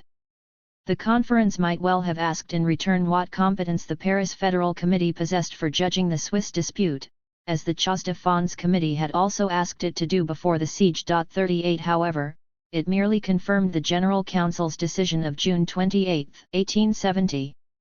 See Égalité, October 21, 1871. 3. The presence in Switzerland of some of the outlawed French who had found refuge there brought a fresh spark of life to the alliance. The Geneva members of the International did everything in their power for these people. They provided them with help and agitated strongly to prevent the Swiss authorities from conceding their extradition, as demanded by the Versailles government. Several people ran serious risks by going to France to help refugees to reach the frontier. One can therefore imagine the surprise with which the workers of Geneva saw certain such ringleaders as BMALON 39 at once getting into contact with members of the Alliance, and, with the aid of N. Zhukovsky 40, the former secretary of the Alliance, trying to establish a new socialist revolutionary propaganda and action section in Geneva, quite outside the French-Swiss Federation. In the first article of its rules, this organization declares its adherence to the general rules of the International Working Men's Association, while reserving to itself all the freedom of action and initiative allowed it as a logical consequence of the principle of autonomy and federation recognized by the rules and congresses of the association. In other words, it held itself entirely free to carry on the work of the alliance.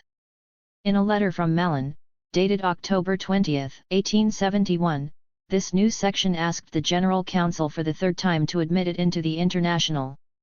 In conformity with Regulation 2/5, adopted by the Ball Congress, the Council consulted the Geneva Federal Committee, which protested in no uncertain terms against the Council's granting recognition to this fresh center of intrigue and dissension. And, in fact, the council was authoritarian enough to refuse to impose the wishes of Malin and Zhukovsky upon an entire federation.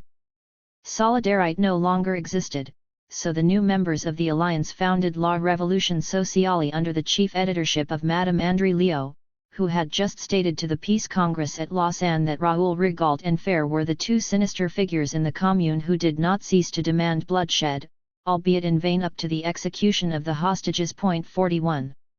From its first issue, this paper tried to equal or even outdo Figaro, Gaulle Lois, Paris Journal and other abusive papers, whose slanders against the General Council it was happy to repeat. It seemed an opportune moment to kindle, even within the International, the fire of nationalist hatreds. According to it, the General Council was a German committee with a Bismarckian brain behind it. 42. Having clearly established that certain members of the General Council could not claim to be Gaulle's first and foremost, La Révolution Sociale could do no more than adopt the second slogan of the European police, and attack the Council's authoritarianism. What then was the evidence on which these puerile attacks rested?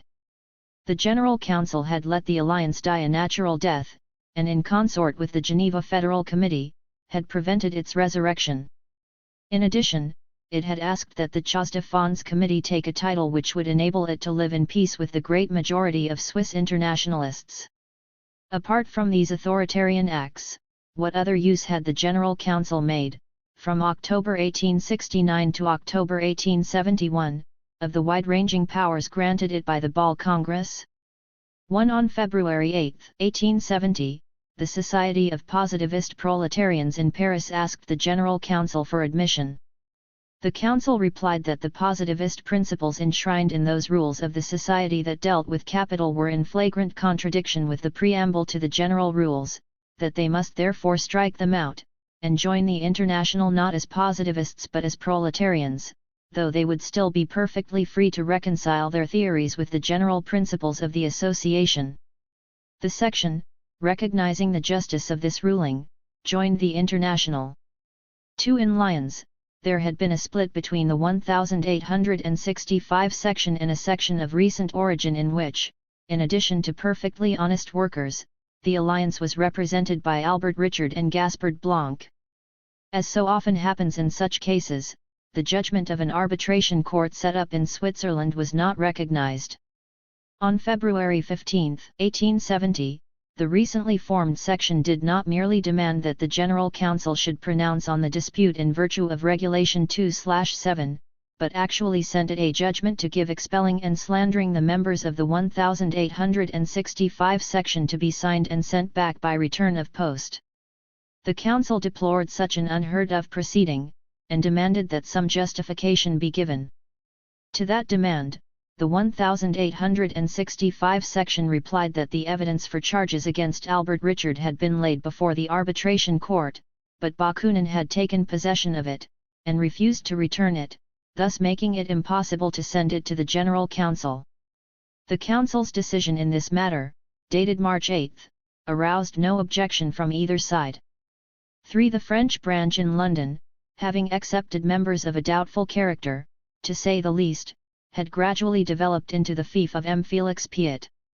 He used it to organize highly compromising demonstrations in favor of the assassination of Louis Bonaparte, etc., and, under cover of the International, to get his ridiculous manifestos sent all over France. The General Council merely stated in the association's organs that M. Piat was no longer a member of the International, and that it therefore bore no responsibility for anything he might say or do. 43. The French branch then declared that it recognized neither the General Council nor the Congresses. It stuck notices up all over London stating that apart from itself, the rest of the International was an anti-revolutionary society. The arrest of the French members on the eve of the plebiscite, on grounds of conspiracy, in fact contrived by the police, but given a certain semblance of probability by Piat's manifestos, forced the General Council to publish in Marseillaise and Reveille its resolution of May 10, 1870-44 declaring that the so-called French branch had not belonged to the International for over 2 years, and that its actions were actually the work of the police. The need for this step was proved by the declaration in those same newspapers by the Paris Federal Committee, and those of the Parisian internationalists during their trial, both of which were based on the Council's Resolution. 45. The French branch had disappeared when the war began, but like the alliance in Switzerland, it was to reappear in London, with new allies and under other names. In the final days of the conference, some of the exiled communards formed a French section of 1871, some 35 strong. The first authoritarian act of the General Council was a public denunciation of the secretary of that section, Gustave Durand, as a French police spy. The evidence in our possession proves that the police intended to help Durand, first of all at the conference, and later by getting him onto the General Council. The rules of the new section bound its members to accept no delegation to the General Council other than from their own section, so citizens Thiers 46 and Bastelica resigned from the council. On October 17, the section delegated 2 of its members to the council, with formal instructions, one of whom was none other than M. Chaudet, a former member of the Artillery Committee 47 whom the council refused to accept after an examination of the rules of the 1871 section. 48. It will be sufficient here to recall the major points in the debate to which these rules gave rise. They refer to Article 2. To be accepted as a member of the section, one must justify one's means of existence, present guarantees of morality, etc. In its resolution of October 17, 1871, the Council proposed that the phrase "justify one's means of existence" be struck out. In cases of doubt, said the Council, a section can certainly investigate a man's means of existence as a guarantee of morality, but in other cases, as with refugees, workers on strike etc., the absence of means of existence may well in itself be a guarantee of morality. To demand that candidates justify their means of existence as a general condition for joining the International would be a bourgeois innovation, contrary to both the spirit and the letter of the General Rules. The section replied that the General Rules made the sections responsible for the morality of their members, and consequently allowed their right to secure such guarantees as they thought fit. To this the General Council replied on 7 November 49. According to this view, an international section founded by teetotalers could insert in its special rules some such article as, to be a member of the section, one must swear to abstain from all alcoholic drink. In short, the most ridiculous and extraordinary conditions of admission into the International could be laid down by the sections in their special rules, especially if this is done on the pretext of securing the morality of their members. The French section of 1871 have added that the means of existence of strikers are to be found in the strike fund.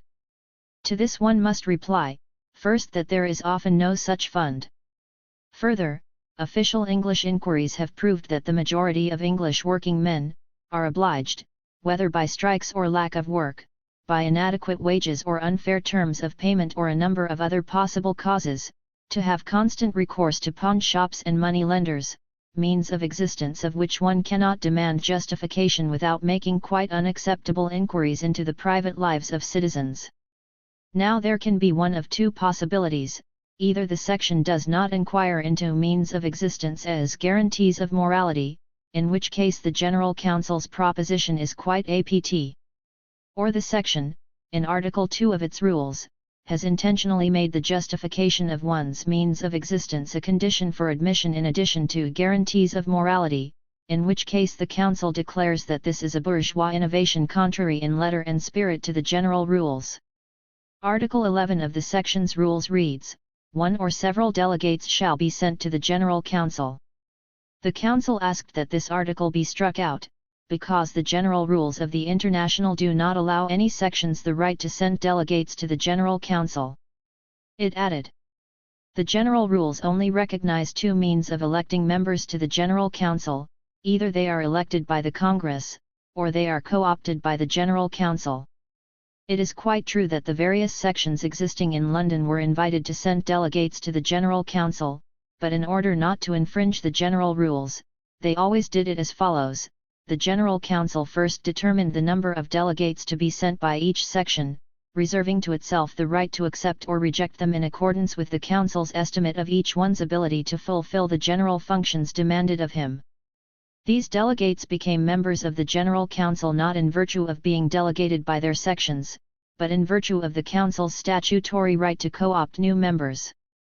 Having until the decision of the last conference functioned both as General Council of the International Association and as the Central Council for England, the London Council considered it valuable, in addition to the members it adopted directly, to accept members first delegated by their respective sections. It would be oddly mistaken to compare the method by which the General Council is elected to that used for the Paris Federal Council, which was not even a national council appointed by a national congress, as, for instance, the federal councils of Brussels or Madrid.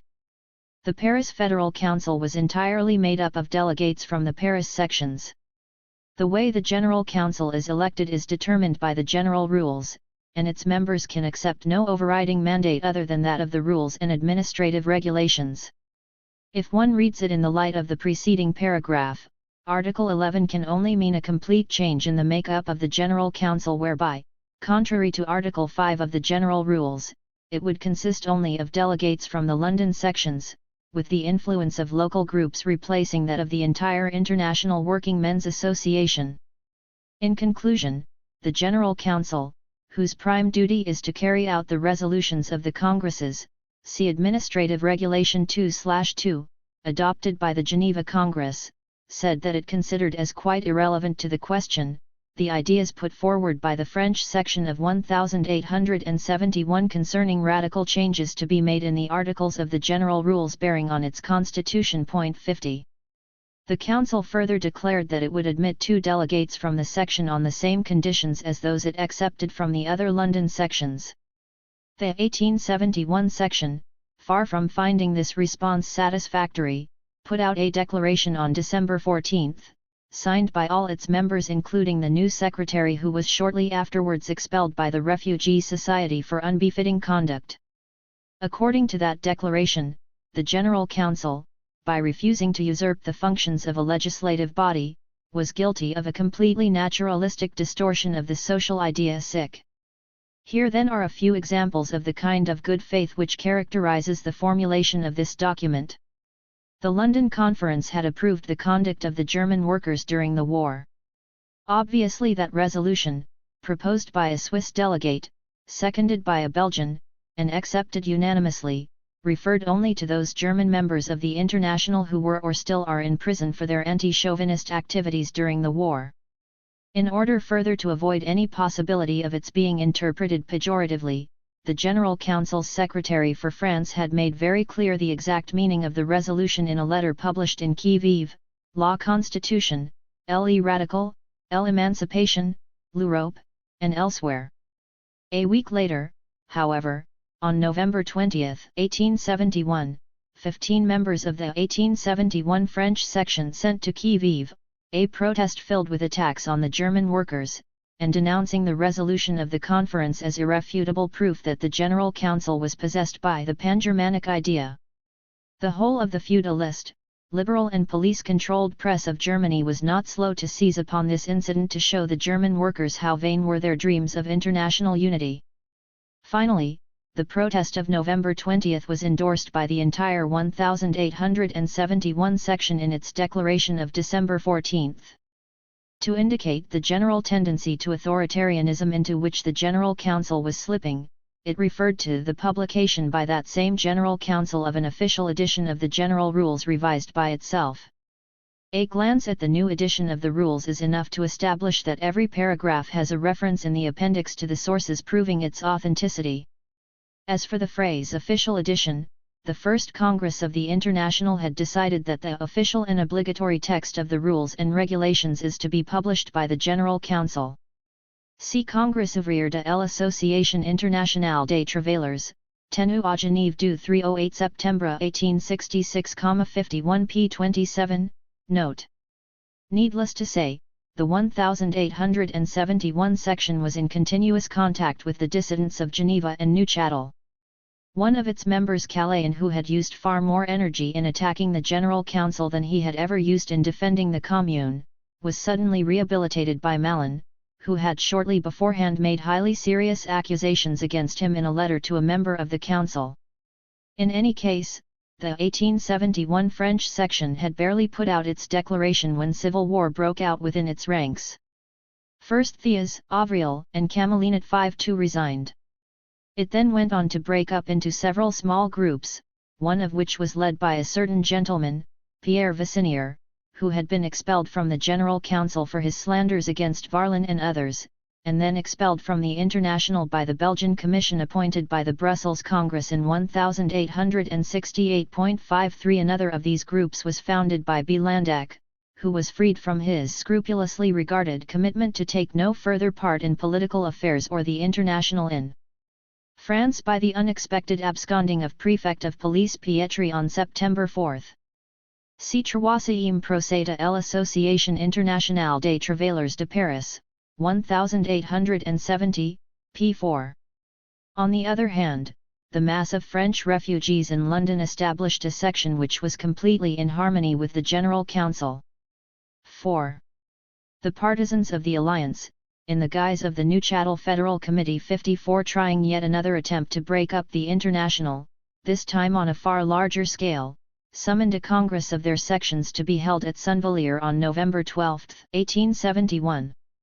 Back in July, 2 letters from Master Guillaume to his friend Robin 55 had threatened the General Council with a campaign of this kind if it persisted in refusing to recognize them as against the Geneva brigands. The Sunvalier Congress consisted of 16 delegates, representing 9 sections in all, among them the new Socialist Revolutionary Propaganda and Action section in Geneva. The 16 began with an anarchist decree, declaring the French-Swiss Federation dissolved, to which the Federation responded by immediately expelling the alliance supporters from all its sections, and letting them go off to enjoy their own autonomy. Apart from that, the Council had to admit that they had one flash of good sense in deciding to accept the title of Jura Federation which the London Conference had bestowed on them. This Congress of 16 then proceeded to the reorganization of the International, putting out against the Conference and the General Council a circular to all federations of the International Working Men's Association. 56. The authors of this circular began by accusing the General Council of having summoned a conference in 1871 instead of a congress. From the explanations given above, it is clear that such attacks in fact involved the whole International, since it had, as a body, accepted the summoning of a conference at which, furthermore, the alliance had had no objection to being represented by citizens Robin and Bastelica. The General Council has had delegates at each congress. At Bâle, for instance, there were 6. The 16 now claimed that the majority of the conference was rigged in advance by the admission of 6 delegates from the General Council with the right to vote. The fact was that, of the delegates sent to the conference by the General Council, the French refugees were none other than the representatives of the Paris Commune, while its English and Swiss members could not normally take any part in the sessions, as is clear from the minutes to be submitted to the next Congress. One council delegate had a mandate from a national federation. According to a letter sent to the conference, the mandate of another one was withdrawn because his death had been announced in the newspapers. There remained only one other, with the result that the Belgians alone outnumbered the General Council by 6 to 1.57. The international police, watching from the sidelines in the person of Gustave Durand, complained bitterly that the general rules had been violated by holding a secret conference. They did not even know our administrative regulations well enough to know that the administrative sessions of the congresses have to be held in private. Their complaints nonetheless found a sympathetic echo among the Sunvalier 16, who declared, and to crown everything, one decision of this conference allows the General Council itself to fix the date and place for the next Congress, or the conference to be held in its stead. Thus we are threatened with the suppression of general congresses, those great public sessions of the International. The 16 refused to recognize that this decision was merely a way of informing all governments that, whatever repressive measures they might take, the International was unshakably resolved to continue its general meetings by hook or by crook. At the General Assembly of the Geneva sections on December 2, 1871, which gave citizens Malin and Lefrançois a bad reception, 58, the latter submitted a proposition that would help to confirm the decrees passed by the Sunvalier 16, and reinforce their complaint against the General Council and their rejection of the legitimacy of the conference. The conference had decided that the resolutions not intended for publicity will be communicated to the federal councils or committees of the various countries by the corresponding secretaries of the General Council. 59. This resolution, in complete conformity with the general rules and regulations, was falsified by Malin and his friends as follows. A part of the resolutions of the conference will only be communicated to the federal councils and to the corresponding secretaries. Once again they accused the General Council of having failed in the principle of sincerity by refusing to make use of publicity which would inform the police of the resolutions whose sole object was the reorganization of the International in those countries where it was banned by law. Citizens Malin and Lefrançais further objected, the conference has infringed on freedom of thought and expression, by giving the General Council the right to denounce and disavow any press organ of the sections and federations that discusses either the principles on which the association is based, or the respective interests of sections and federations, or finally the general interests of the whole association. See Égalité, October 21.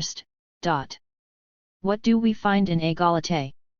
A resolution in which the conference gives a warning that henceforth the General Council will be bound to publicly denounce and disavow organs of the International which, following the precedents of Progrès and Solidarité, should discuss in their columns, before the middle-class public, questions exclusively reserved for the local or federal committees and the General Council, or for the private and administrative sittings of the Federal or General Congresses. 60.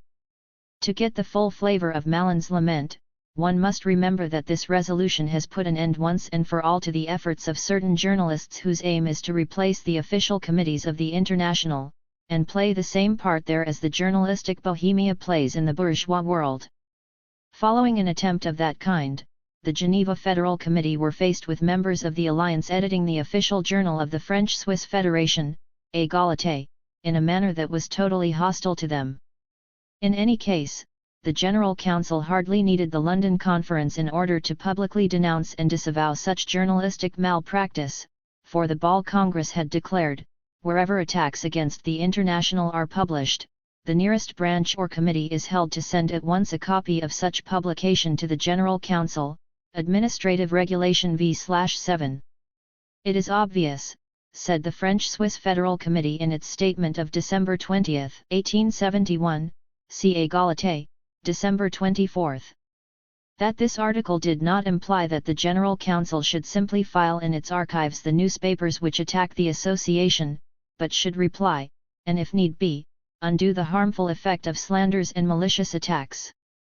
It is equally obvious that this article relates to all newspapers in general, and that if we are not prepared to put up freely with attacks from the bourgeois papers, then a fortiori we must use the instrument of our central delegation, the General Council, to disavow papers whose attacks upon us are made in the name of our own association. We may note, incidentally, that the Times, that Leviathan of the capitalist press, the Lions Progrès, a newspaper of the liberal bourgeoisie, and the Journal de Genève, an ultra-reactionary paper, made the same attacks on the conference, indeed in almost the same words, as citizens Malin and Lefrançais.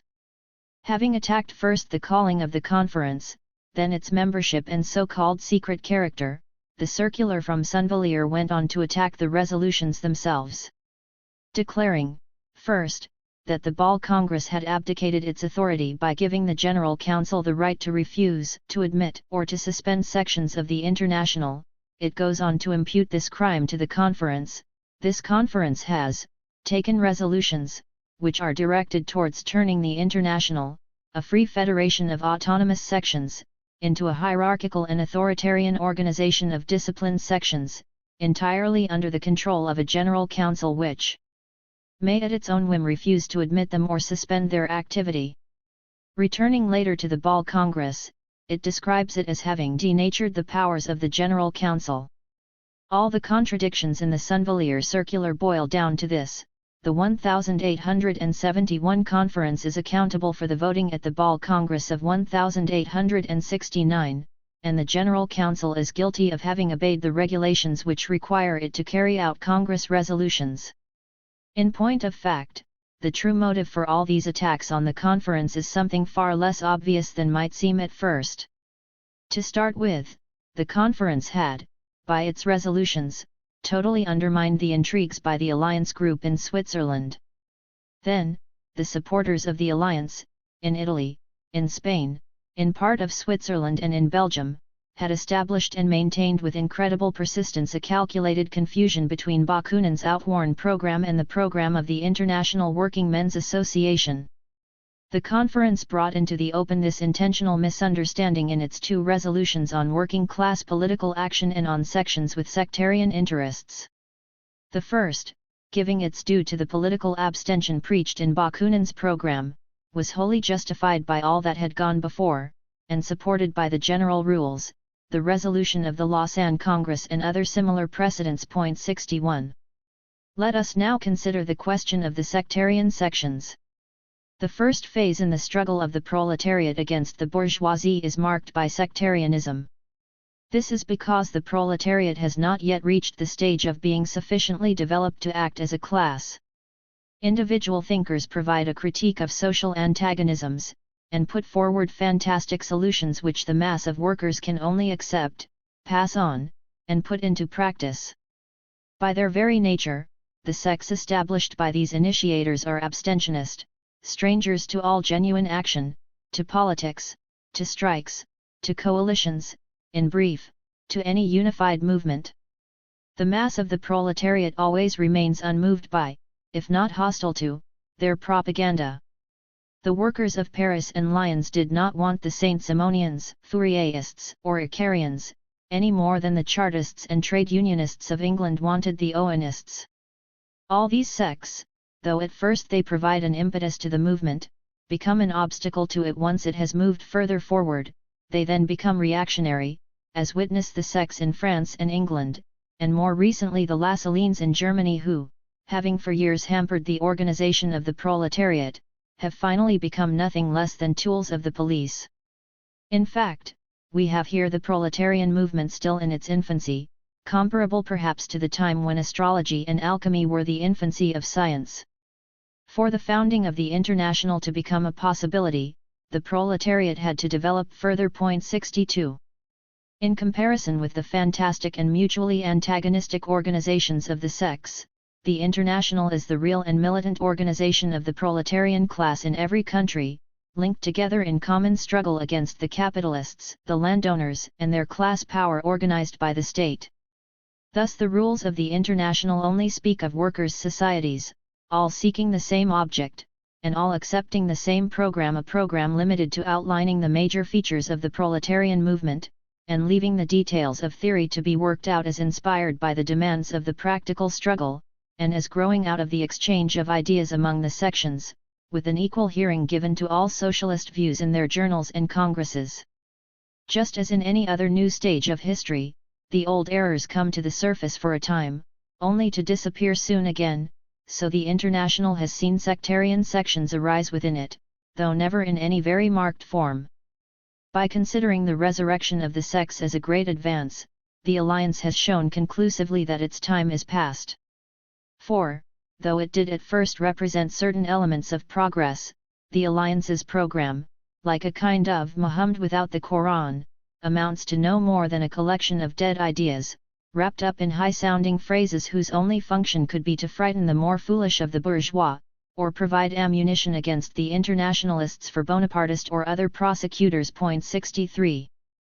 The conference, at which every shade of socialism was represented, unanimously acclaimed the resolution against sectarian sections. Everyone was convinced that that resolution, by bringing the International back onto its own ground, marked a new phase in its forward movement. The supporters of the Alliance, realizing that this resolution was their death blow, could only see it in terms of a victory of the General Council over the International whereby, as their circular put it, it managed to win sole recognition for the special program of some members, their personal doctrine, the orthodox doctrine, the official theory alone having any right to be heard in the association. However, this was not the fault of those few members, but the necessary result, the corrupting effect of their belonging to the General Council, for it is absolutely impossible for any man who has power over his peers to remain a moral man. The General Council has become a circle of intrigue. According to the opinion of the Sunvalier 16, the General Rules committed a very serious error in allowing the General Council to co-opt new members. With that power, they said, the Council could afterwards co-opt a whole group of people who would totally alter the tendency of the majority. It would seem that to them, the mere fact of belonging to the General Council is enough to destroy not only a man's morality, but even his common sense. How else can it be supposed that a majority would transform itself voluntarily into a minority by co-opting new members? However, the 16 themselves do not appear wholly convinced on this point, for later on they complain that the General Council has been made up of the same men, continually re-elected, for 5 years running, yet they go on to say that most of them are not our regularly elected delegates, since they were not chosen by any congresses. The truth of the matter is that the membership of the General Council has kept changing, though certain of the founding members have remained, as in the Federal Councils of Belgium, Switzerland, etc. The General Council has to fulfill 3 essential conditions in order to carry out its mandate. First, there must be a large enough membership to do the amount of work involved. Second, it must be made up of working men from the different countries represented in the International Association. 64. And finally, the working class element must predominate.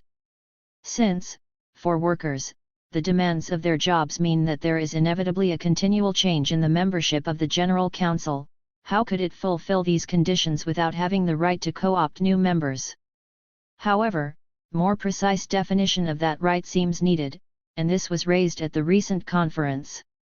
The re-election of the General Council as it stood, by successive congresses at which England was barely represented, would seem to prove that it was doing its duty within the limits of its possibilities. The 16, however, saw this only as a proof of the blind faith of the congresses, a faith which at ball was pushed to the point of a voluntary abdication of power in favor of the General Council. According to them, the normal role of the Council should be simply that of an office for correspondence and statistics. This definition was derived from an incorrect translation of the rules. Unlike the rules of any bourgeois society, the general rules of the International barely touch on its administrative organization. They leave that to be worked out through experience and formulated by future congresses.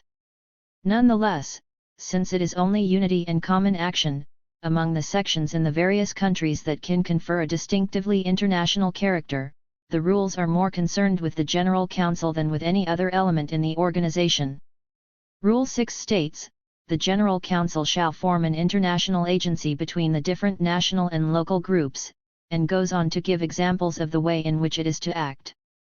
Actually, among those examples is the instruction that the Council should see that, when immediate practical steps should be needed, as, for instance in the case of international quarrels, the action of the associated societies be simultaneous and uniform. This article continues, whenever it seems opportune, the General Council shall take the initiative of proposals to be laid before the different national or local societies. 65 Furthermore, the rules define the part the Council is to play in summoning and preparing for congresses, and give it certain specific work to be done and laid before them. The rules see so little opposition between the spontaneous action of groups and the unified action of the association that they state, since the success of the working men's movement in each country cannot be secured but by the power of union and combination, while, on the other hand, the usefulness of the International General Council must greatly depend on the circumstance whether it has to deal with a few national centers of working men's associations, or with a great number of small and disconnected local societies. The members of the International Association shall use their utmost efforts to combine the disconnected working men's societies of their respective countries into national bodies, represented by central national organs. 66.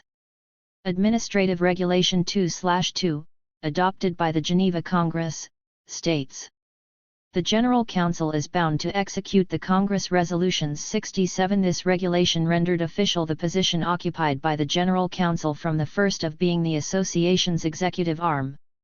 It would be difficult to carry out orders without moral authority in the absence of any other freely given authority. The Geneva Congress also at that time ordered the General Council to publish the official and obligatory text of the rules. 68. The same Congress also resolved, every branch is at liberty to make rules and bylaws for its local administration, adapted to local circumstances and the laws of its country. But these rules and bylaws must not contain anything contrary to the General Rules and Regulations 69. We may note first of all that there is not the slightest allusion to special declarations of principle, nor to special missions to be undertaken by any group on its own initiative outside the common objective being pursued by all the groups in the International. It is simply a matter of each section's right to adapt the general rules and regulations to local circumstances and the laws of its country. In the second place, who is to pronounce on the conformity of such special rules with the general rules? Obviously, if there does not exist any authority empowered to do so, then the resolution is null and void. Not merely could hostile and police sections be formed, but the association might also be infiltrated by bourgeois philanthropists and sectarians who have abandoned their own class. These would not only alter the whole character of the association, but if there were enough of them, they could outnumber the workers at congresses. From the first, the national or local federations have assumed the right in their respective areas to admit or refuse admittance to new sections, depending on whether or not the rules of those sections were in conformity with the general rules. That this same function should be carried out by the General Council is envisaged in Article 7 of the General Rules, which allows local independent societies, i.e. societies established outside the federal network of their country, the right to form their own direct links with it. The Alliance did not deign to make use of that right, and did not therefore fulfill the conditions for sending delegates to the Ball Congress. Article 7 of the Rules also considers the legal obstacles which stand in the way of the formation of national federations in some countries, where the General Council is therefore called on to act as a substitute for a federal council. Since the fall of the Commune, such legal obstacles have become more numerous in a number of countries, and made the action of the General Council more necessary still if dubious elements are to be kept out of the association. Thus, recently, committees in France have asked the General Council to intervene to rid them of police spies, while in another major country 70 the internationalists have asked it to refuse recognition to any section not founded through a direct mandate either from itself or from them. Their request was motivated by the need to get rid of the kind of agents provocateurs whose overwhelming zeal took the form of setting up, one after another, new sections of unparalleled radicalism. From a different direction, certain so-called anti-authoritarian sections had no hesitation in appealing to the Council the moment any internal dispute arose, even demanding that it do all in its power to discipline the opposing side as happened during the dispute in Lyons. More recently, since the conference, the Turin Workers' Federation resolved to declare itself a section of the International. There was then a split, with the minority group becoming a Society for the Emancipation of the Proletariat. It joined the International and its first act was to pass a resolution in favor of the Jura Federation. Its paper, Tu Proletario, was full of angry comments on all forms of authoritarianism.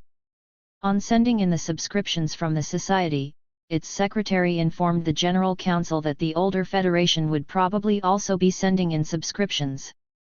He continued, as you will have read in Il Proletario, the Society for the Emancipation of the Proletariat, has determined, to reject all solidarity with the bourgeoisie who make up the Workers' Federation and pretend to be workers, and he asks the General Council to communicate this resolution to all the sections, and to refuse their 10-centime subscriptions should they be sent in. 71. Like all the International's groups, the General Council has the duty of issuing propaganda. This it does in its manifestos, and through its agents who have established the foundations of the International in North America, Germany, and a number of towns in France. Another of the General Council's functions is to assist during strikes, providing help on behalf of the entire International. See the reports of the General Council to the various congresses. The following instance, among others, indicates how valuable its action has been during strikes. The English Iron Founders Resistance Society is in itself an international trade union, with branches in other countries, particularly the United States. However, in a strike by the American foundrymen, the latter found it necessary to get the General Council to intervene to stop English foundrymen being imported to take their places. The development of the International has forced the General Council, as also the various federal councils, into the role of arbitrator. The Brussels Congress resolved, the federal councils or committees shall transmit to the General Council every 3 months a report on the administration and financial state of their respective branches, Administrative Regulation 4/3. Finally, the Ball Congress, which aroused such blind rage among the 16, did no more than formalize the administrative relationship which had grown up as the association developed. If it did extend the powers of the General Council excessively, whose fault was it if not that of Bakunin, Schwytz-Goebel, Robert 72 Guillaume and the other alliance delegates, who were loud in demanding that very thing? Would they by chance accuse themselves of blind faith in the General Council in London? Here are 2 of the administrative regulations adopted by the Ball Congress. 2/4. Every new branch or society intending to join the International is bound immediately to announce its adhesion to the General Council, and 2/5. The General Council has the right to admit or to refuse the affiliation of any new branch or group, subject to appeal to the next Congress. As for local independent societies coming into existence outside the federal networks, these articles merely confirm the practice observed from the very beginning of the International, a practice whose continuation is really a matter of life and death for the association. But it would be going too far to generalize the practice by applying it without distinction to any section or society in the process of formation. What these articles really give the General Council is the right to interfere in the internal affairs of the federations, but they have never in fact been applied by the General Council in that way. Indeed, it defies the 16 to find a single instance of its having interfered in the affairs of new sections wishing to become affiliated to existing federations or groups. The resolutions just quoted relate to sections in the process of formation, the following refer to sections already granted recognition. 2/6. The General Council has also the right of suspending till the meeting of the next Congress any branch of the International. 2/7. In case of conflict between the societies or branches of a national group, or between groups of different nationalities, the General Council shall have the right to decide the conflict, subject to appeal at the next Congress, which will decide definitively. These 2 articles are necessary for extreme situations, but up to now the General Council has never in fact made use of them. The account given above shows that it has not suspended a single section, and that in any matter of dispute, it has done no more than act as an arbitrator at the request of both parties. We come finally to one function which the needs of the struggle oblige the General Council to assume.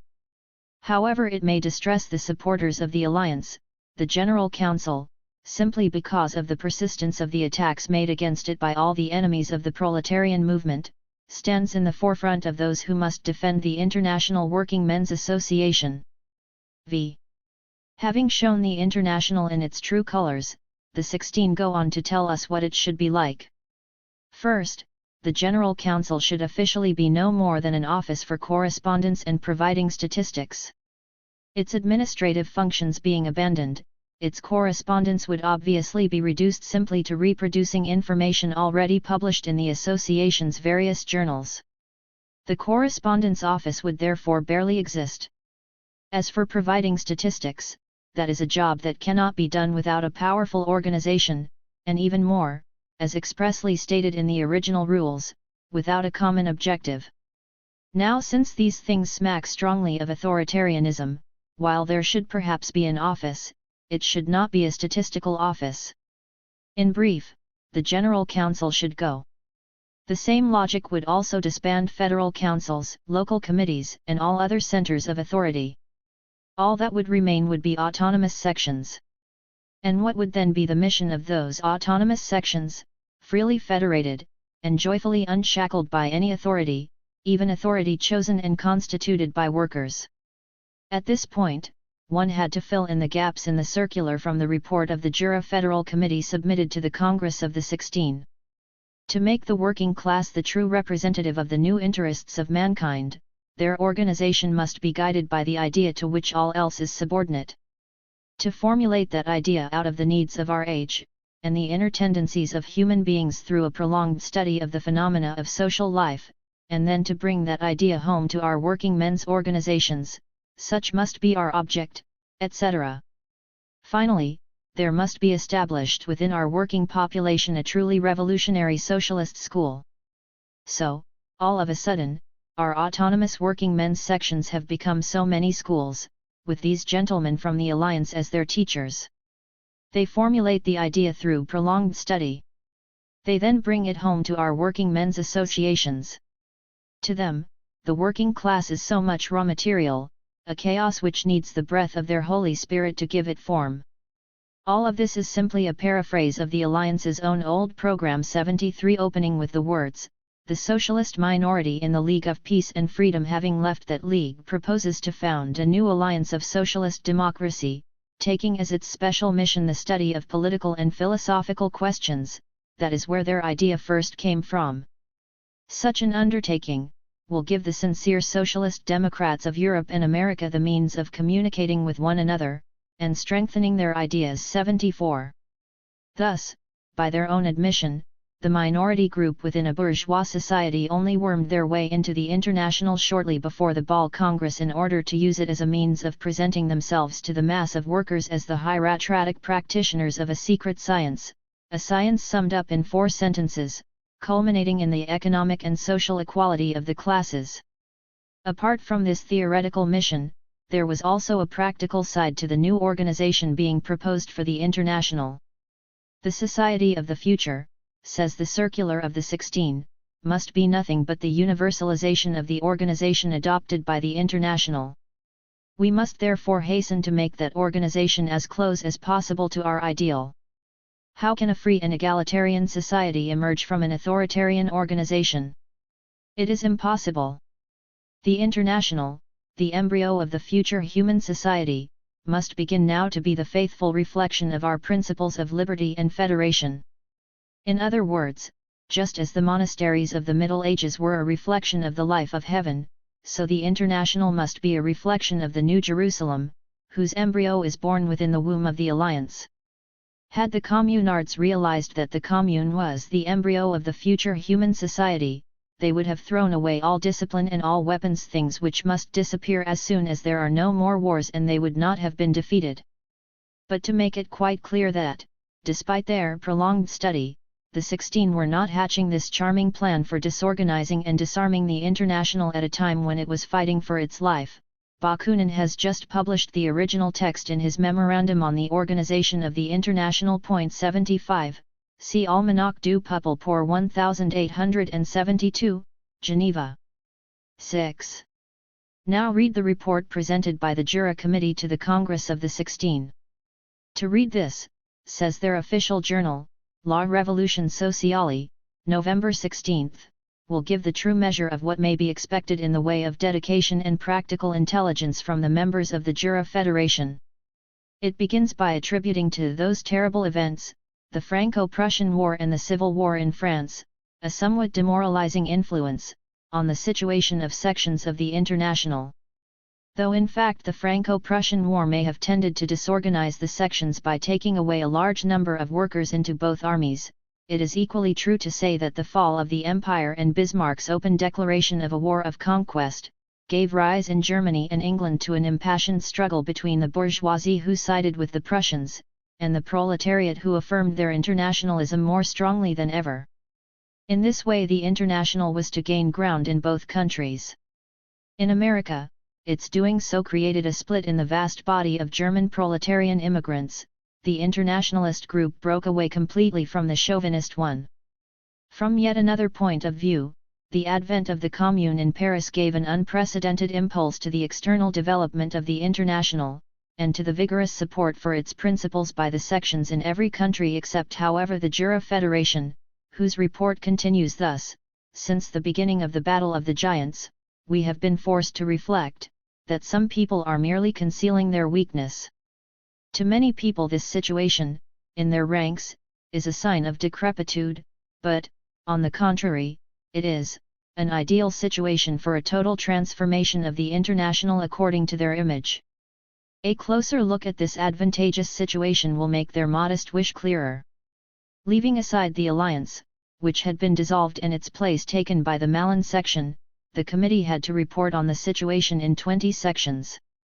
Among them, 7 repudiated it totally. Here is what the report has to say.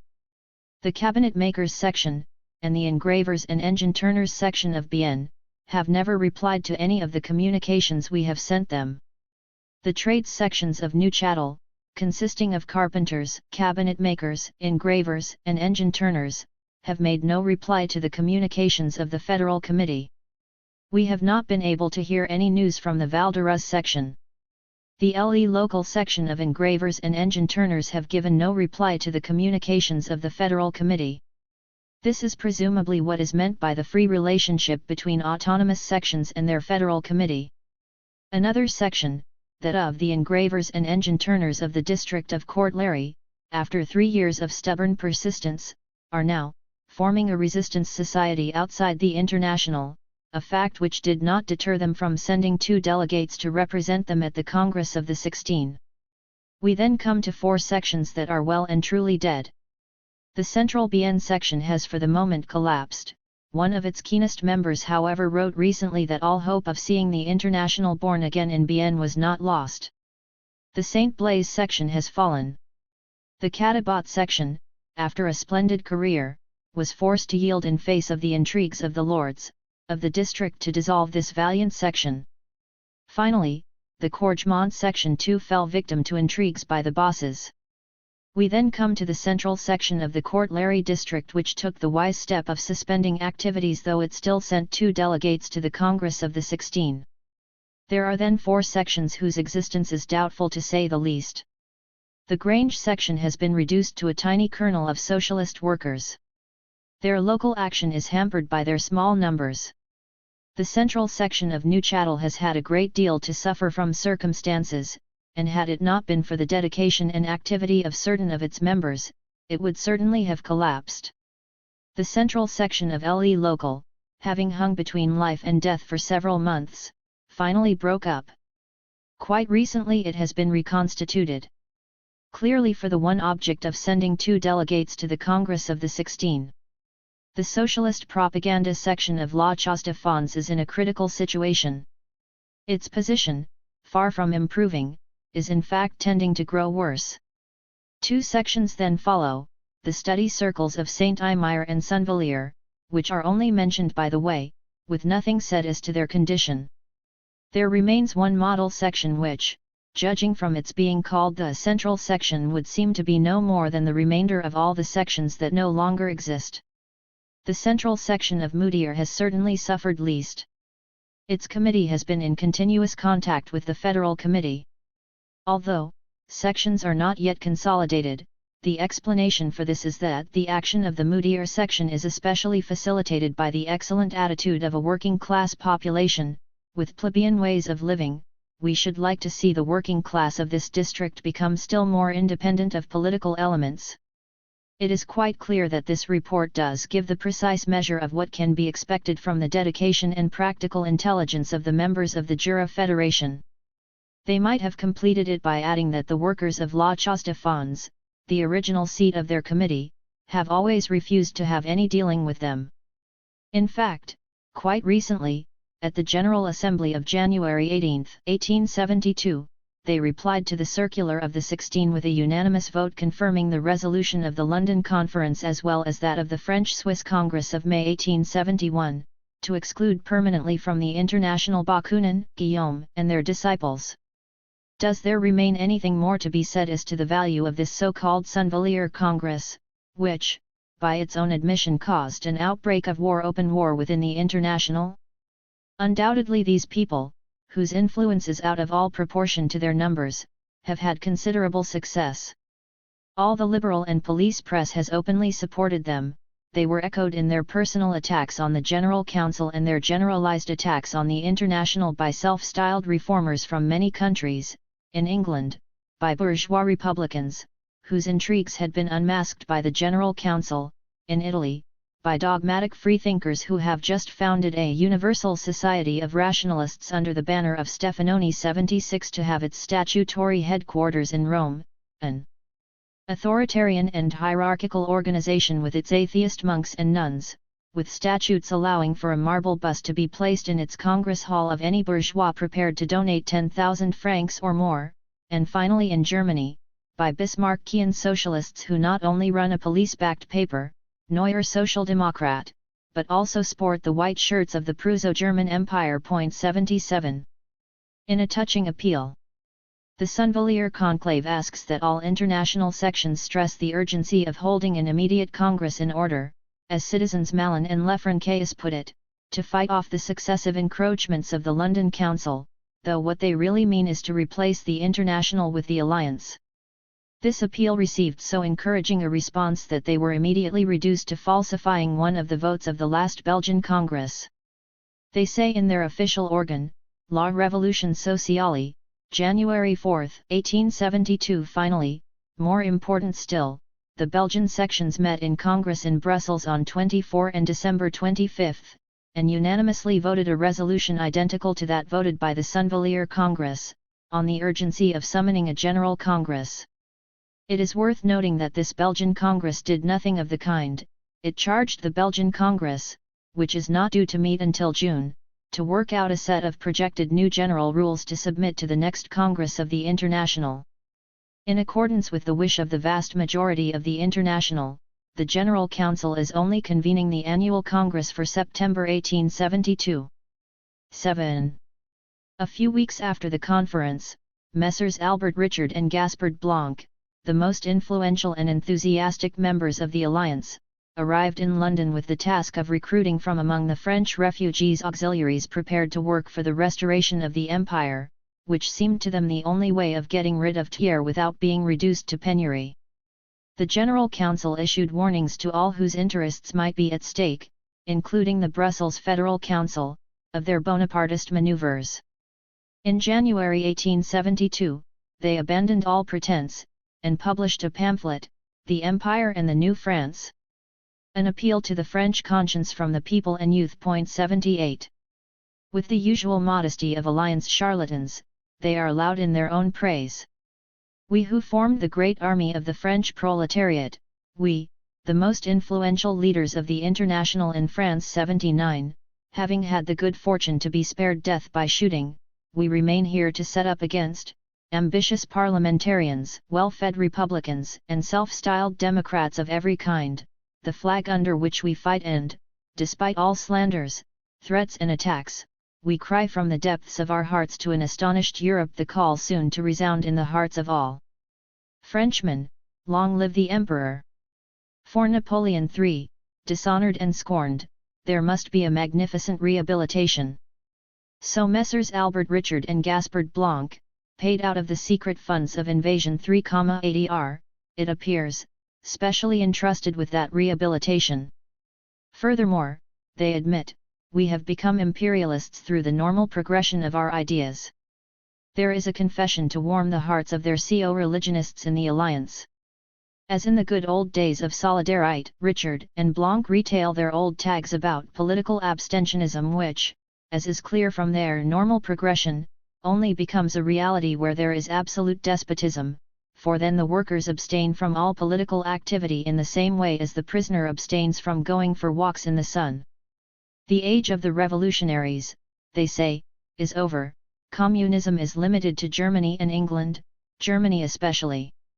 It is there, certainly, that it has been receiving serious formulation for a long time before gradually spreading through the whole of the International, and this disquieting progress of German influence in the association has contributed more than a little to hampering its development, or rather, to giving it a new direction in the sections of central and southern France which have never yet taken their slogans from a German.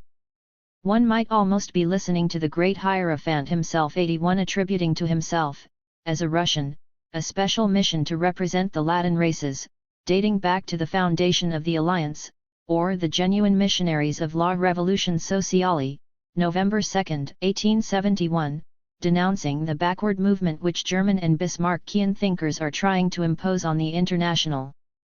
How fortunate that the genuine tradition has not been lost, and that Messrs. Richard and Blanc were not shot. So their special work consists in giving a new direction to the International in central and southern France, trying to found Bonapartist sections which would ipso facto be essentially autonomous. As for forming the proletariat into a political party, as recommended by the London Conference, after the restoration of the Empire, we, i.e. Richard and Blanc, will soon have done, not just with socialist theories, but with the beginnings of their realization as seen in the revolutionary organization of the masses. In short, by exploiting the great principle of the autonomy of each section which constitutes the real strength of the International, especially in Latin countries, La Revolution Sociale, January 4, these gentlemen are counting on creating anarchy in the International. Anarchy that is the great warhorse of their master, Bakunin, whose doctrines only use certain catchphrases from socialist theory. To all socialists, anarchy means this: the aim of the proletarian movement, that is to say the abolition of social classes once achieved, the power of the state, which now serves only to keep the vast majority of producers under the yoke of a small minority of exploiters, will vanish, and the functions of government become purely administrative. But to the Alliance it means something different. It designates anarchy in the ranks of the proletariat as the infallible means of destroying the powerful concentration of social and political forces in the hands of the exploiters. It is therefore demanding that the International replace its organization with anarchy just at a time when the old world is in any case trying to destroy it. The International Police could ask no better means to prolong the Tiers Republic forever, while covering it with the mantle of empire. 82. Report to the Hague Congress 83. Citizens.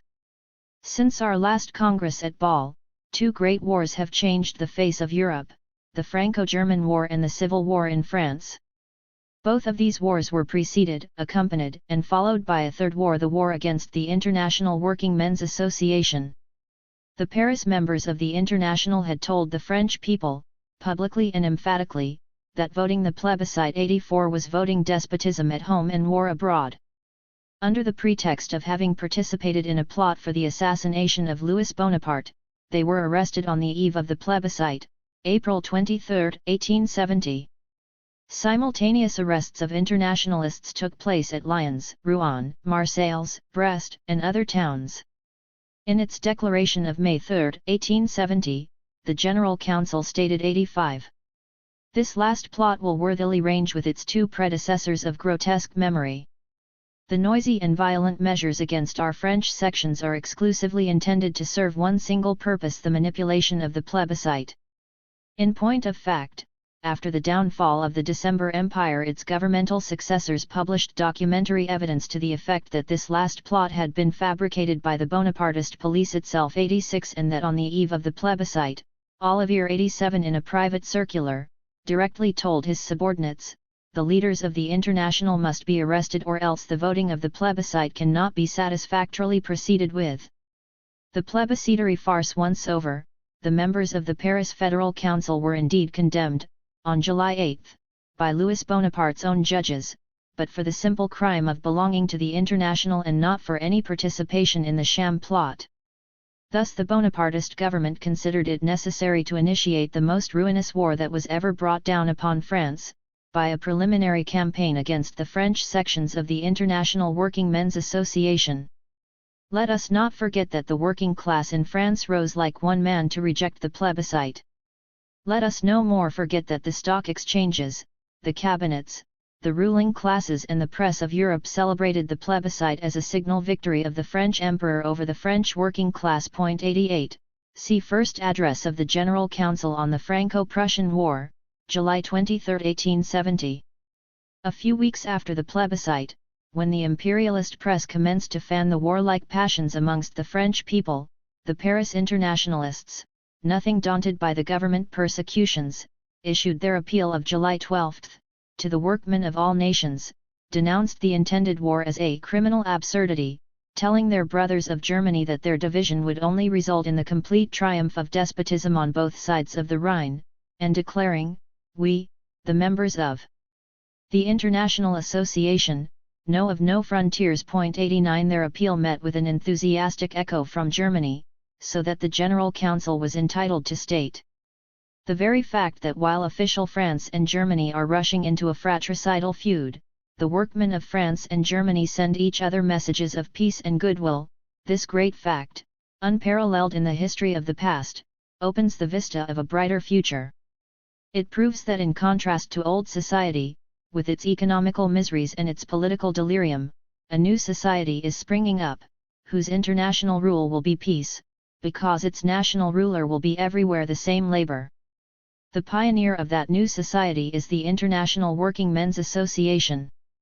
Address of July 23, 1870.90. Up to the proclamation of the Republic, the members of the Paris Federal Council remained in prison, while the other members of the association were daily denounced to the mob as traitors acting in the pay of Prussia. With the capitulation of Sedan, when the Second Empire ended as it began, by a parity, the Franco-German War entered upon its second phase. It became a war against the French people. After her repeated solemn declarations to take up arms for the sole purpose of repelling foreign aggression, Prussia now dropped the mask and proclaimed a war of conquest. From that moment she found herself compelled not only to fight the Republic in France, but simultaneously the International in Germany. We can here but hint at a few incidents of that conflict. Immediately after the declaration of war, the greater part of the territory of the North German Confederation, Hanover, Oldenburg, Bremen, Hamburg, Brunswick, Schleswig-Holstein, Mecklenburg, Pomerania, and the province of Prussia, were placed in a state of siege, and handed over to the tender mercies of General Vogel von Falkenstein. This state of siege, proclaimed as a safeguard against the threatening foreign invasion, was at once turned into a state of war against the German internationalists. The day after the proclamation of the Republic at Paris, the Brunswick Central Committee of the German Social Democratic Workers' Party, which forms a section of the International within the limits imposed by the law of the country, issued a Manifesto 91, September 5, calling upon the working class to oppose by all means in their power the dismemberment of France, to claim a peace honorable for that country, and to agitate for the recognition of the French Republic. The manifesto denounced the proposed annexation of Alsace and Lorraine as a crime tending to transform all Germany into a Prussian barracks, and to establish war as a permanent European institution. On September 9, Vogel von Falkenstein had the members of the Brunswick Committee arrested and marched off in chains, a distance of 600 miles, to Lützen, a Prussian fortress on the Russian frontier, where their ignominious treatment was to serve as a foil to the ostentatious feasting of the imperial guest at Wilhelmshahe. 92 As arrests, the hunting of workmen from one German state to another, suppression of proletarian papers, military brutality and police chicane in all forms, did not prevent the international vanguard of the German working class from acting up to the Brunswick Manifesto. Vogel von Falkenstein, by an ukase of September 21, interdicted all meetings of the Social Democratic Workers' Party. That interdict was cancelled by another ukase of October 5, wherein he naively commands the police spies to denounce to him personally all individuals who, by public demonstrations, shall encourage France in her resistance against the conditions of peace imposed by Germany, so as to enable him to render such individuals innocuous during the continuance of the war. Leaving the cares of the war abroad to Moltke 93, the King of Prussia contrived to give a new turn to the war at home. By his personal order of October 17, Vogel von Falkenstein was to lend his Lützen captives to the Brunswick District Tribunal, which, on its part, was either to find grounds for their legal durance, or else return them to the safe keeping of the dread general.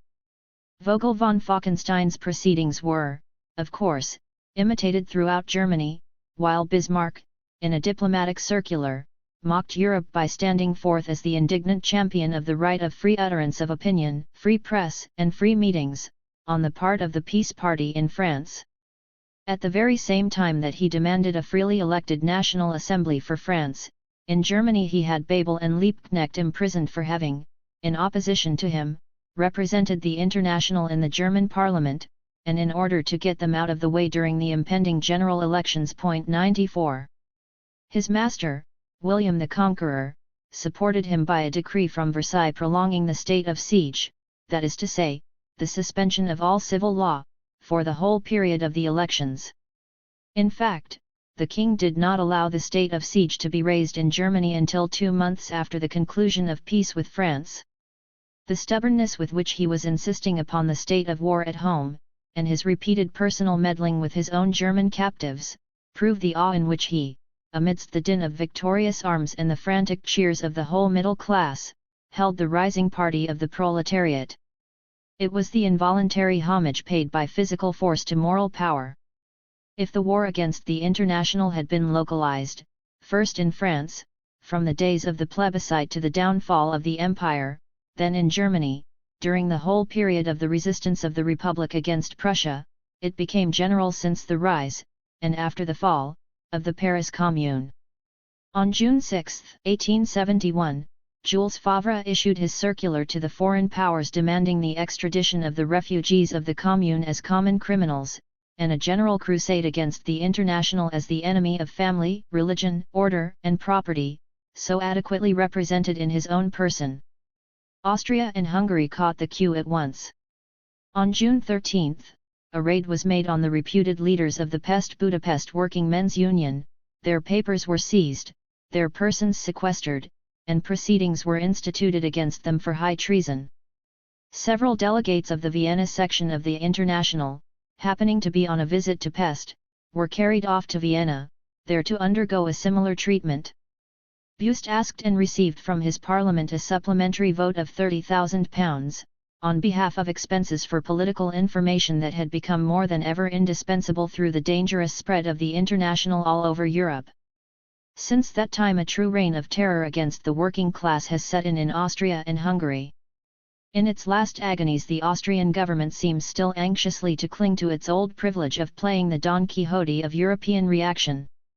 A few weeks after Jules Favre's circular, Dufour proposed to his rurals a law which is now in force, and punishes as a crime the mere fact of belonging to the International Working Men's Association, or of sharing its principles. 95 As a witness before the Rural Committee of Inquiry on Dufour's bill, Thiers boasted that it was the offspring of his own ingenious brains and that he had been the first to discover the infallible panacea of treating the Internationalists as the Spanish Inquisition had treated the heretics.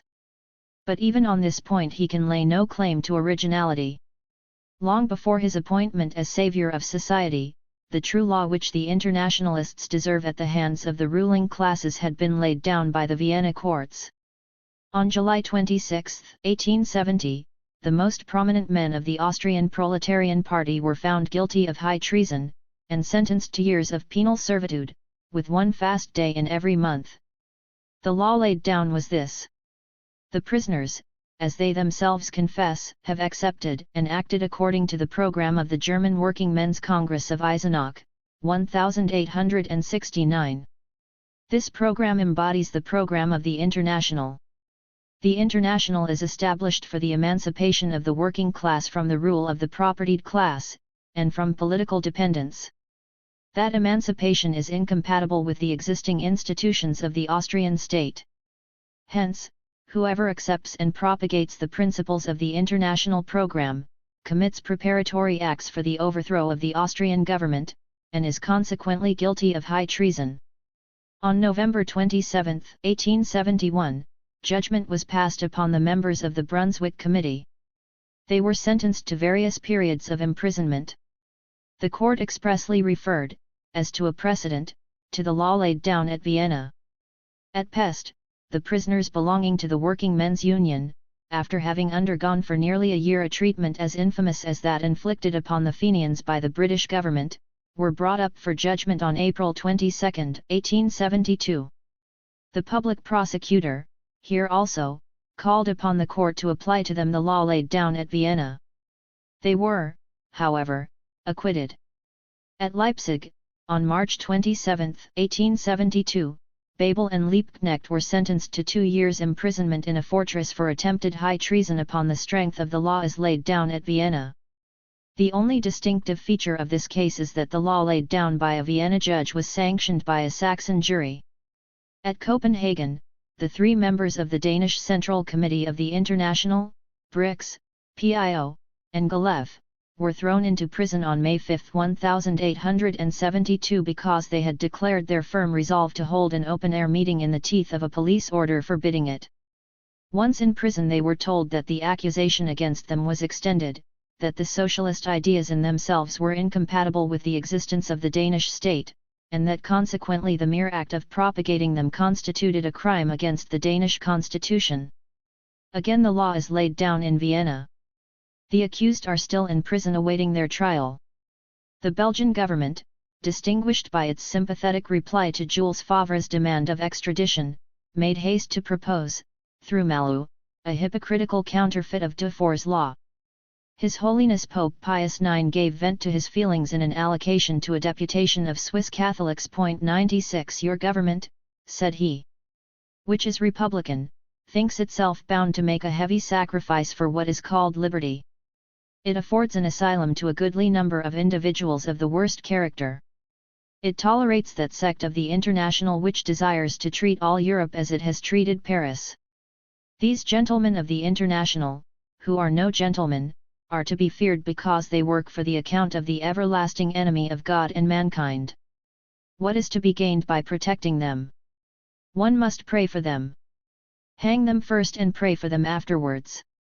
Supported by Bismarck, Buist, and Stieber 97, the Prussian spy-in-chief, the emperors of Austria and Germany met at Salzburg in the beginning of September 1871, for the ostensible purpose of founding a holy alliance against the International Working Men's Association. Such a European alliance, declared the North German Gazette 98, Bismarck's private moniteur, is the only possible salvation of state, church, property, civilization, in one word, of everything that constitutes European states.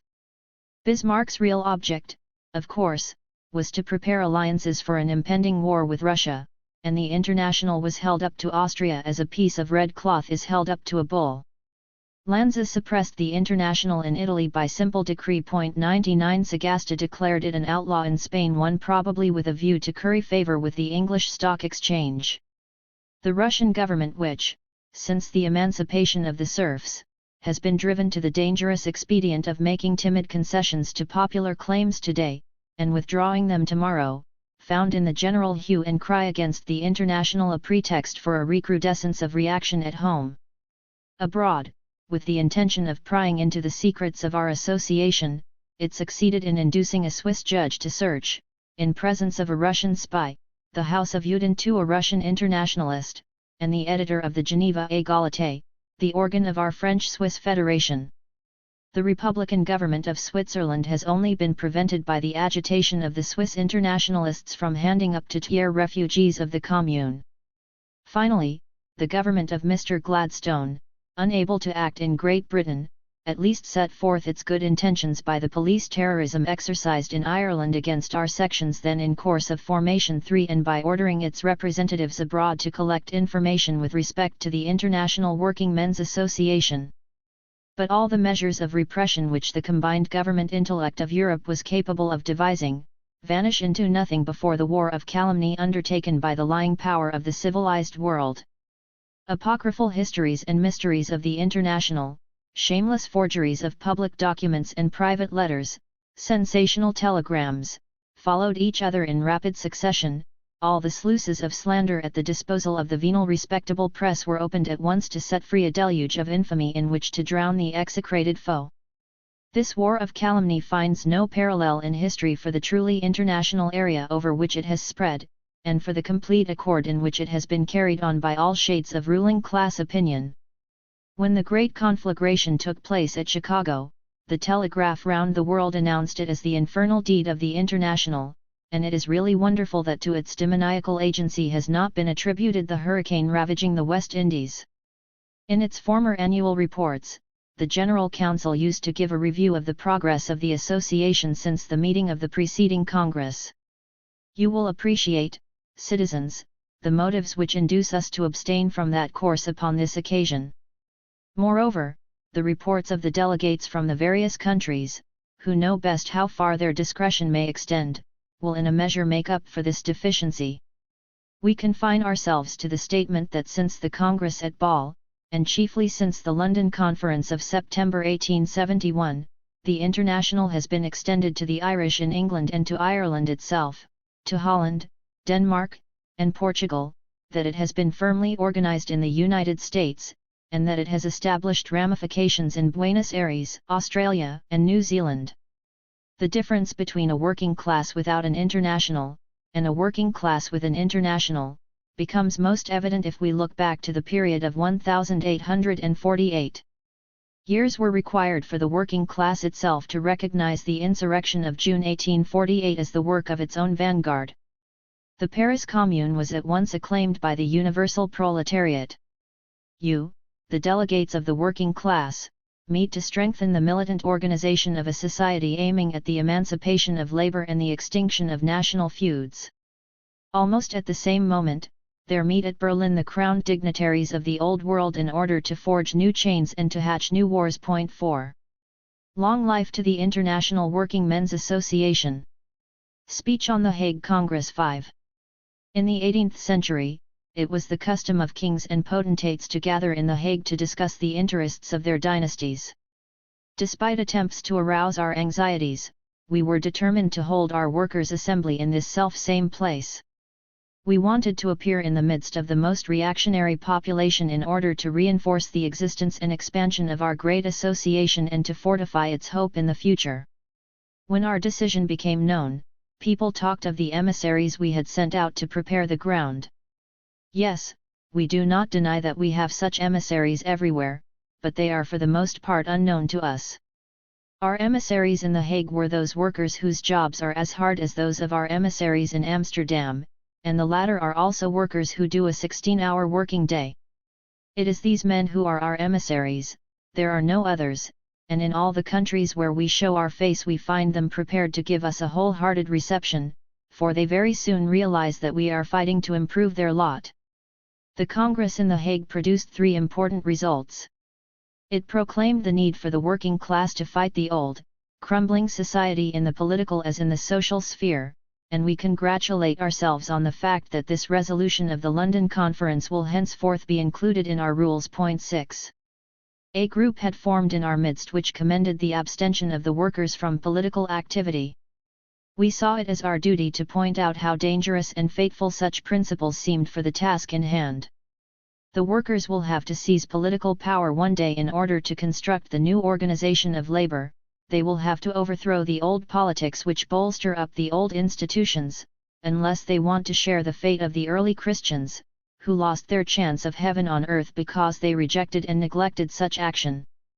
We do not claim, however, that the road leading to this goal is the same everywhere. We know that heed must be paid to the institutions, customs, and traditions of the various countries, and we do not deny that there are countries, such as America and England, and if I was familiar with its institutions, I might include Holland, where the workers may attain their goal by peaceful means. That being the case, we must recognize that in most continental countries the lever of the revolution will have to be force. A resort to force will be necessary one day in order to set up the rule of labor. 7. The Hague Congress conferred new and even more extensive powers on the General Council. 8. Indeed, at a time when kings are gathering in Berlin for a meeting at which the powerful representatives of feudalism and of the past will plan new and more determined repressive measures against us, at the very moment when persecution is being organized, the Hague Congress saw the appropriateness and necessity of extending the powers of the General Council and centralizing all actions for the coming struggle, because these actions would be helpless in isolation. Furthermore, who need worry about the delegation of power to the General Council except our enemies? Does the General Council have a bureaucracy or an armed police force to compel obedience? Is its authority not purely of a moral nature, and does it not submit its decisions to the judgment of the federations, which are entrusted with their implementation? If kings were forced to uphold their power under such conditions, without an army, without police, and without courts, having only moral influence and moral authority, then they would present only a frail obstacle to the forward march of the revolution. Finally, the Hague Congress moved the seat of the General Council to New York. Many people, even friends, showed surprise at this decision. Have they forgotten, then, that America is becoming the workers' part of the world par excellence, that each year 500,000 people workers emigrate to this other continent, and that the International must strike powerful roots into this soil, where the workers are the dominant force? Moreover, the Congress decision empowers the General Council to co-opt members whose cooperation it regards as necessary and useful for the good of the common cause. Let us trust to their good judgment and expect that they will succeed in selecting people who are up to the task and who will know how to hold up the banner of our association with a firm hand in Europe. Citizens, let us remember the basic principle of the international solidarity. We will only be able to attain the goal we have set ourselves if this life-giving principle acquires a secure foundation among the workers of all countries. The revolution requires solidarity, as the great example of the Paris Commune teaches us, for this most powerful uprising of the Parisian proletariat failed because no great revolutionary movements equal in stature arose in any of the other centers such as Berlin, Madrid, etc. As far as I am concerned, I shall continue my work and strive constantly to establish this solidarity, which will bear such rich fruit in the future, amongst the entire working class. No, I shall not be withdrawing from the International, and all the rest of my life, like my efforts in the past, will be dedicated to the triumph of the social ideas which will one day rest assured of this. Bring about the rule of the proletariat over the entire world. Political indifferentism 1. The working class must not constitute itself a political party, it must not, under any pretext, engage in political action, for to combat the state is to recognize the state, and this is contrary to eternal principles. Workers must not go on strike, for to struggle to increase one's wages or to prevent their decrease is like recognizing wages, and this is contrary to the eternal principles of the emancipation of the working class. If in the political struggle against the bourgeois state the workers succeed only in extracting concessions, then they are guilty of compromise, and this is contrary to eternal principles. All peaceful movements, such as those in which English and American workers have the bad habit of engaging, are therefore to be despised. Workers must not struggle to establish a legal limit to the working day, because this is to compromise with the masters, who can then only exploit them for 10 or 12 hours, instead of 14 or 16. They must not even exert themselves in order legally to prohibit the employment in factories of children under the age of 10, because by such means they do not bring to an end the exploitation of children over 10, they thus commit a new compromise, which stains the purity of the eternal principles. Workers should even less desire that, as happens in the United States of America, the state whose budget is swollen by what is taken from the working class should be obliged to give primary education to the workers' children, for primary education is not complete education. It is better that working men and working women should not be able to read or write or do sums than that they should receive education from a teacher in a school run by the state. It is far better that ignorance and a working day of 16 hours should debase the working classes than that eternal principles should be violated. If the political struggle of the working class assumes violent forms and if the workers replace the dictatorship of the bourgeois class with their own revolutionary dictatorship, then they are guilty of the terrible crime of lese principii, for, in order to satisfy their miserable profane daily needs and to crush the resistance of the bourgeois class, they, instead of laying down their arms and abolishing the state, give to the state a revolutionary and transitory form. Workers must not even form single unions for every trade, for by so doing they perpetuate the social division of labor as they find it in bourgeois society. This division, which fragments the working class, is the true basis of their present enslavement. In a word, the workers should cross their arms and stop wasting time in political and economic movements. These movements can never produce anything more than short-term results. As truly religious men they should scorn daily needs and cry out with voices full of faith, "May our class be crucified, may our race perish, but let the eternal principles remain immaculate." As pious Christians they must believe the words of their pastor, despise the good things of this world and think only of going to paradise. In place of paradise read the social liquidation which is going to take place one day in some or other corner of the globe, no one knows how, or through whom, and the mystification is identical in all respects. In expectation, therefore, of this famous social liquidation, the working class must behave itself in a respectable manner, like a flock of well-fed sheep.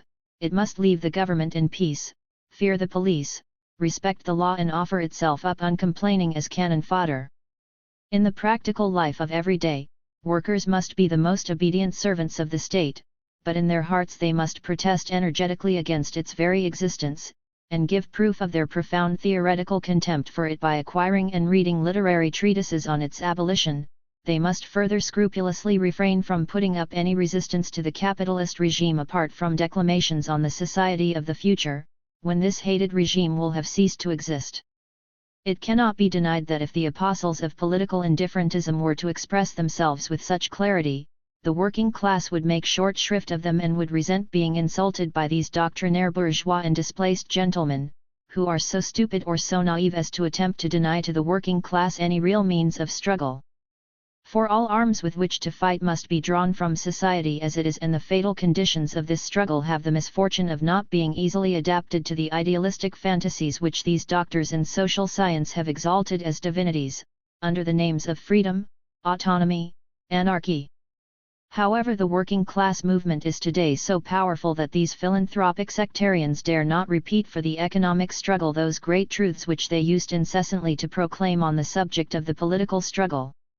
They are simply too cowardly to apply them any longer to strikes, combinations, single craft unions, laws on the labor of women and children, on the limitation of the working day, etc., etc.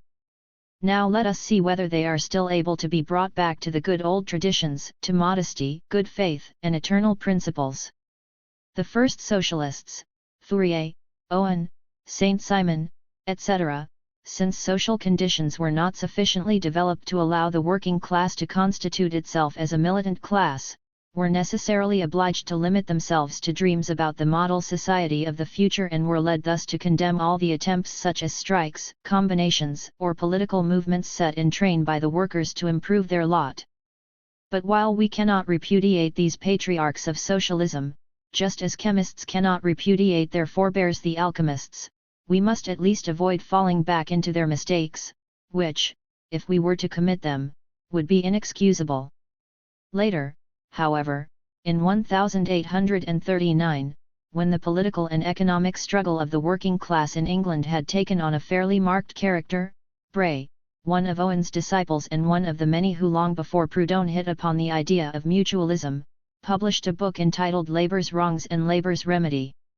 In his chapter on the inefficacy of all the remedies aimed for by the present struggle, he makes a savage critique of all the activities, political or economic, of the English working class, condemns the political movement, strikes, the limitation of the working day, the restriction of the work of women and children in factories, since all this, or so he claims, instead of taking us out of the present state of society, keeps us there and does nothing but render the antagonisms more intense.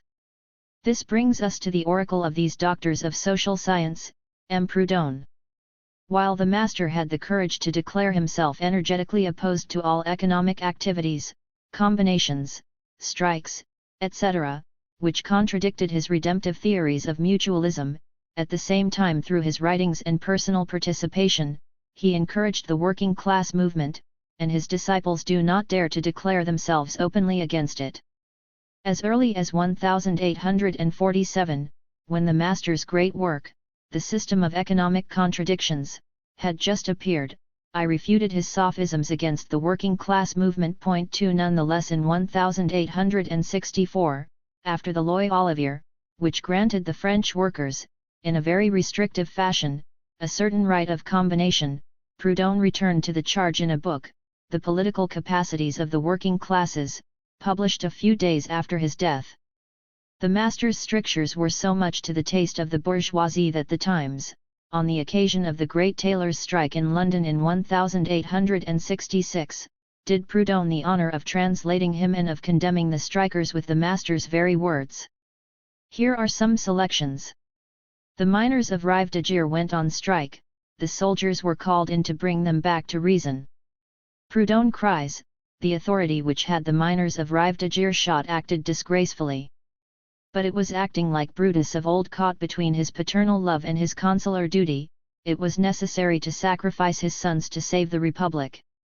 Brutus did not hesitate, and posterity dare not condemn him. 3 In all the memory of the proletariat there is no record of a bourgeois who has hesitated to sacrifice his workers to save his interests. What Brutuses the bourgeois must then be? Well, no, there is no right of combination, just as there is no right to defraud or steal or to commit incest or adultery, for there is however all too clearly a right to stupidity. What then are the eternal principles, in whose name the Master fulminates his mystic anathema? First eternal principle: wage rates determine the price of commodities. Even those who have no knowledge of political economy and who are unaware that the great bourgeois economist Ricardo in his Principles of Political Economy, published in 1817, has refuted this long-standing error once and for all, are however aware of the remarkable fact that British industry can sell its products at a price far lower than that of any other nation, although wages are relatively higher in England than in any other European country. Second eternal principle: the law which authorizes combinations is highly anti-juridical, anti-economic, and contrary to any society and order. 5. In a word, contrary to the economic right of free competition. If the Master had been a little less chauvinistic, he might have asked himself how it happened that 40 years ago a law, thus contrary to the economic rights of free competition, was promulgated in England, and that as industry develops, and alongside it free competition, this law so contrary to any society and order imposes itself as a necessity even to bourgeois states themselves. He might perhaps have discovered that this right, with capital R, exists only in the economic manuals written by the brothers ignoramus of bourgeois political economy, in which manuals are contained such pearls as this: property is the fruit of labor, they neglect to add, of others. Third eternal principle: therefore, under the pretext of raising the working class from its condition of so-called social inferiority, it will be necessary to start by denouncing a whole class of citizens, the class of bosses, entrepreneurs, masters, and bourgeois. It will be necessary to rouse workers' democracy to despise and to hate these unworthy members of the middle class. It will be necessary to prefer mercantile and industrial war to legal repression, and class antagonism to the state. Police. 6. The Master, in order to prevent the working class from escaping from its so-called social inferiority, condemns the combinations that constitute the working class as a class antagonistic to the respectable category of masters, entrepreneurs, and bourgeois, who for their part certainly prefer, as does Proudhon, the state police to class antagonism. To avoid any offense to this respectable class, the good M. Proudhon recommends to the workers, up to the coming of the mutualist regime, and despite its serious disadvantages, freedom or competition, are only guarantee. 7. The Master preached indifference in matters of economics so as to protect bourgeois freedom or competition, our only guarantee. His disciples preach indifference in matters of politics so as to protect bourgeois freedom, their only guarantee. If the early Christians, who also preached political indifferentism, needed an emperor's arm to transform themselves from oppressed into oppressors, so the modern apostles of political indifferentism do not believe that their own eternal principles impose on them abstinence from worldly pleasures and the temporal privileges of bourgeois society. However, we must recognize that they display a stoicism worthy of the early Christian martyrs in supporting those 14 or 16 working hours such as overburden the workers in the factories. Conspectus of Bakunin's Statism and Anarchy. 1 extract. We have already stated our deep opposition to the theory of Lassalle and Marx, which recommends to the workers, if not as final ideal then at least as the next major aim, the foundation of a people's state, which, as they have expressed it, will be none other than the proletariat organized as ruling class. The question arises, if the proletariat becomes the ruling class, over whom will it rule? It means that there will still remain another proletariat, which will be subject to this new domination, this new state. It means that so long as the other classes, especially the capitalist class, still exists, so long as the proletariat struggles with it, for when it attains government power its enemies and the old organization of society have not yet vanished, it must employ forcible means, hence governmental means. It is itself still a class, and the economic conditions from which the class struggle and the existence of classes derive have still not disappeared and must forcibly be either removed out of the way or transformed, this transformation process being forcibly hastened. E.g. the Krestianskia churn, the common peasant folk, the peasant mob, which as is well known does not enjoy the goodwill of the Marxists, and which, being as it is at the lowest level of culture, will apparently be governed by the urban factory proletariat, i.e. where the peasant exists in the mass as private proprietor, where he even forms a more or less considerable majority, as in all states of the West European continent, where he has not disappeared and been replaced by the agricultural wage laborer, as in England. The following cases apply: either he hinders each workers' revolution, makes a wreck of it, as he has formerly done in France, or the proletariat, for the peasant proprietor does not belong to the proletariat, and even where his condition is proletarian, he believes himself not to, must as government take measures through which the peasant finds his condition immediately improved, so as to win him for the revolution, measures which will at least provide the possibility of easing the transition from private ownership of land to collective ownership, so that the peasant arrives at this of his own accord, from economic reasons. It must not hit the peasant over the head, as it would, e.g. by proclaiming the abolition of the right of inheritance or the abolition of his property. The latter is only possible where the capitalist tenant farmer has forced out the peasants, and where the true cultivator is just as good a proletarian, a wage laborer, as is the town worker, and so has immediately, not just indirectly, the very same interests as him. Still less should small holding property be strengthened, by the enlargement of the peasant allotment simply through peasant annexation of the larger estates, as in Bakunin's revolutionary campaign. Or, if one considers this question from the national angle, we would for the same reason assume that, as far as the Germans are concerned, the Slavs will stand in the same slavish dependence towards the victorious German proletariat as the latter does at present towards its own bourgeoisie. Schoolboy stupidity. A radical social revolution depends on certain definite historical conditions of economic development as its precondition. It is also only possible where with capitalist production the industrial proletariat occupies at least an important position among the mass of the people. And if it is to have any chance of victory, it must be able to do immediately as much for the peasants as the French bourgeoisie, mutatis mutandis, did in its revolution for the French peasants of that time. A fine idea, that the rule of labor involves the subjugation of land labor. But here Mr. Bakunin's innermost thoughts emerge. He understands absolutely nothing about the social revolution, only its political phrases. Its economic conditions do not exist for him. As all hitherto existing economic forms, developed or undeveloped, involve the enslavement of the worker, whether in the form of wage laborer, peasant, etc., he believes that a radical revolution is possible in all such forms alike. Still more, he wants the European social revolution, premised on the economic basis of capitalist production, to take place at the level of the Russian or Slavic agricultural and pastoral peoples, not to surpass this level. The will, and not the economic conditions, is the foundation of his social revolution. If there is a state Gosidarstvo, then there is unavoidably domination Gospodstvo, and consequently slavery. Domination without slavery, open or veiled, is unthinkable. This is why we are enemies of the state. What does it mean, the proletariat organized as ruling class? It means that the proletariat, instead of struggling sectionally against the economically privileged class, has attained a sufficient strength and organization to employ general means of coercion in this struggle. It can, however, only use such economic means as abolish its own character as salariat too, hence as class. With its complete victory its own rule thus also ends, as its class character has disappeared. Will the entire proletariat perhaps stand at the head of the government?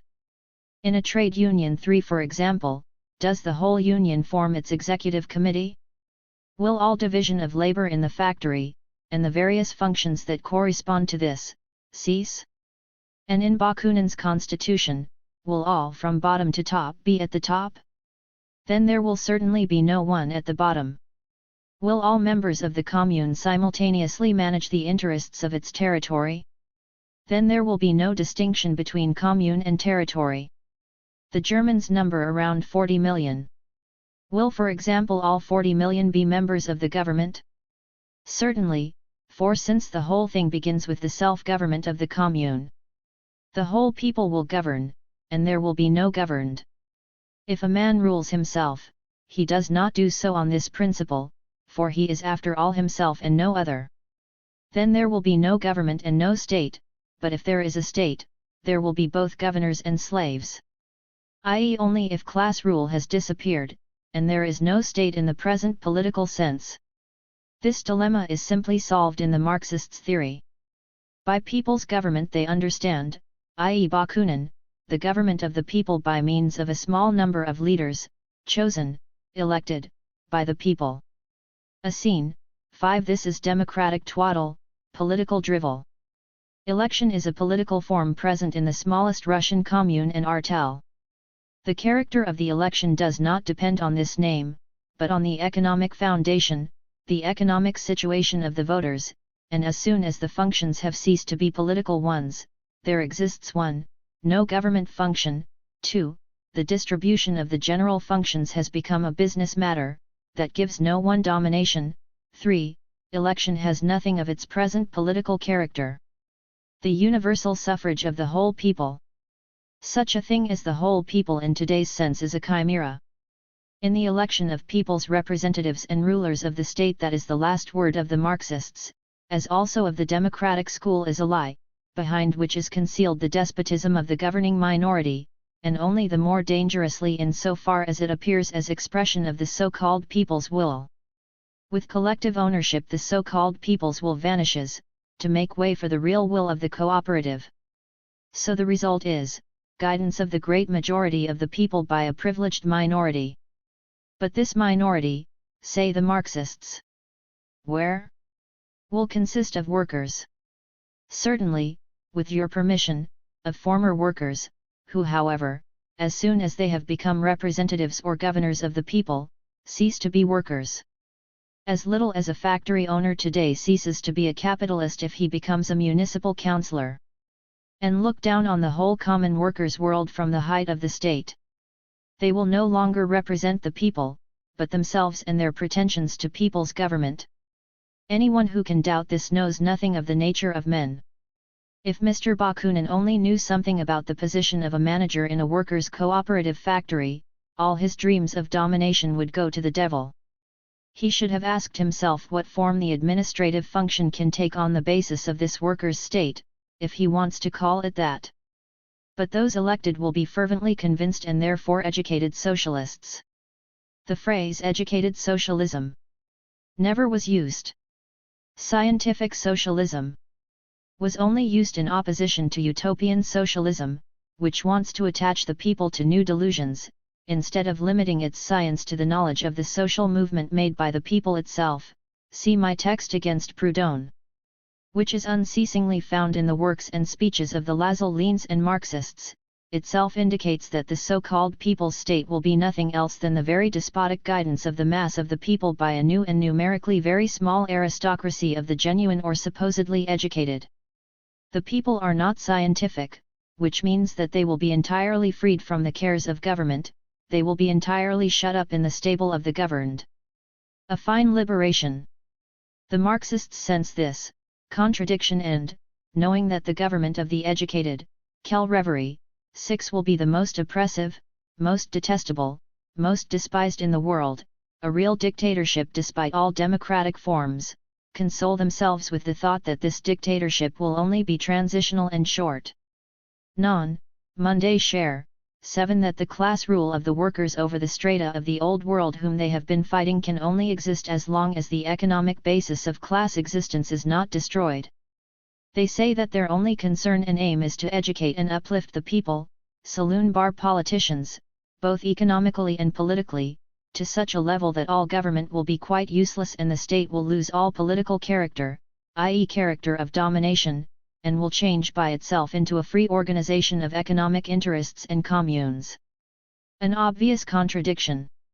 If their state will really be popular, why not destroy it, and if its destruction is necessary for the real liberation of the people, why do they venture to call it popular?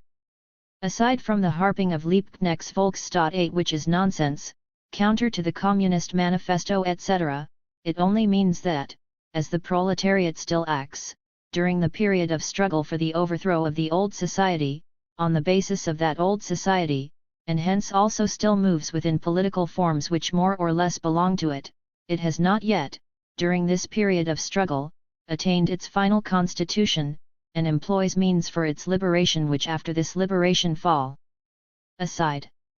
Mr. Bakunin concludes from this that it is better to do nothing at all, just wait for the day of general liquidation, the last judgment. Critique of the Gotha Programme 1. Marx to Braca 2. London, May 5, 1875. Dear Braca, please be so kind as to give the following critical marginal notes on the Unity Programme 3 to Gabe, Our for Babel and Liebknecht for their perusal after you have read them yourself. I have too much on my plate and have already been forced to overshoot the work limit prescribed by my doctor.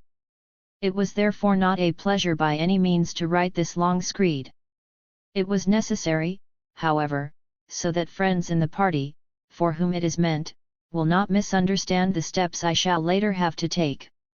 Namely, after the Unity Congress, Engels and I are going to publish a short statement dissociating ourselves from the said program of principles and stating that we have had nothing to do with it. This is essential, because people abroad hold the completely erroneous view carefully nurtured by enemies of the party that we are secretly steering the movement of the so-called Eisenach party from here.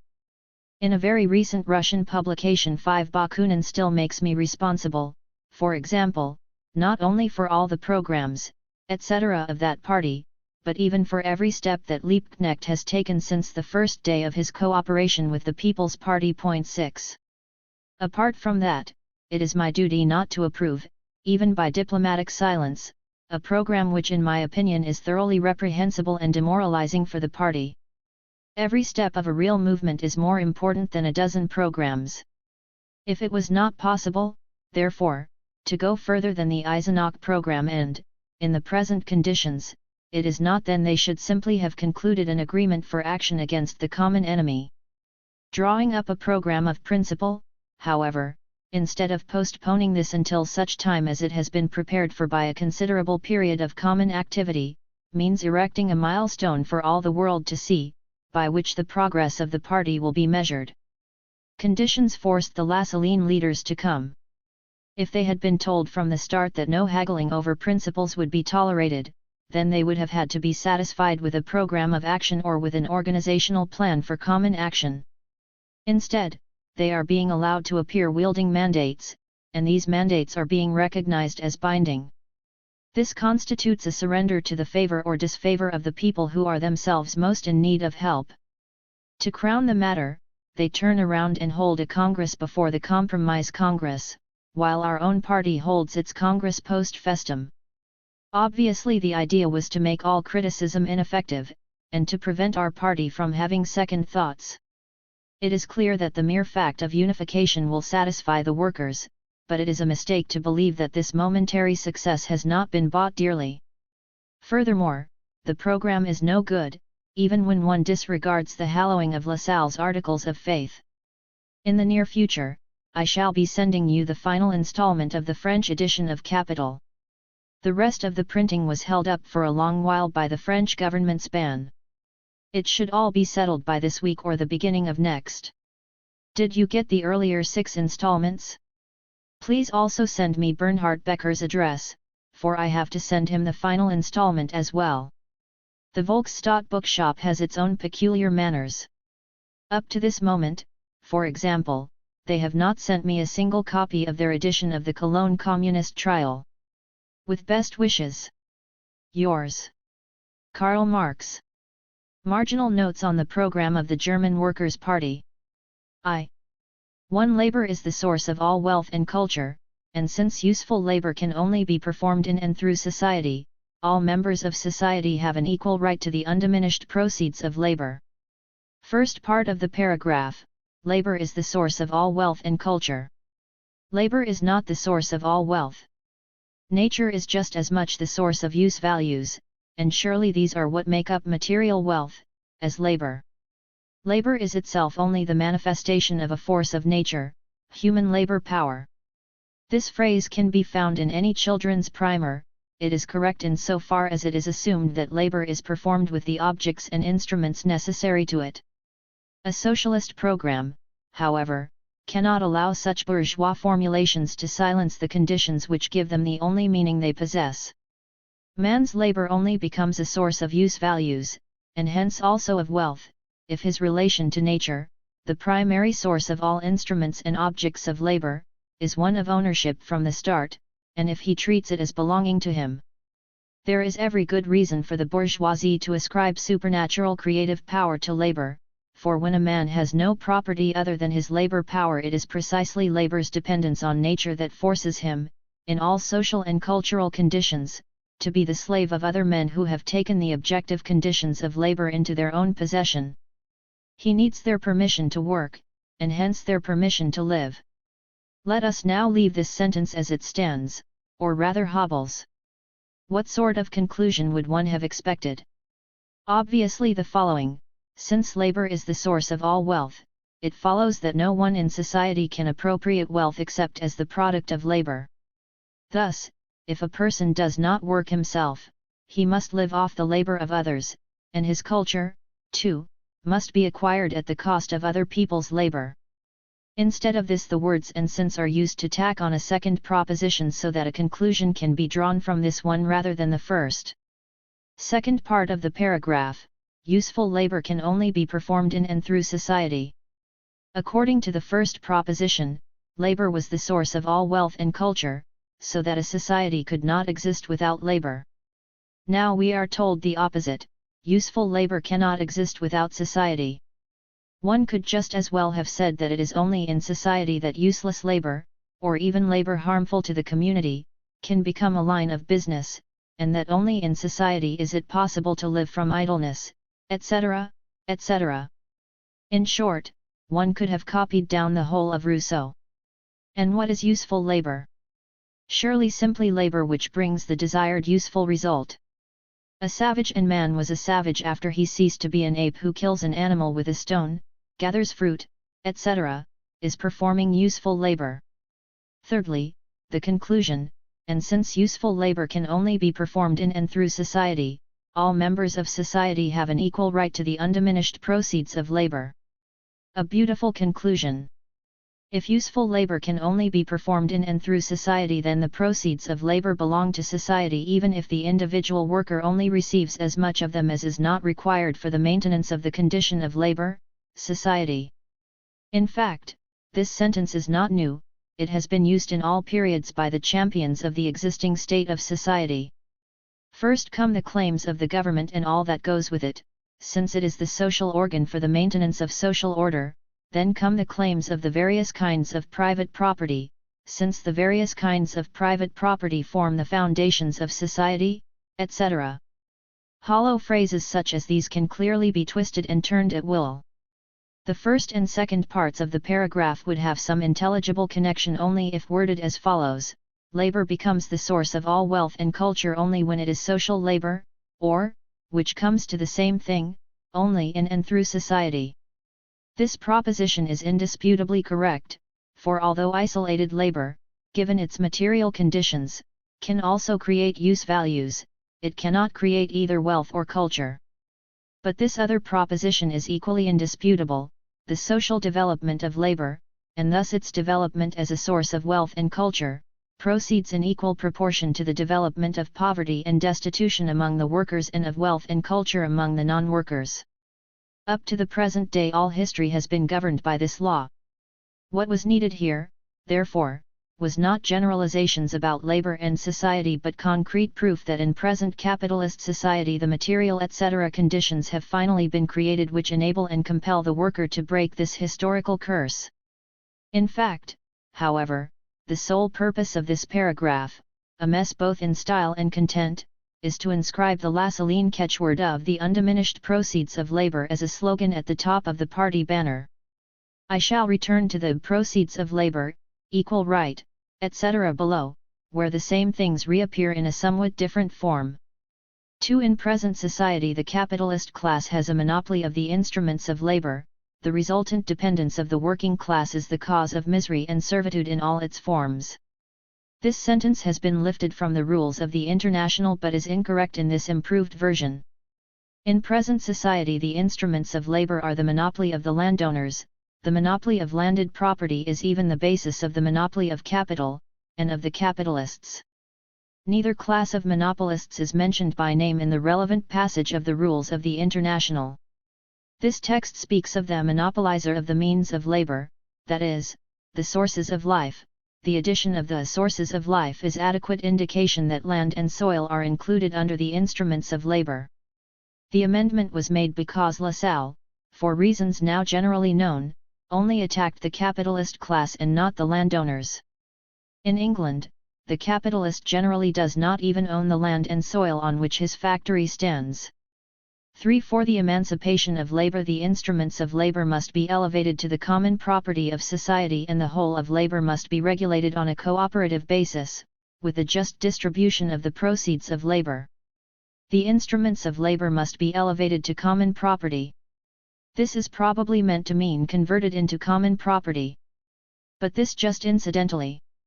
What are the proceeds of labor? Are they the product of labor or its value?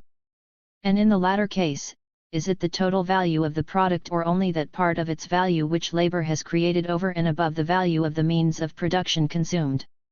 Proceeds of labor is a loose notion, used by Lassalle in place of definite economic concepts. What is just distribution? Does not the bourgeoisie claim that the present system of distribution is just? And given the present mode of production, is it not, in fact, the only just system of distribution? Are economic relations regulated by legal concepts of right, or is the opposite not the case, that legal relations spring from economic ones? Do not the socialist sectarians themselves have the most varied notions of just distribution? To discover what we are meant to understand by the phrase just distribution as used here, we must take the opening paragraph and this one together. The latter presupposes a society in which the instruments of labor are common property and the whole of labor is regulated on a cooperative basis, and from the opening paragraph we learn that all members of society have an equal right to the undiminished proceeds of labor. All members of society, including people who do not work? Then what remains of the undiminished proceeds of labor? Only the working members of society? Then what remains of the equal right of all members of society? All members of society and equal right, however, are obviously mere phrases. The heart of the matter is that in this communist society every worker is supposed to receive the undiminished Lassallean proceeds of labor. If we start by taking proceeds of labor to mean the product of labor, then the cooperative proceeds of labor are the total social product. From this the following must now be deducted. Firstly, cover to replace the means of production used up. Secondly, an additional portion for the expansion of production. Thirdly, a reserve or insurance fund in case of accidents, disruption caused by natural calamities, etc. These deductions from the undiminished proceeds of labor are an economic necessity, and their magnitude will be determined by the means and forces available. They can partly be calculated by reference to probability, but on no account by reference to justice. There remains the other part of the total product, designed to serve as means of consumption. But before this is distributed to individuals, the following further deductions must be made. Firstly, the general costs of all administration not directly appertaining to production.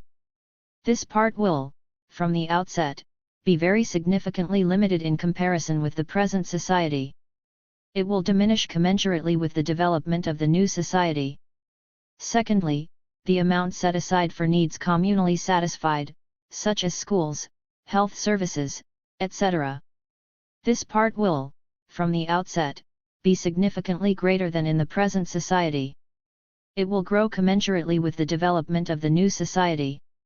Thirdly, a fund for people unable to work, etc., in short, for what today comes under so-called official poor relief. Only now do we come to that distribution which, under the influence of the Lassalleans, is the only thing considered by this narrow-minded program, namely that part of the means of consumption which is distributed among the individual producers within the cooperative. The undiminished proceeds of labor have meanwhile already been quietly diminished, although as a member of society the producer still receives, directly or indirectly, what is withheld from him as a private individual. Just as the phrase undiminished proceeds of labor has vanished, the phrase proceeds of labor now disappears altogether. Within the cooperative society based on common ownership of the means of production, the producers do not exchange their products.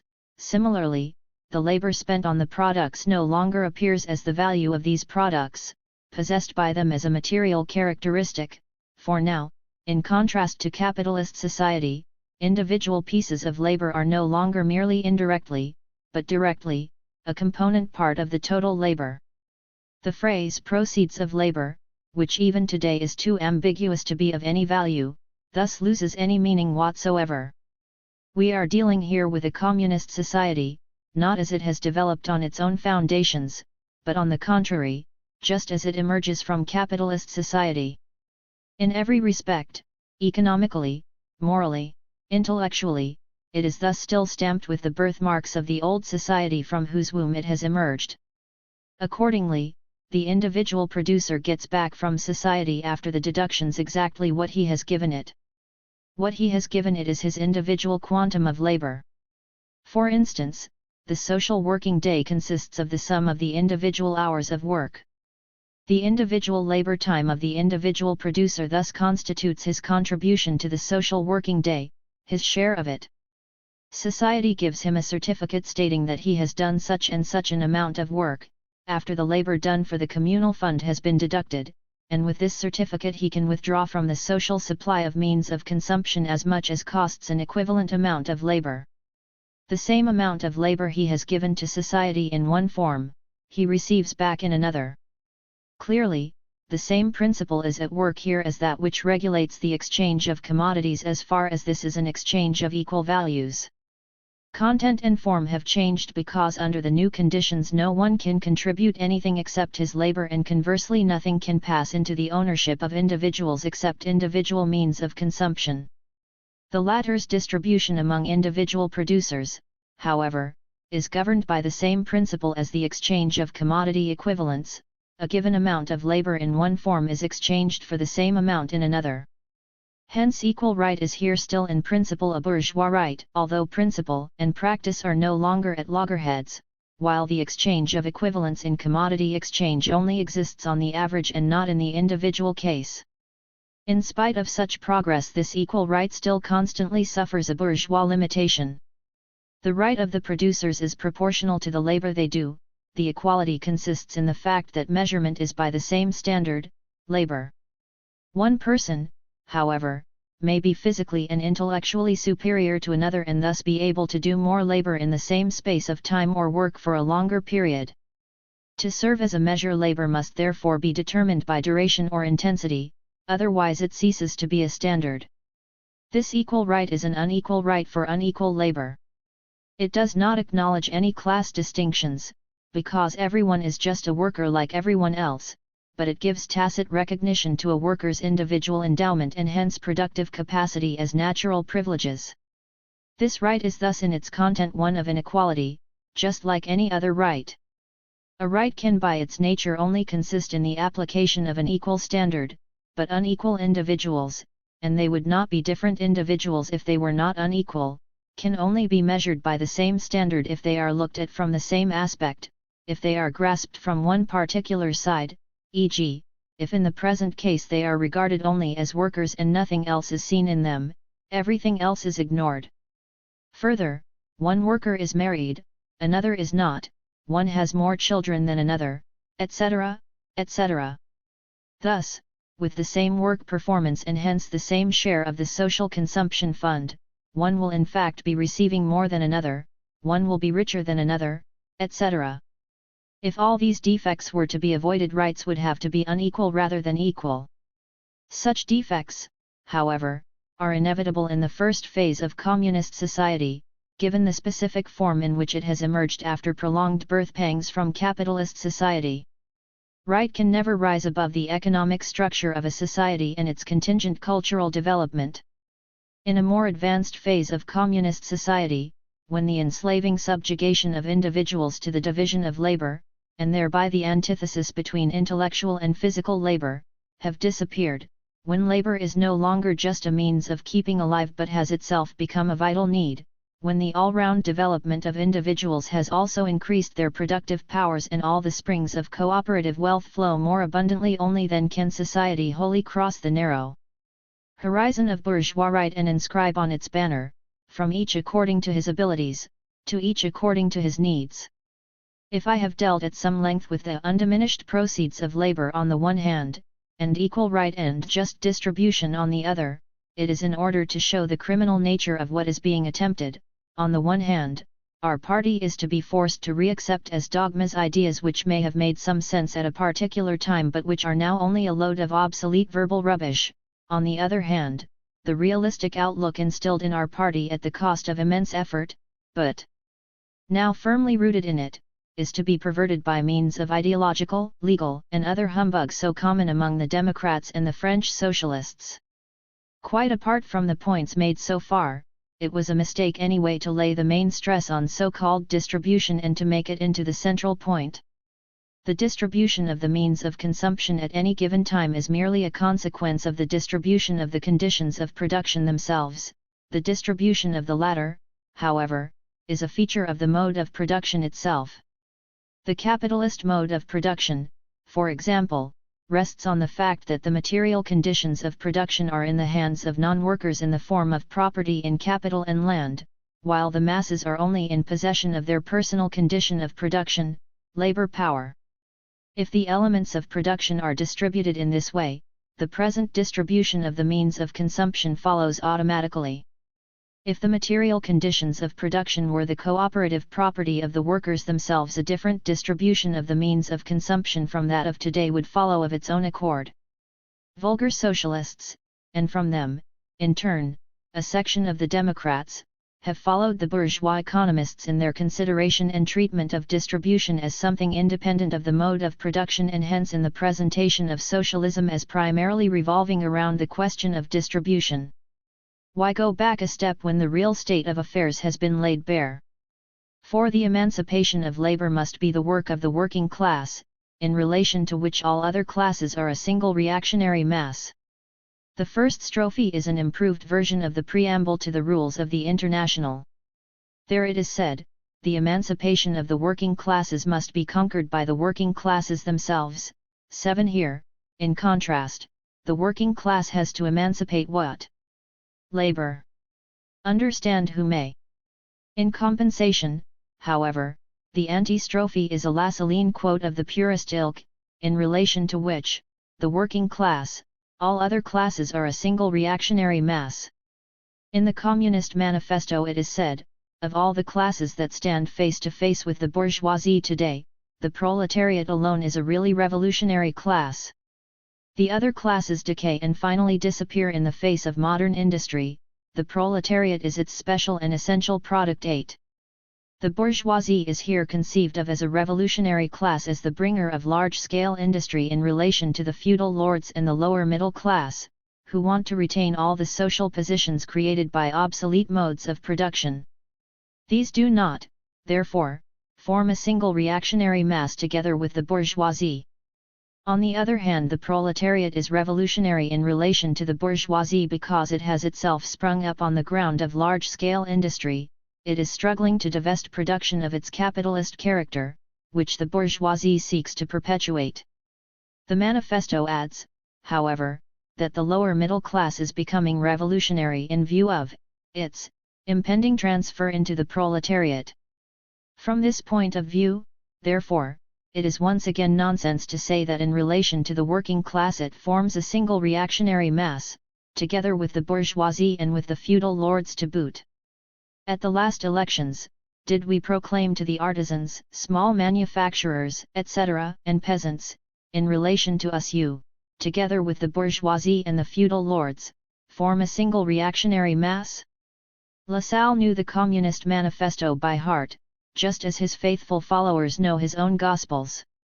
The reason for such gross falsification can thus only be that he wanted to extenuate his alliance with the absolutist and feudal opponents of the bourgeoisie.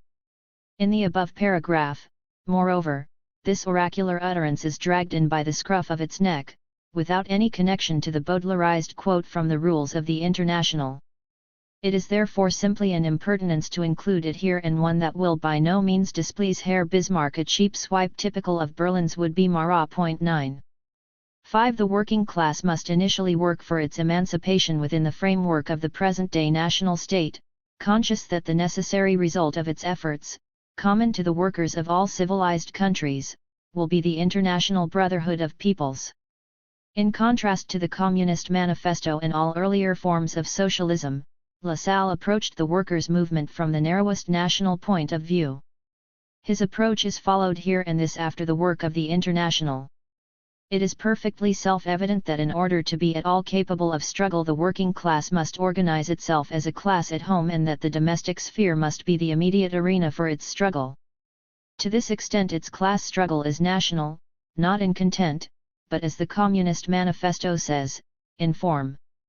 But the framework of the present-day national state, e.g., the German Reich, is itself in turn economically within the framework of the world market and politically within the framework of the system of states. Any businessman will tell you that German trade is at the same time foreign trade, and the greatness of Herr Bismarck lies exactly in the international orientation of his policy. And to what is the internationalism of the German Workers' Party reduced? To the consciousness that the result of their efforts will be the international brotherhood of peoples, a phrase borrowed from the Bourgeois League of Peace and Freedom 10, and which is intended to pass as an equivalent for the international brotherhood of the working classes in the joint struggle against the ruling classes and their governments. Not a word, therefore, of the international role of the German working class. And this is how it is meant to challenge its own bourgeoisie, which is already fraternally linked with the bourgeoisie in all other countries, and Herr Bismarck's international policy of conspiracy. In fact, the program's commitment to internationalism is infinitely smaller even than that of the Free Trade Party. The latter also claims that the result of its efforts will be the international brotherhood of peoples. It is also doing something, however, to internationalize trade, and is certainly not content with the mere consciousness that all peoples are carrying on trade at home. The international activity of the working classes is not in any way dependent on the existence of the International Working Men's Association. This was only the first attempt to create a central organ for such activity, an attempt which will be of lasting success because of the impetus it gave, but which could not be continued in its initial historical form following the fall of the Paris Commune. Bismarck's Norddeutsche was perfectly right when it declared, to the satisfaction of its master, that the German Workers' Party had renounced internationalism in its new program. 11. 2. Starting from these basic principles, the German Workers' Party will strive, by all legal means, for a free state and a socialist society, the abolition of the wage system together with the iron law of wages, and of exploitation in every form, the removal of all social and political inequality. I will come back to the free state below. So, in future, the German Workers' Party will have to believe in Lassalle's iron law of wages. To prevent it from being lost, the program goes through the nonsense of speaking of the abolition of the wage system, which should read the system of wage labor, together with the iron law of wages. If I abolish wage labor, I naturally abolish all its laws as well, whether they are made of iron or sponge. Lassalle's attack on wage labor, however, revolves almost exclusively around this so-called law. As proof, therefore, that the Lassallean sect has come out on top, the wage system must be abolished together with the iron law of wages, and never without it. It is common knowledge that Lassalle contributed nothing to the iron law of wages except the word iron, which he pilfered from Goethe's great, eternal, iron laws. The word iron is a label by which the true believers can recognize each other. But if I take the law with Lassalle's stamp on it and thus in the way he meant it, then I must also take it with his supporting arguments. And what do I get? As Lang showed only a short time after Lassalle's death, the Malthusian theory of population, preached by Lang himself. 12. But if this theory is right, then I cannot abolish the law, even by abolishing wage labor 100 times over, for this law then governs not only the system of wage labor but all social systems. This, precisely, has been the basis of economists' proofs, for 50 years or more, that socialism cannot abolish poverty, which has its basis in nature, but can only generalize it, distributing it simultaneously over the whole surface of society. But all that is beside the main point. Quite apart from the false Lassallean formulation of the law, the really outrageous step back consists in the following. Since Lassalle's death, the scientific insight has made headway in our party that wages are not what they appear to be, namely the value or price of labor, but only a disguised form of the value or price of labor power. Point 13. Thereby the whole of the former bourgeois conception of wages was thrown overboard once and for all, as well as all criticisms of it, and it became clear that the wage laborer is only allowed to work for his own livelihood, i.e., to live, if he works a certain amount of time. Without pay for the capitalist, and thus also for the latter's fellow consumers of surplus value, that the whole capitalist system of production turns on the prolongation of this free labor through the extension of the working day and through the development of productivity, the increasing intensification of labor power, etc. And that the system of wage labor is consequently a system of slavery, increasing in severity commensurately with the development of the social productive forces of labor, irrespective of whether the worker is then better or worse paid.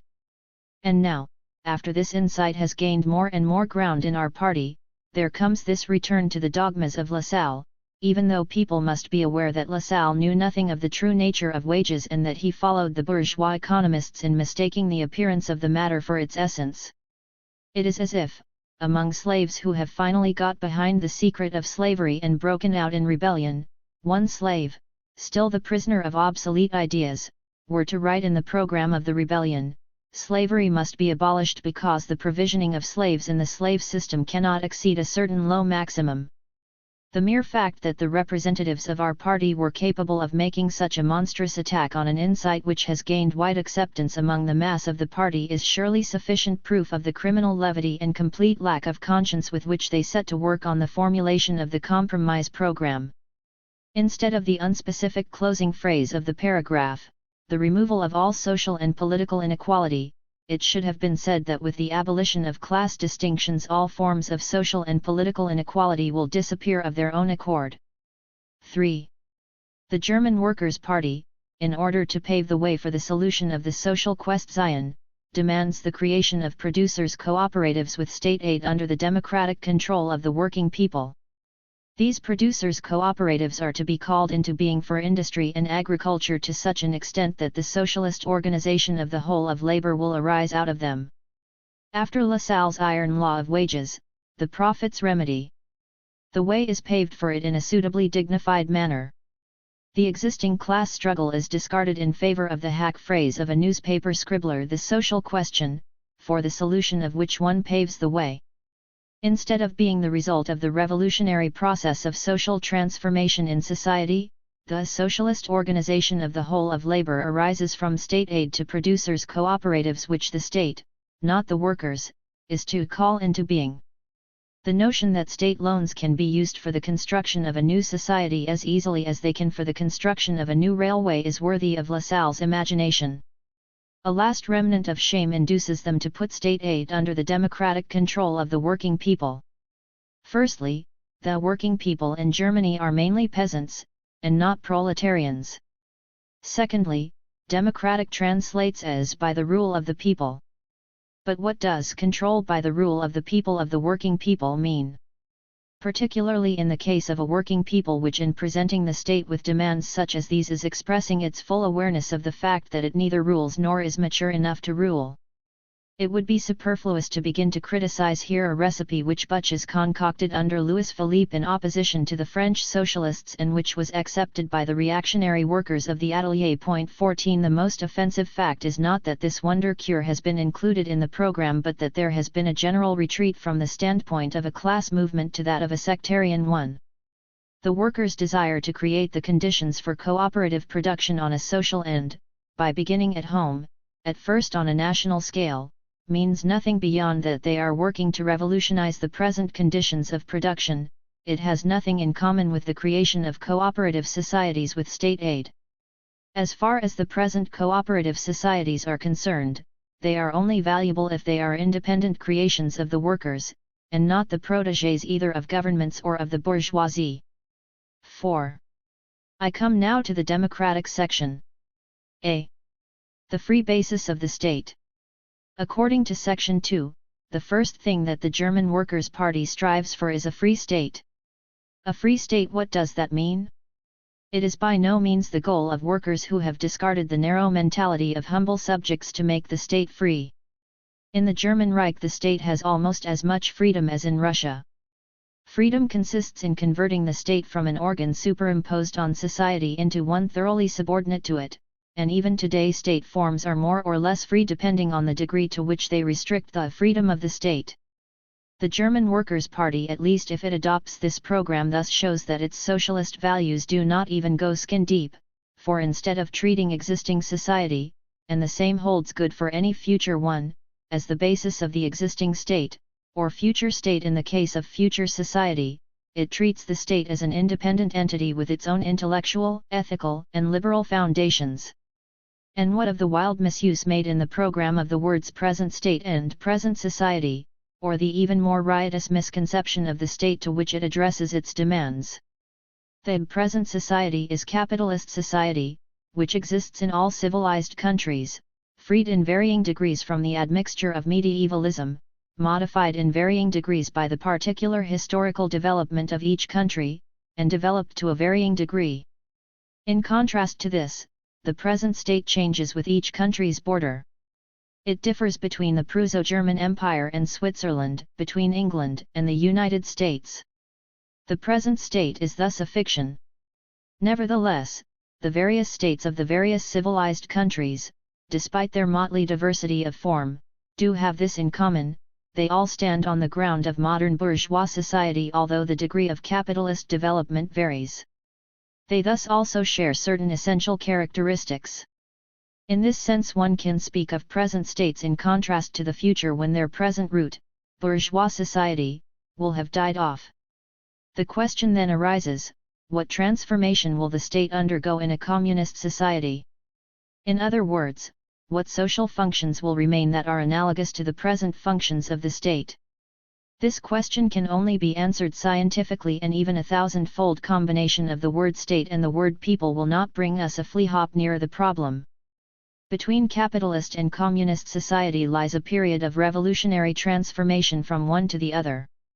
There is a corresponding period of transition in the political sphere, and in this period the state can only take the form of a revolutionary dictatorship of the proletariat.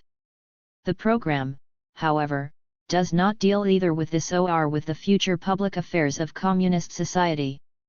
There is nothing in its political demands beyond the old and generally familiar democratic litany: universal suffrage, direct legislation, popular justice, a people's army, etc. They merely echo the bourgeois People's Party or the League of Peace and Freedom. All these demands, unless exaggerated into fantastic dreams, have already been realized. It is just that the state to which they belong does not lie within the borders of the German Reich but in Switzerland, the United States, etc. This kind of state of the future is a present state, although it exists outside the framework of the German Empire. One thing has been forgotten, however. The German Workers' Party expressly declares that it acts within the present national state. This means their own state, the Prusso-German Empire. Most of its demands would be meaningless if this were not so, for one can only demand what one has not already got. Under these circumstances the main point should not have been forgotten, which is that all these pretty little gewgaws depend on the recognition of the so-called sovereignty of the people and are hence only appropriate in a democratic republic. Although they lack the courage, and wisely so, for the circumstances demand caution, to call for a democratic republic after the manner of the French workers' programs under Louis Philippe and Louis Napoleon, it was wrong to resort to the subterfuge which is neither honest 15 nor decent of making demands which are only feasible in a democratic republic, and to address these demands to a state which is no more than a military despotism and a police state, bureaucratically carpentered, embellished with parliamentary forms and disguised by an admixture of feudalism although already under the influence of the bourgeoisie, and then to assure this same state into the bargain that they imagine they can impose these demands on it by legal means. Even vulgar Democrats, who see the millennium in the democratic republic and who have no inkling that it is precisely in this final state form of bourgeois society that the class struggle must be fought to a conclusion, even they tower mountains above this kind of democratism which keeps within the bounds of what is allowed by the police and disallowed by logic. The fact that the state here stands for the government machine or for the state in so far as it forms through the division of labor a special organism separate from society is shown by the following words: the German Workers' Party demands as the economic basis of the state, a single progressive income tax, etc. Taxes provide the economic basis of the government machinery and of nothing else. In the state of the future, already existing in Switzerland, this demand has been pretty well realized. Income tax presupposes varied sources of income for varied social classes, and hence capitalist society. It is thus not surprising that the Liverpool financial reformers, a bourgeois group led by Gladstone's brother, are putting forward the same demands as this program. b. The German Workers' Party demands as the intellectual and ethical basis of the state. 1. Universal and equal elementary education by the state. Universal compulsory school attendance. Free tuition. Equal elementary education. What are we meant to understand by these words? Is it believed that in our present society, and this is all we have to deal with here, education can be equal for all classes? Or is it demanded that the upper classes ought also to be reduced to the modicum of education, the elementary school, which is all that is compatible with the economic conditions of both wage laborers and peasants? Universal compulsory school attendance. Free tuition.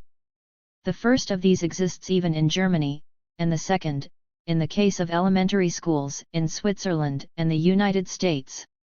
If in some states of the latter higher institutions of learning are also free, this in fact only means that the upper classes can defray the costs of their education out of the general taxpayer's pocket. Incidentally, the same is true of the free administration of justice demanded under A/5. Criminal justice can be had free anywhere. Civil justice is almost exclusively concerned with property conflicts and is hence almost exclusively the concern of the propertied classes. Should their cases be paid for out of public funds? The paragraph on schools at least ought to have demanded technical schools, theoretical and practical, in combination with elementary schooling. The idea of elementary education by the state is completely objectionable. Specifying the means available to elementary schools, the qualification of teaching staff, the subjects to be taught, etc. by a general law, as is done in the United States, and having state inspectors to supervise the observance of these regulations, is something quite different from appointing the state as educator of the people. Rather, government and church should alike be excluded from all influence on the schools. Indeed, in the Prusso-German Empire of all places, and the lame excuse that one is speaking of a future state is no way out, we have already seen what that means. It is inversely the state that could do with a rude education by the people. Despite its democratic clang, the whole program is thoroughly infested with the Lassaline sect's servile belief in the state, or, what is no better, by a democratic faith in miracles, or rather, it is a compromise between these two sorts of faith in miracles, both equally far removed from socialism. Freedom of science, says one paragraph of the Prussian constitution. Then why here? Freedom of conscience.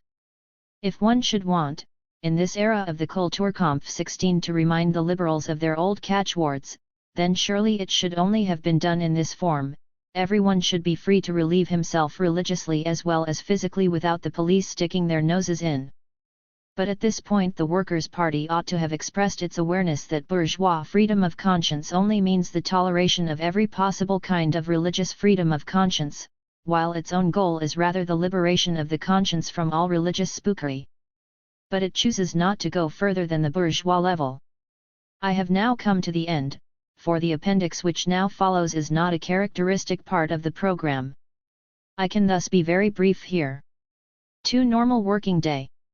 In no other country has a workers' party restricted itself to such a vague demand. The length of the working day considered normal in the given circumstances has always been specified. 3. The restriction of female labor and the prohibition of child labor. The standardization of the working day must anyway result in the restriction of female labor as far as this refers to the length of the working day, breaks, etc. Otherwise, the reference can only be to the exclusion of women from branches of labor which are specifically unhealthy for the female body or morally objectionable to the female sex. If this is what was meant, it should have been stated. Prohibition of child labor. It was absolutely essential to give an age limit here. The general prohibition of child labor is incompatible with the existence of large-scale industry. It is thus only an empty, pious wish. Its implementation, if possible, would be a reactionary step. With strict regulation of working hours according to age and with other precautionary measures to protect the children, the early combination of productive labor with education is one of the most powerful means for the transformation of present society. 4. State supervision of industry in the factory, workshop, and home. In the case of the Prusso-German state, there should certainly have been a demand that inspectors be removable only by a court of law, that every worker should be able to take inspectors to court for neglect of duty, and that inspectors should only be recruited from the medical profession. 5. Regulation of prison labor. A petty demand in a general workers' program. In any case, it ought to have been made clear that there was no wish to see prisoners handled like animals for fear of competition, and especially no intention to deprive them of their only means of improvement, productive labor. Surely at least this much could have been expected from socialists. 6. An effective liability law. What is meant by an effective liability law should have been stated. It could be noted in passing that, in speaking of the normal working day, the section of the factory laws relating to health regulations, safety measures, etc. has been overlooked. The liability law would only come into operation when these regulations were infringed. In short, this appendix, 2, is distinguished by its slovenly editing. Dixie et salva v animam meme. 17. Circular letter to Babel, Liebknecht, Braca, etal 1. Karl Marx and Friedrich Engels. 1718 September 1879. Dear Babel, there has been a delay in replying to your letter of August 29 due on the one hand to the extended absence of Marx and on the other to several incidents, firstly the arrival of Richter's Jahrbuch II and then the arrival of Hirsch III himself. I must assume that Liebknecht has not shown you my last letter to him, although I expressly requested him to do so. Otherwise you would certainly not have presented the same reasons which Liebknecht put forward and which I have already answered in that letter. 4. Let us now go through the individual points at issue here. I. The negotiations with Karl Hirsch. Liebknecht inquires whether Hirsch wants to take over the editorship of the newly founded party organ in Zurich. 5. Hirsch requests information about the founding of the paper, what funds are available and who is supplying them. The first question, in order to find out whether the paper will not have to cease publication after a few months, the other, in order to make sure who has his hand on the purse strings and thus who has final control over the position of the paper. Liebknecht's answer to Hirsch, everything in order. Further information from Zurich, Liebknecht to Hirsch, July 28, does not arrive. But a letter from Bernstein to Hirsch does arrive from Zurich, July 24. Bernstein informs him that we have been charged with the production and supervision of the paper. He says a discussion has taken place between Virac 6 and us in which it was found, that your position would be made somewhat difficult by the differences of opinion which you had, as a Latern 7 man, with individual comrades. However, I consider these reservations of no great importance. About the founding of the paper, not a word. Hirsch answers on July 26 by return of post inquiring as to the financial position of the paper. Which comrades have pledged themselves to cover the deficit? Up to what amount and for how long a period? The question of the editor's salary is of absolutely no importance in this connection. Hirsch merely wishes to know whether funds have been secured to guarantee the existence of the paper for at least 1 year. Bernstein answers on July 31, any potential deficit will be covered by voluntary contributions, of which some have already been subscribed. In response to Hirsch's comments on the direction he intends to give the paper, of which more below, disapproving comments and directives are forthcoming. The Supervisory Commission must insist on this all the more, as it is itself subject to supervision, that is responsible. On this point, therefore, you would have to come to an agreement with the Supervisory Commission. An immediate reply, if possible by telegraph, is requested. Thus, instead of any answer to his justified questions, Hirsch receives news that he is to carry on his editorial work under a supervisory commission with its seat in Zurich, a commission whose views differ very considerably from his own and whose members are not even named to him. Hirsch, quite justifiably outraged at this treatment, prefers to come to an arrangement with the Leipzig people. You must be familiar with his letter of August 2 to Liebknecht, as Hirsch expressly demanded that you and Viereck be informed. Hirsch is even willing to place himself under a Zurich Supervisory Commission provided it makes comments to the editor in writing and is responsible to the Leipzig Control Commission. Meanwhile, Liebknecht writes to Hirsch on July 28. Of course the undertaking has financial backing, as the whole party plus, including, Hochberg are behind it. But I am not bothering about the details. The next letter contains nothing about the financial backing either. On the other hand, it contains the assurance that the Zurich Commission is not an editorial commission but is only entrusted with administration and financial matters. On August 14, Liebknecht writes the same to me and demands that we persuade Hirsch to accept. On August 29, you yourself are so little informed about the true state of affairs that you write to me. In the editorial work of the newspaper he, Hochberg, has no more say than any other prominent party comrade. Finally, Hirsch receives a letter from Viereck on August 11, in which he admits that the three men resident in Zurich were to tackle the founding of the paper as an editorial commission and to select an editor with the endorsement of the three Leipzig people. As far as I remember, it was also declared in the resolutions which were issued that the Zurich Founding Committee mentioned in Clause 2 was to assume the political as well as the financial responsibility to the party. Now this state of affairs seems to me to indicate that, without the participation of the three men resident in Zurich, who have been charged by the party with the founding of the paper, an acceptance of the editorship cannot be considered. Here Hirsch now has something definite at last, if only the information about the editor's position with regard to the Zurich people. They are an editorial commission, they also carry the political responsibility, it is not possible to take over the editorship without their participation. In short, Hirsch is simply directed to come to an arrangement with three people in Zurich whose names he has still not been given. But so that the confusion is complete, Liebknecht writes a postscript to Viereck's letter. Singer 8 has just been here from Berlin and has reported, the Supervisory Commission in Zurich is not, as Viereck thinks, an editorial commission but essentially an administrative commission, which is financially answerable to the party, i.e. to us, for the paper. Of course the members have the right and the duty to discuss editorial matters with you, a right and a duty which, by the way, every party comrade has.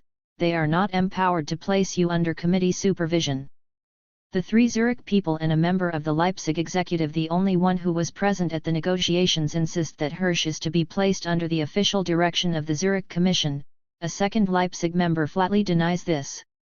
And Hirsch is supposed to make up his mind before the gentlemen have reached an agreement among themselves? It does not seem to have occurred to anyone that Hirsch was entitled to be informed of the resolutions which had been passed containing the conditions which he was expected to comply with, the less so as it did not even occur to the Leipzig people to inform themselves reliably about those resolutions. Otherwise, how was the contradiction mentioned above possible? Although the Leipzig people cannot agree on the powers delegated to the Zurich Commission, the Zurich people are in absolutely no doubt. Scram 9 to Hirsch, August 14.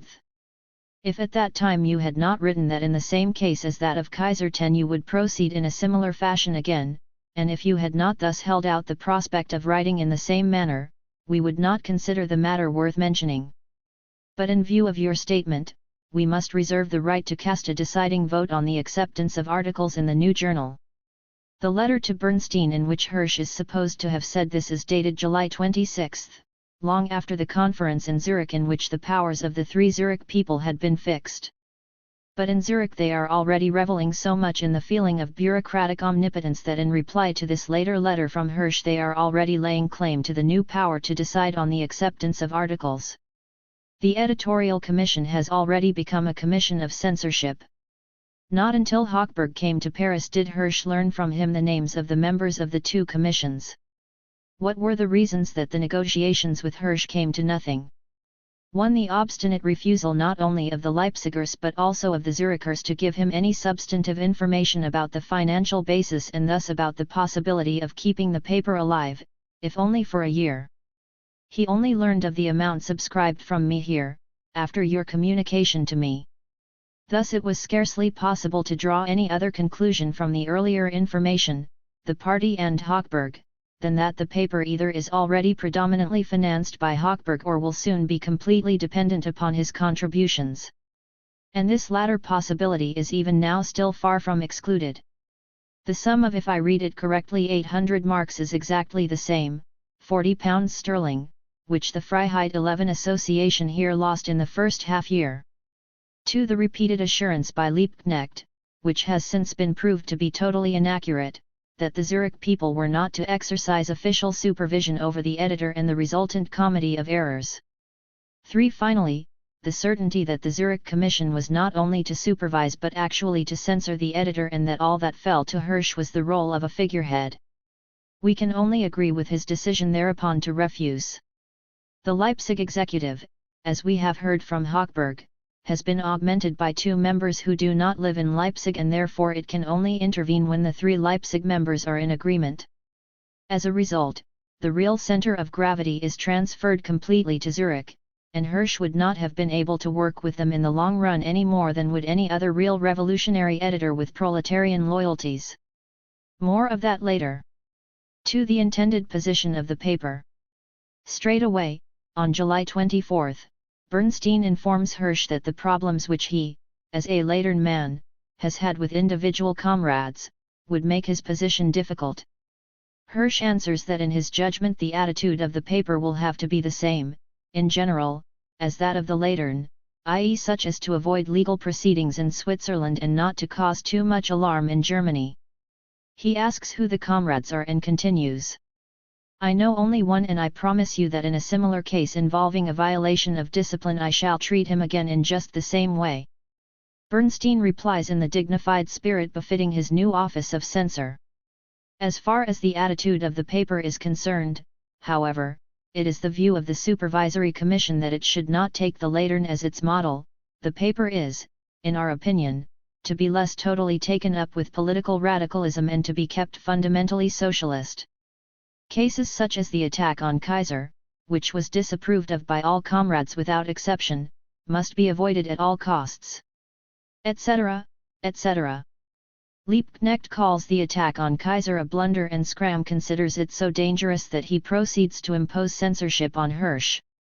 Hirsch writes once again to Hochberg that a case such as that of Kaiser cannot occur if an official party organ exists whose clear explanations and well-meaning hints cannot be so boldly disregarded by a deputy. Virac, too, writes that the new paper is directed to adopt a dispassionate attitude and, as much as possible, to ignore all differences of opinion which have occurred hitherto.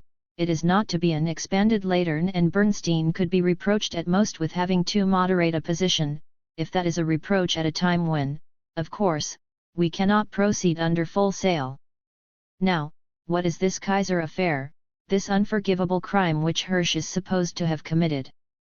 Kaiser is the only social democratic deputy who speaks and votes in the Reichstag in favor of protective tariffs. Hirsch accuses him of having violated party discipline. 1. By voting for direct taxation, the abolition of which the party program expressly demands. 2. By voting monies to Bismarck and thus infringing the first basic rule of our party tactics, not a farthing for this government. In both points Hirsch is undoubtedly right. And after Kaiser had trampled, on the one hand, upon the party program, to which the deputies, as it were, took an oath in the form of a Congress resolution, and, on the other, upon the most imperative, most fundamental rule of party tactics, and had voted Bismarck monies as thanks for the anti-socialist law, Hirsch was equally right, in our opinion, to attack him as roughly as he did. We have never been able to understand why people in Germany have become so furious about this attack on Kaiser. Now Hochberg tells me the parliamentary party gave Kaiser permission to act as he did, and as a result of this permission Kaiser is considered covered. If this is the case, it is really a bit much. Firstly, Hirsch could not know of this secret resolution any more than could the rest of the world. 12. Furthermore, the disgrace for the party, which before could have been laid on Kaiser alone, becomes even greater as a result of this affair, as does Hirsch's merit, too, in having exposed to all the world these absurd turns of phrase and even more absurd votes of Kaiser's, and thus in having saved the party's honor. Or has German social democracy indeed been infected by the parliamentary disease, and does it really believe that with the popular vote the Holy Ghost is poured out over the elect, that meetings of the parliamentary party are transformed into infallible councils and party decisions into inviolable dogmas?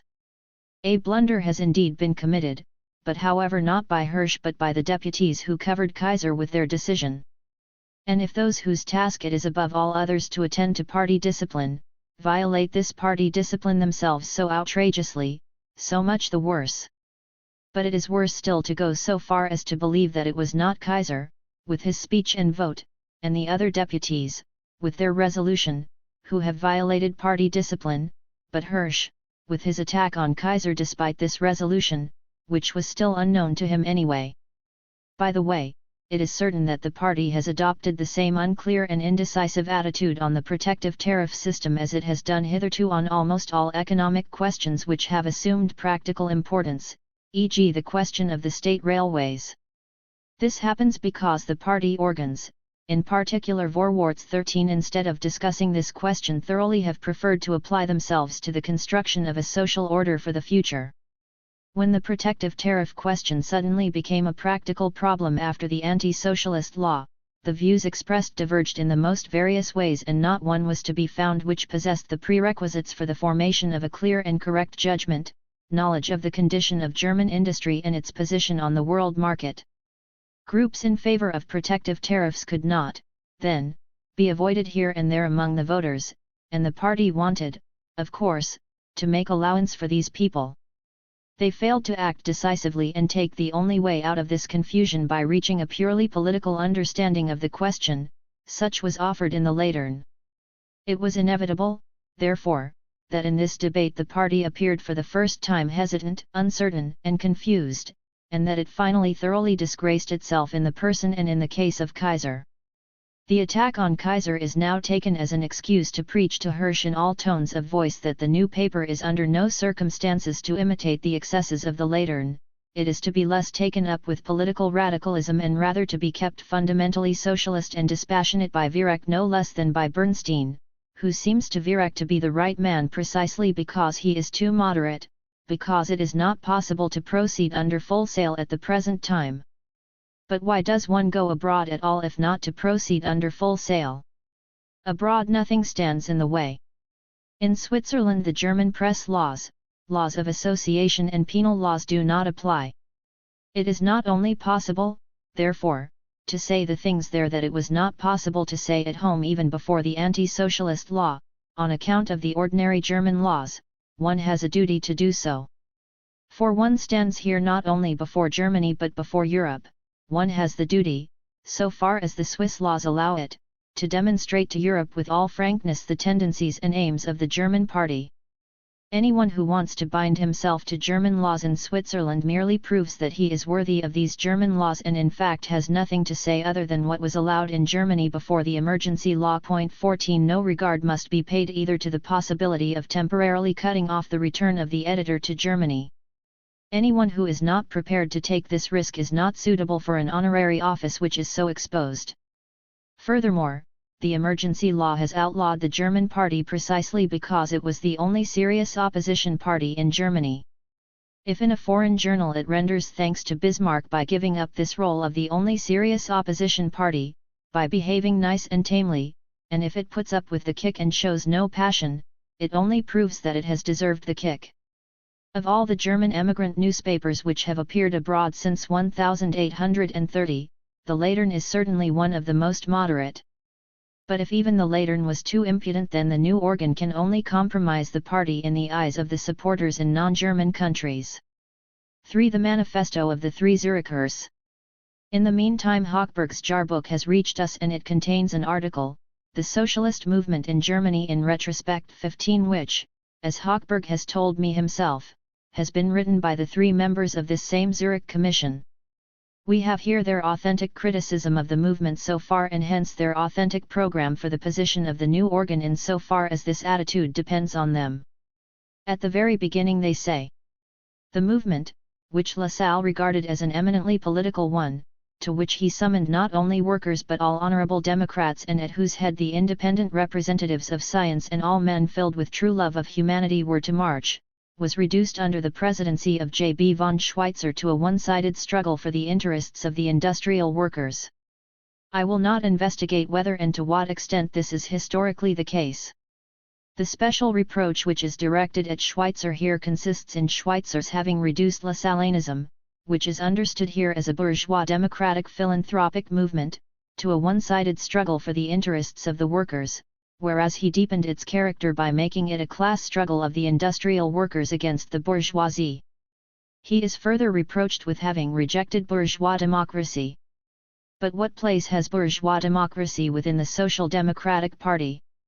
If it consists of honest men, it cannot want to be admitted, and if it nevertheless wishes to be admitted, then this is only to cause trouble.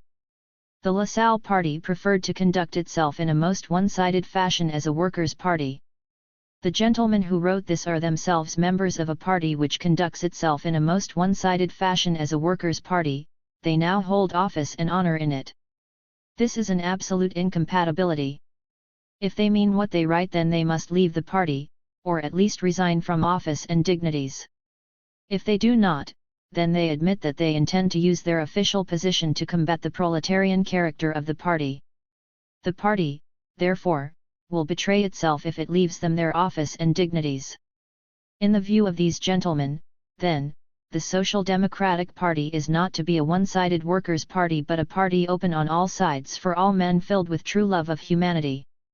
It is to prove this, above all, by divesting itself of rough proletarian passions and by placing itself under the leadership of educated, philanthropic bourgeois in order to develop good taste and to learn good form. Then the disreputable behavior of many of its leaders will give way to an exemplary bourgeois behavior. As if the superficially disreputable behavior of those referred to were not the least they can be reproached with. Then, too, numerous supporters from the circles of the educated and propertied classes will join. But these must first be won, if the agitation which is conducted is to achieve tangible successes. German socialism has attached too much importance to winning the masses and has failed to conduct energetic propaganda in the so-called upper strata of society. For the party still lacks men who are fitted to represent it in the Reichstag. But it is desirable and necessary to entrust mandates to men who have had opportunity and time enough to acquaint themselves with the relevant material. The simple worker and small craftsman have the necessary leisure for this only in the most exceptional cases. So vote bourgeois. In short, the working class is incapable of liberating itself by its own efforts. For this purpose it must first accept the leadership of educated and propertied bourgeois, who alone have opportunity and time to acquaint themselves with what is good for the workers. And secondly, the bourgeoisie is on no account to be combated, but to be won by energetic propaganda.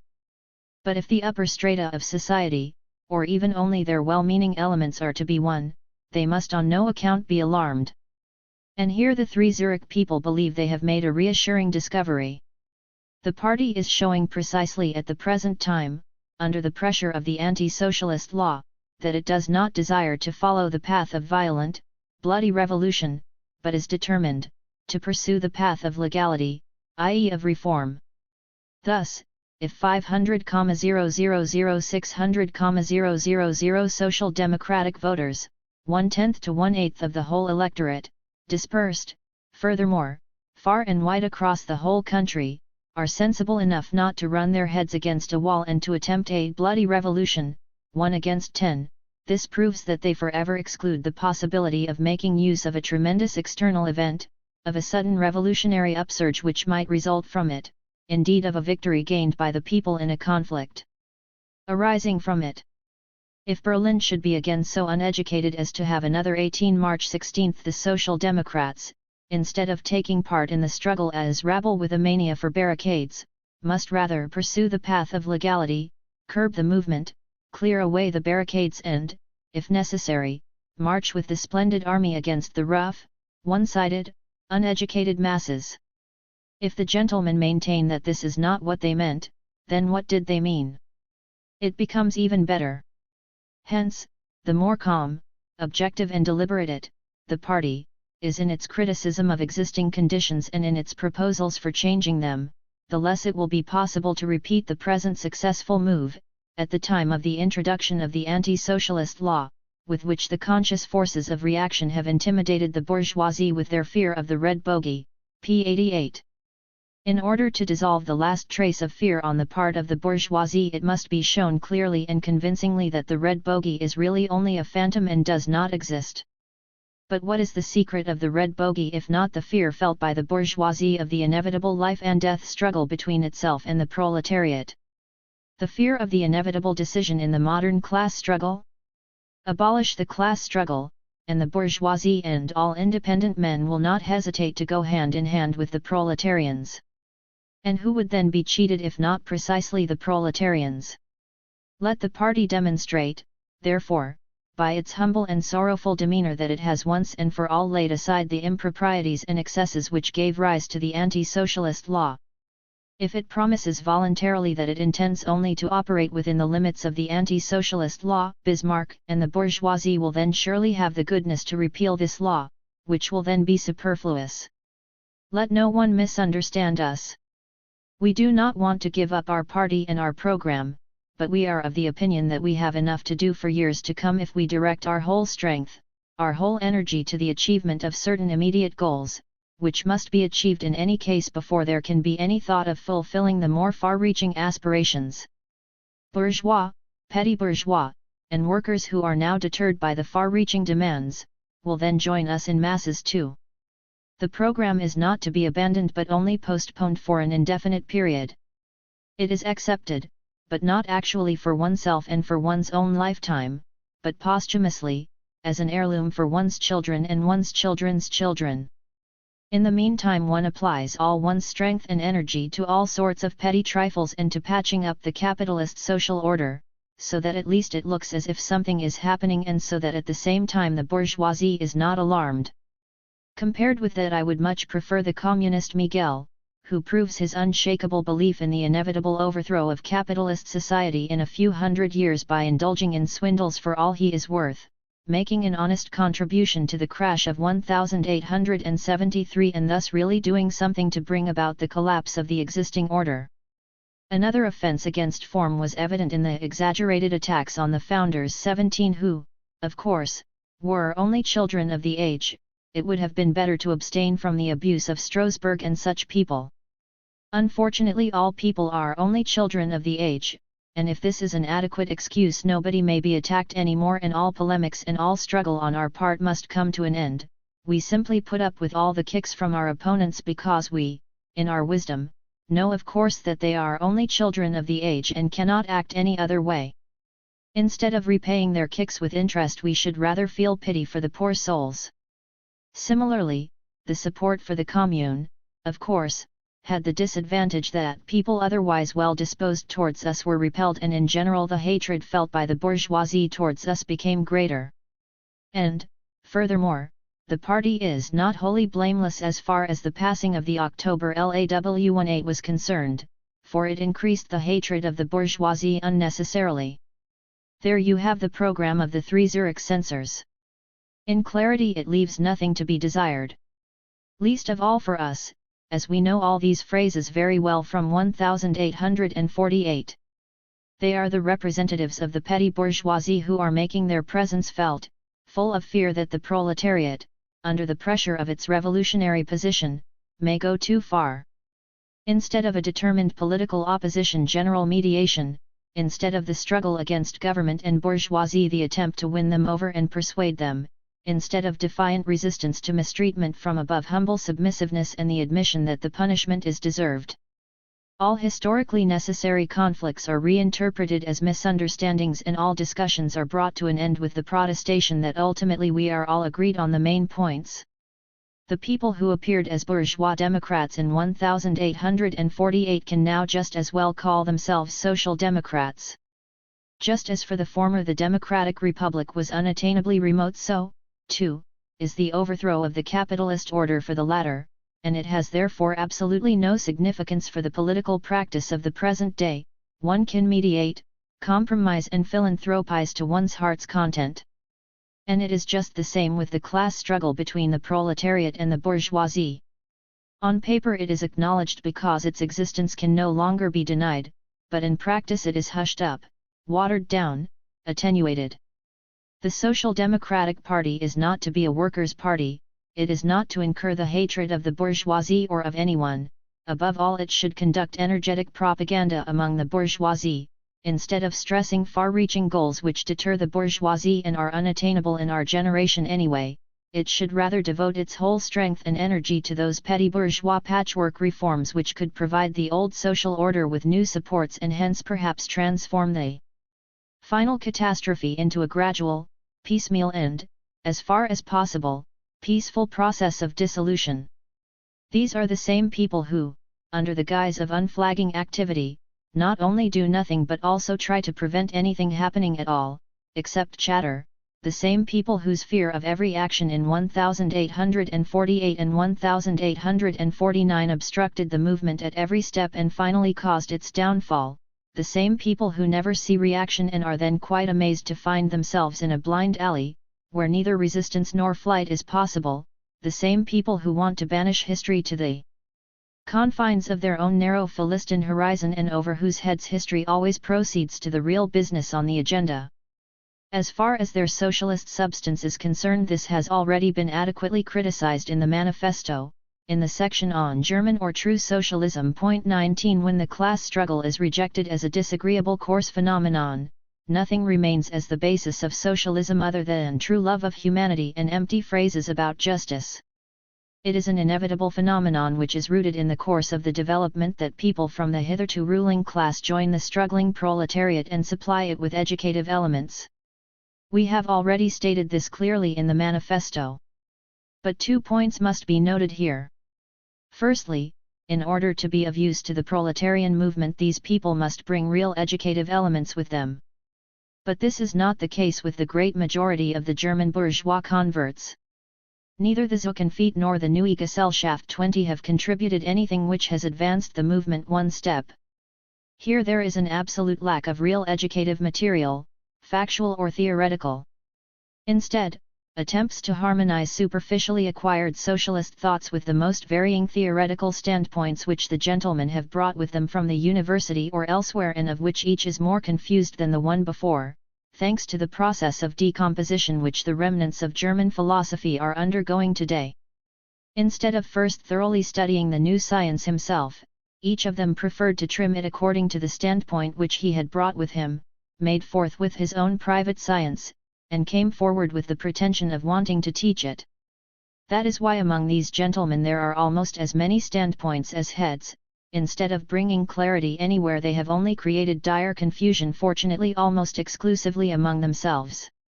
Such educative elements, whose first principle it is to teach what they have not learnt, the party can very well do without. Secondly, when such people from other classes join the proletarian party, the first requirement is that they do not bring any remnants of bourgeois, petty bourgeois etc. prejudices with them, but that they adopt the proletarian outlook without prevarication. These gentlemen, however, as has been demonstrated, are chock full of bourgeois and petty bourgeois ideas. In such a petty bourgeois country as Germany, these ideas certainly have their justification. But only outside the Social Democratic Workers' Party. If these gentlemen constitute themselves as a social democratic petty bourgeois party, they have a perfect right to do so. It would be possible, then, to negotiate with them and to form a common front with them under certain circumstances. But in a workers' party they are an adulterating element. If there are reasons for tolerating them in it for the present, then it is our duty only to tolerate them, to allow them no influence on the party leadership and to remain conscious of the fact that the break with them is only a matter of time. The time, moreover, seems to have come. It seems to us incomprehensible that the party can allow the authors of this article in its midst any longer. But if the party leadership should fall more or less into their hands, then the party will simply be castrated, and that would be the end of its proletarian drive.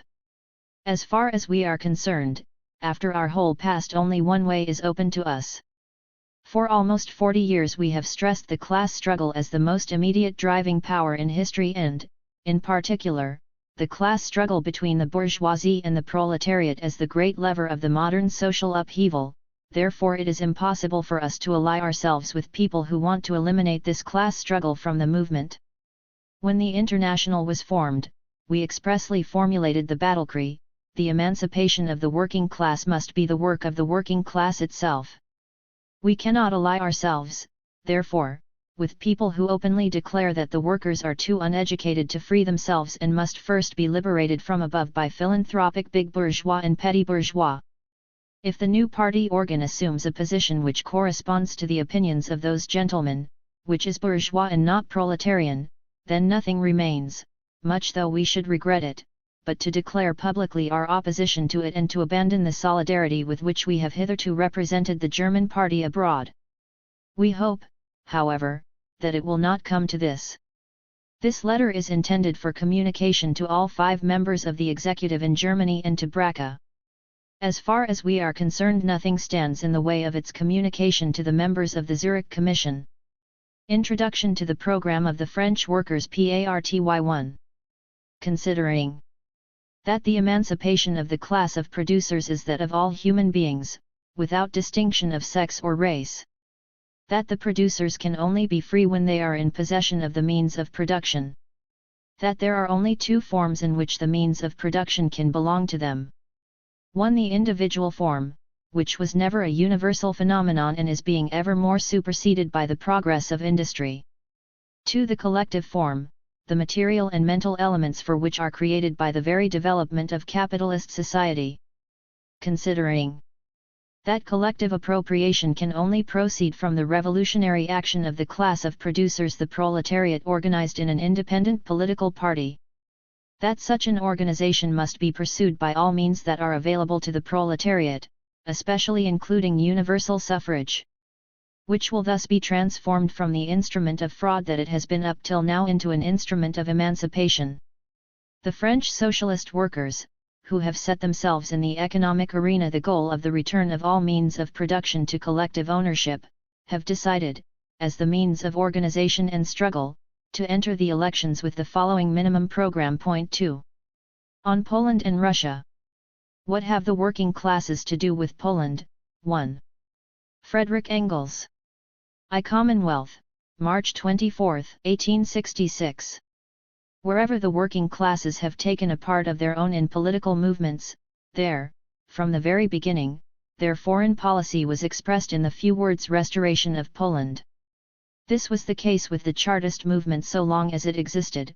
This was the case with the French working men long before 1848, as well as during that memorable year, when on May 15 they marched on to the National Assembly to the cry of "Vive la Poland!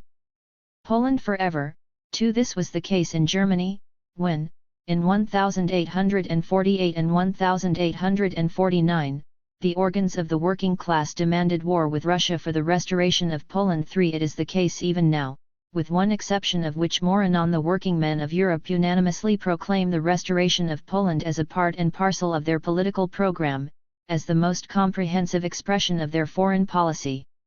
The middle class, too, have had, and have still, sympathies with the Poles, which sympathies have not prevented them from leaving the Poles in the lurch in 1831, in 1846, in 1863, nay, have not even prevented them from leaving the worst enemies of Poland, such as Lord Palmerston, to manage matters so as to actually assist Russia while they talked in favor of Poland.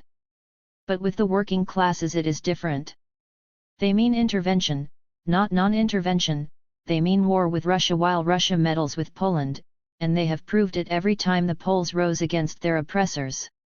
And recently, the International Working Men's Association has given a fuller expression to this universal instinctive feeling of the body it claims to represent, by inscribing on its banner, "Resistance to Russian encroachments upon Europe, Restoration of Poland." Point 4.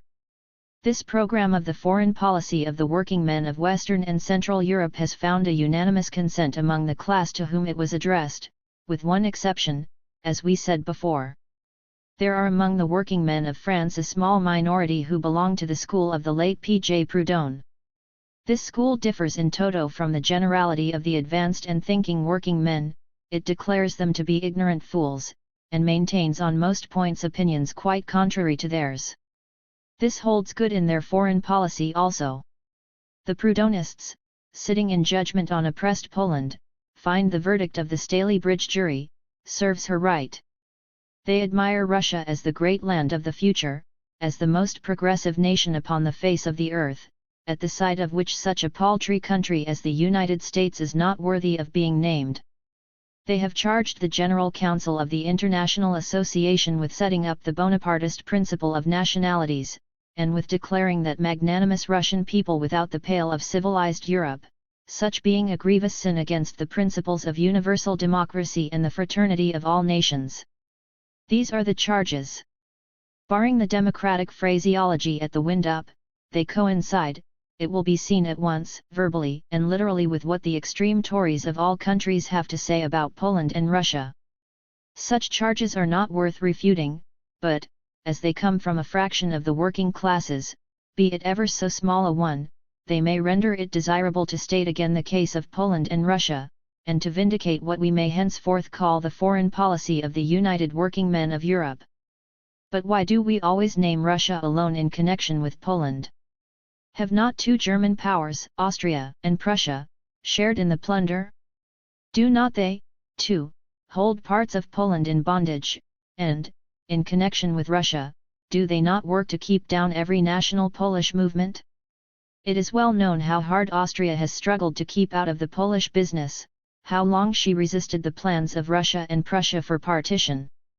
Poland was a natural ally of Austria against Russia. When Russia once became formidable, nothing could be more in the interest of Austria than to keep Poland alive between herself and the newly rising empire. It was only when Austria saw that Poland's fate was settled, that with or without her, the other two powers were determined to annihilate her. It was only then that in self-protection she went in for a share of the territory. But as early as 1815 she held out for the restoration of an independent Poland. In 1831 and in 1863 she was ready to go to war for that object, and give up her own share of Poland provided England and France were prepared to join her. The same during the Crimean War.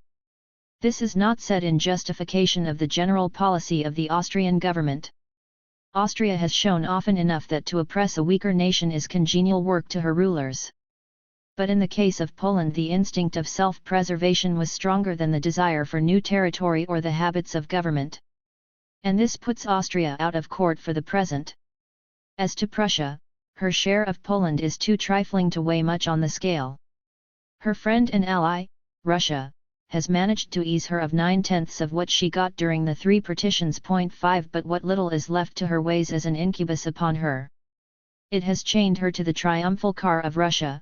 It has been the means of enabling her government, even in 1863-4, to practice unchallenged in Prussian Poland those breaches of the law, those infractions of individual liberty, of the right of meeting, of the liberty of the press, which were so soon afterwards to be applied to the rest of the country. It has falsified the whole middle-class liberal movement which, from fear of risking the loss of a few square miles of land on the eastern frontier, allowed the government to set all law aside with regard to the Poles. The working men, not only of Prussia, but of all Germany, have a greater interest than those of any other country in the restoration of Poland, and they have shown in every revolutionary movement that they know it. Restoration of Poland, to them, is emancipation of their own country from Russian vassalage. And this we think puts Prussia out of court too. Whenever the working classes of Russia, if there is such a thing in that country, in the sense it is understood in Western Europe, form a political program, and that program contains the liberation of Poland then, but not till then. Russia as a nation will be out of court too, and the government of the Tsar will remain alone under indictment. 2 Commonwealth, March 31, 1866. It is said that to claim independence for Poland is to acknowledge the principle of nationalities, and that the principle of nationalities is a Bonapartist invention concocted to prop up the Napoleonic despotism in France. Now what is this principle of nationalities? By the treaties of 1815 the boundaries of the various states of Europe were drawn merely to suit diplomatic convenience, and especially to suit the convenience of the then strongest continental power Russia. No account was taken either of the wishes, the interests, or the national diversities of the populations. Thus, Poland was divided, Germany was divided, Italy was divided, not to speak of the many smaller nationalities inhabiting southeastern Europe, and of which few people at that time knew anything. The consequence was that for Poland, Germany, and Italy, the very first step in every political movement was to attempt the restoration of that national unity without which national life was but a shadow.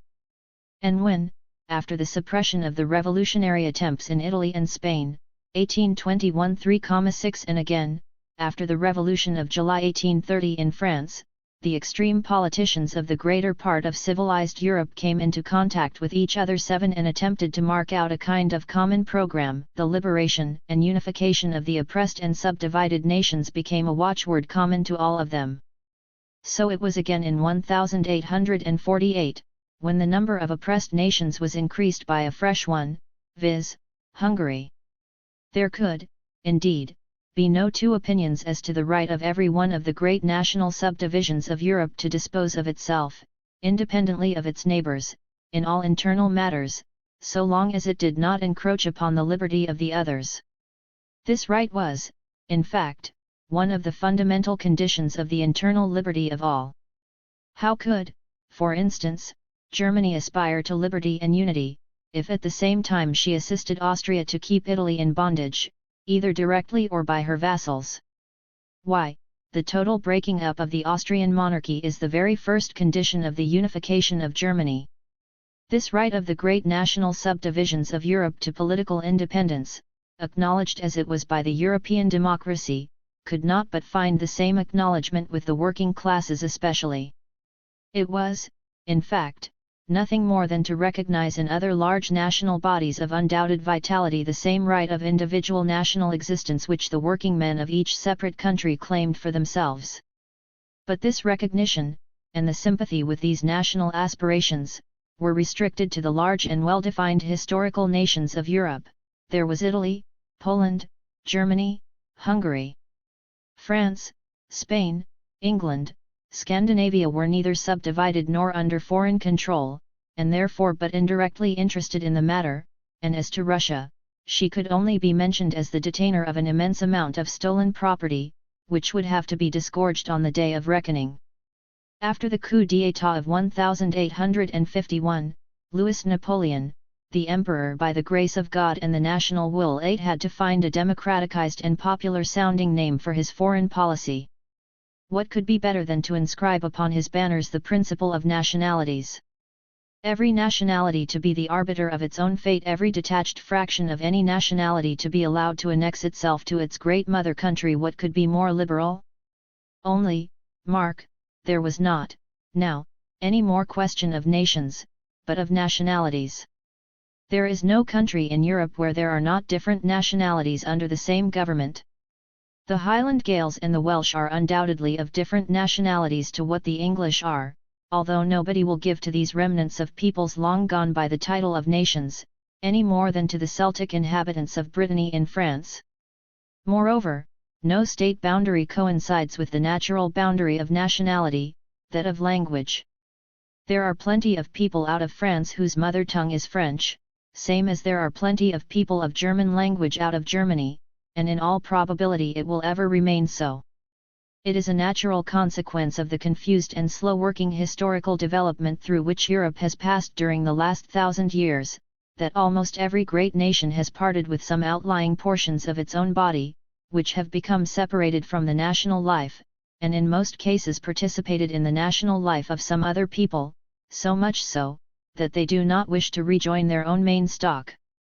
The Germans in Switzerland and Alsace do not desire to be reunited to Germany, any more than the French in Belgium and Switzerland wish to become attached politically to France.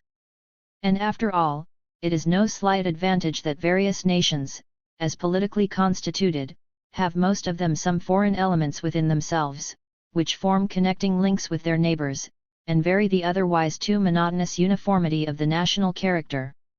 Here, then, we perceive the difference between the principle of nationalities and the old democratic and working-class tenet as to the right of the great European nations to separate and independent existence. The principle of nationalities leaves entirely untouched the great question of the right of national existence for the historic peoples of Europe, nay, if it touches it, it is merely to disturb it. The principle of nationalities raises two sorts of questions: first of all, questions of boundary between these great historic peoples, and secondly, questions as to the right to independent national existence of those numerous small relics of peoples which, after having figured for a longer or shorter period on the stage of history, were finally absorbed as integral portions into one or the other of those more powerful nations whose greater vitality enabled them to overcome greater obstacles. The European importance, the vitality of a people is as nothing in the eyes of the principle of nationalities. Before it, the Romans of Wallachia, who never had a history nor the energy required to have one, are of equal importance to the Italians who have a history of 2000 years, and an unimpaired national vitality. The Welsh and Manxmen, if they desired it, would have an equal right to independent political existence, absurd though it would be, with the English. The whole thing is an absurdity, got up in a popular dress in order to throw dust in shallow people's eyes, and to be used as a convenient phrase, or to be laid aside if the occasion requires it. Shallow as the thing is, it required cleverer brains than Louis Napoleon's to invent it.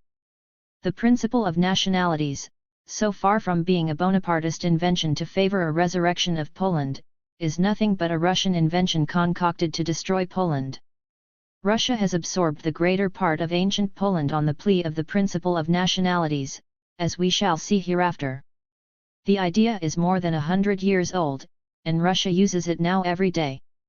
What is pan-slavism but the application, by Russia and Russian interest, of the principle of nationalities to the Serbians, Croats, Ruthenes, Slovaks, Czechs, and other remnants of bygone Slavonian peoples in Turkey, Hungary, and Germany. Even at this present moment, the Russian government have agents traveling among the Laponians in northern Norway and Sweden, trying to agitate among these nomadic savages the idea of a great Finnic nationality, which is to be restored in the extreme north of Europe, under Russian protection, of course. The cry of anguish of the oppressed Laplanders is raised very loud in the Russian papers, not by those same oppressed nomads, but by the Russian agents, and indeed it is a frightful oppression, to induce these poor Laplanders to learn the civilized Norwegian or Swedish language, instead of confining themselves to their own barbaric, half-Eskimo idiom. The principle of nationalities, indeed, could be invented in Eastern Europe alone, where the tide of Asiatic invasion, for 1,000 years, recurred again and again, and left on the shore those heaps of intermingled ruins of nations which even now the ethnologist can scarcely disentangle, and where the Turk, the Finnic Magyar, the Roman, the Jew, and about a dozen Slavonic tribes, live intermixed in interminable confusion. That was the ground to work the principle of nationalities, and how Russia has worked it there, we shall see by and by in the example of Poland. 3 Commonwealth, May 5, 1866. The doctrine of nationality applied to Poland. Poland, like almost all other European countries, is inhabited by people of different nationalities. The mass of the population, the nucleus of its strength, is no doubt formed by the Poles proper, who speak the Polish language. But ever since 139,010 Poland proper has been united to the Grand Duchy of Lithuania, which has formed, up to the last partition in 1795, an integral portion of the Polish Republic. This Grand Duchy of Lithuania was inhabited by a great variety of races.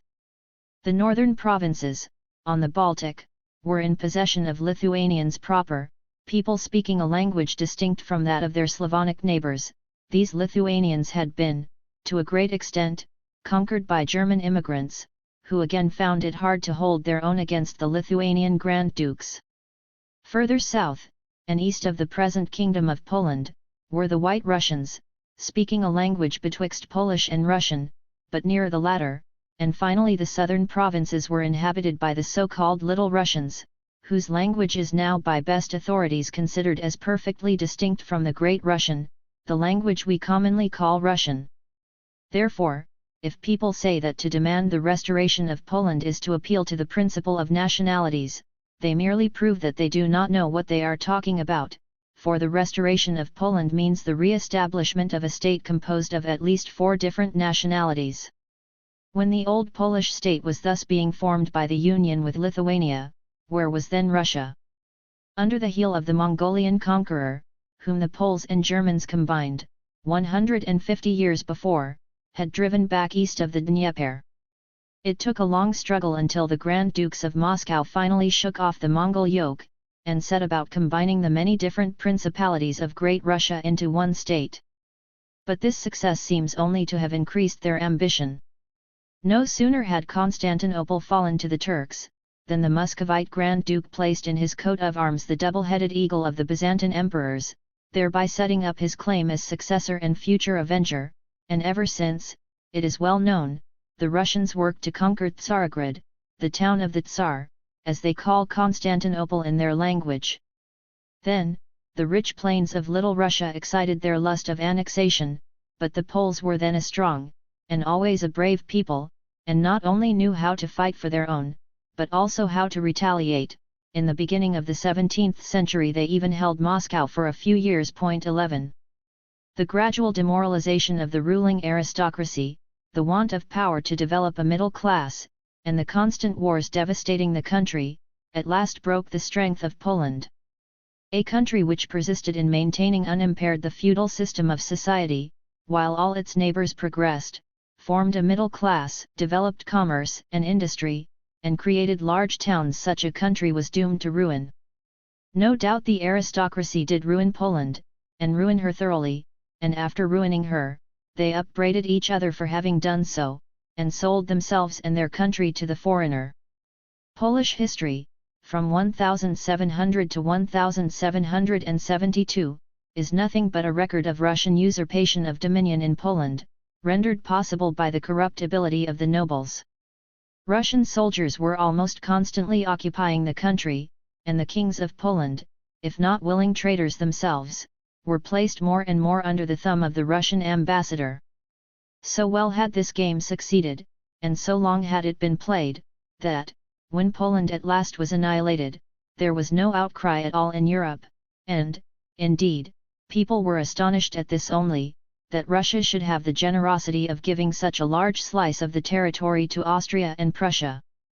The way in which this partition was brought about is particularly interesting. There was, at that time, already an enlightened public opinion in Europe. Although the Times newspaper had not yet begun to manufacture that article, there was that kind of public opinion which had been created by the immense influence of Diderot, Voltaire, Rousseau, and the other French writers of the 18th century. Russia always knew that it is important to have public opinion on one's side, if possible, and Russia took care to have it, too. The court of Catherine II was made the headquarters of the enlightened men of the day, especially Frenchmen. The most enlightened principles were professed by the Empress and her court, and so well did she succeed in deceiving them that Voltaire and many others sang the praise of the Semiramis of the North, and proclaimed Russia the most progressive country in the world, the home of liberal principles, the champion of religious toleration. Religious toleration, that was the word wanted to put down Poland. Poland had always been extremely liberal in religious matters, witness the asylum the Jews found there while they were persecuted in all other parts of Europe. The greater portion of the people in the eastern provinces belonged to the Greek faith, while the Poles proper were Roman Catholics. A considerable portion of these Greek Catholics had been induced, during the 16th century, to acknowledge the supremacy of the Pope, and were called United Greeks, but a great many continued true to their old Greek religion in all respects. They were principally the serfs, their noble masters being almost all Roman Catholics, they were Little Russians by nationality. Now, this Russian government, which did not tolerate at home any other religion but the Greek, and punished apostasy as a crime, which was conquering foreign nations and annexing foreign provinces right and left, and which was at that time engaged in riveting still firmer the fetters of the Russian serf, this same Russian government came soon upon Poland in the name of religious toleration, because Poland was said to oppress the Greek Catholics, in the name of the principle of nationalities. Because the inhabitants of these eastern provinces were Little Russians, and ought, therefore, to be annexed to Great Russia, and in the name of the right of revolution arming the serfs against their masters. Russia is not at all scrupulous in the selection of her means.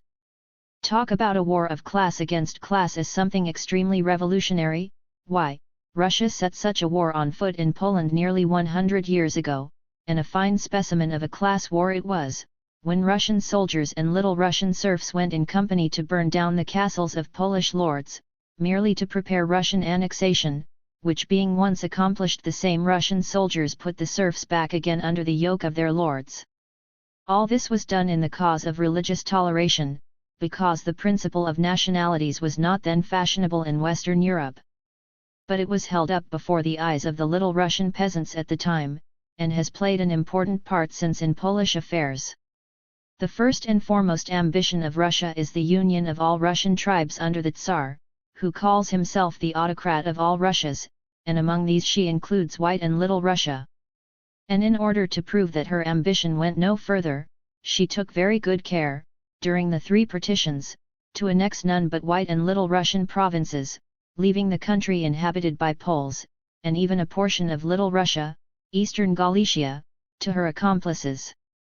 But how do matters stand now? The greater portion of the provinces annexed in 1793 and 1795 by Austria and Prussia are now under Russian dominion, under the name of the Kingdom of Poland, and from time to time hopes are raised among the Poles, that if they will only submit to Russian supremacy, and renounce all claims to the ancient Lithuanian provinces, they may expect a reunion of all other Polish provinces and a restoration of Poland, with the Russian Emperor for a king. And if at the present juncture Prussia and Austria come to blows, it is more than probable that the war will not be, ultimately, for the annexation of Schleswig-Holstein to Prussia, or of Venice to Italy, but rather of Austrian, and at least a portion of Prussian, Poland to Russia. So much for the principle of nationalities in Polish affairs. For Poland 12. Karl Marx and Friedrich Engels. Der Volksstaat, March 24, 1875. This year, too, a meeting took place to commemorate the Polish uprising of January 22, 1863. Our German party comrades took part in this commemoration in large numbers, many of them made speeches, among them Engels and Marx. We have spoken here, said Engels, of the reasons why the revolutionaries of all countries are bound to sympathize with and stand up for the cause of Poland. Only one point has been forgotten, and it is this: the political situation into which Poland has been brought is a thoroughly revolutionary one, and it leaves Poland with no other choice but to be revolutionary or perish. This was evident even after the first partition 13, which was brought about by the efforts of the Polish nobility to preserve a constitution and privileges which had forfeited their right to exist and were detrimental to the country and to general order instead of preserving the peace and securing progress. Even after the first partition, a section of the aristocracy recognized their mistake and became convinced that Poland could only be restored by means of a revolution, and 10 years later we saw Poland fighting for freedom in America. The French Revolution of 1789 found an immediate echo in Poland. The Constitution of 1791, embodying the rights of man, became the banner of the revolution on the banks of the Vistula and made Poland the vanguard of revolutionary France, and that at a moment when the 3 powers which had already plundered Poland were uniting to march on Paris and to stifle the revolution there. Could they allow revolution to nestle at the center of the coalition? Impossible. Again they threw themselves upon Poland, this time intending to rob it completely of its national existence. The unfurling of the revolutionary banner was one of the main reasons for the subjugation of Poland. A land which has been fragmented and struck off the list of nations because it has been revolutionary can seek its salvation nowhere but in revolution. And thus we find Poland taking part in all revolutionary struggles.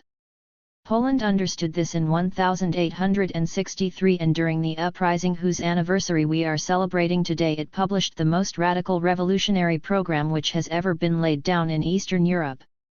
It would be ridiculous, because of the existence of a Polish aristocratic party, to regard the Polish revolutionaries as aristocrats who want to restore the aristocratic Poland of 1772.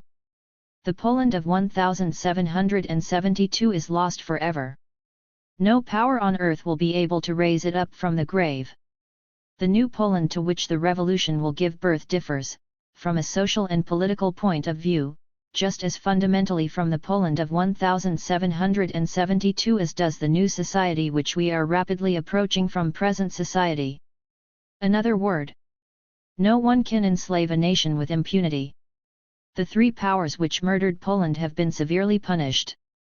Let us look at my own fatherland, Prussia, Germany. In the name of national unification we have annexed Poles, Danes, and Frenchmen, and we now have a Venice 3 times over.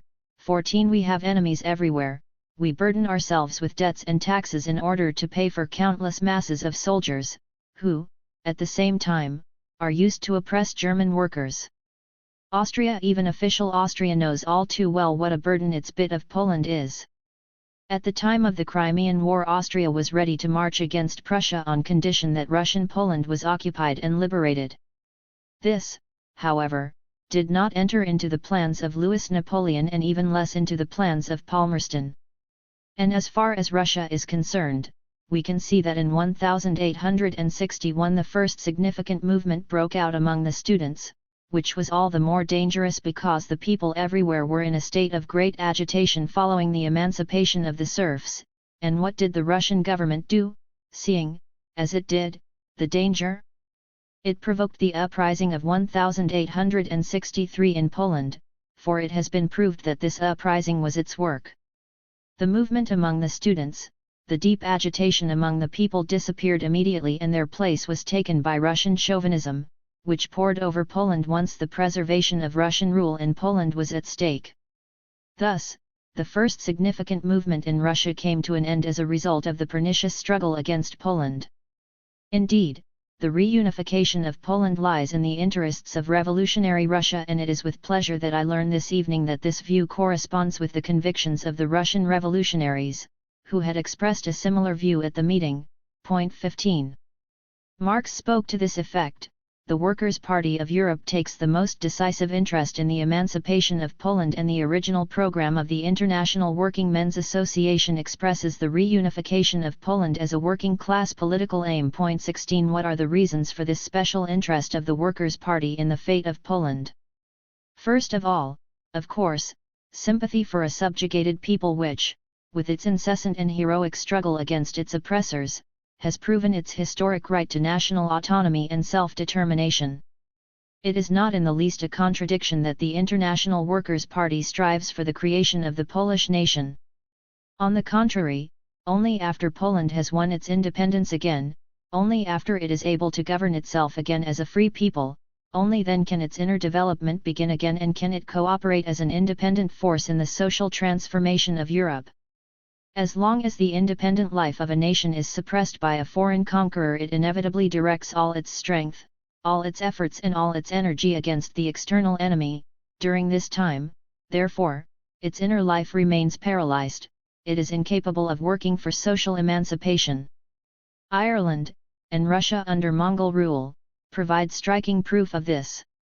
Another reason for the sympathy felt by the Workers' Party for the Polish uprising is its particular geographic, military and historical position.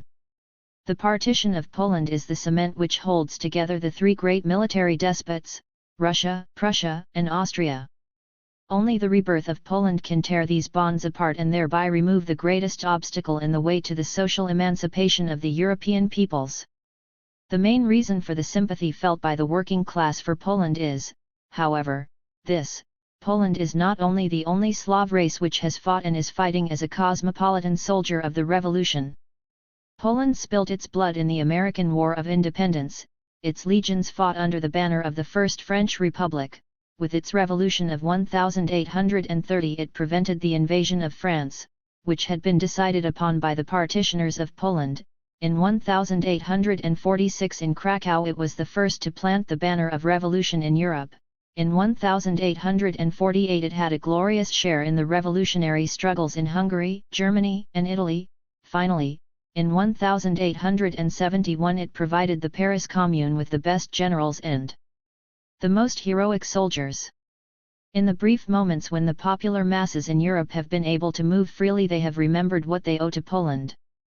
After the victorious March Revolution of 1848 in Berlin, the first act of the people was to set free the Polish prisoners, Mirosławski and his fellow sufferers, and to proclaim the restoration of Poland.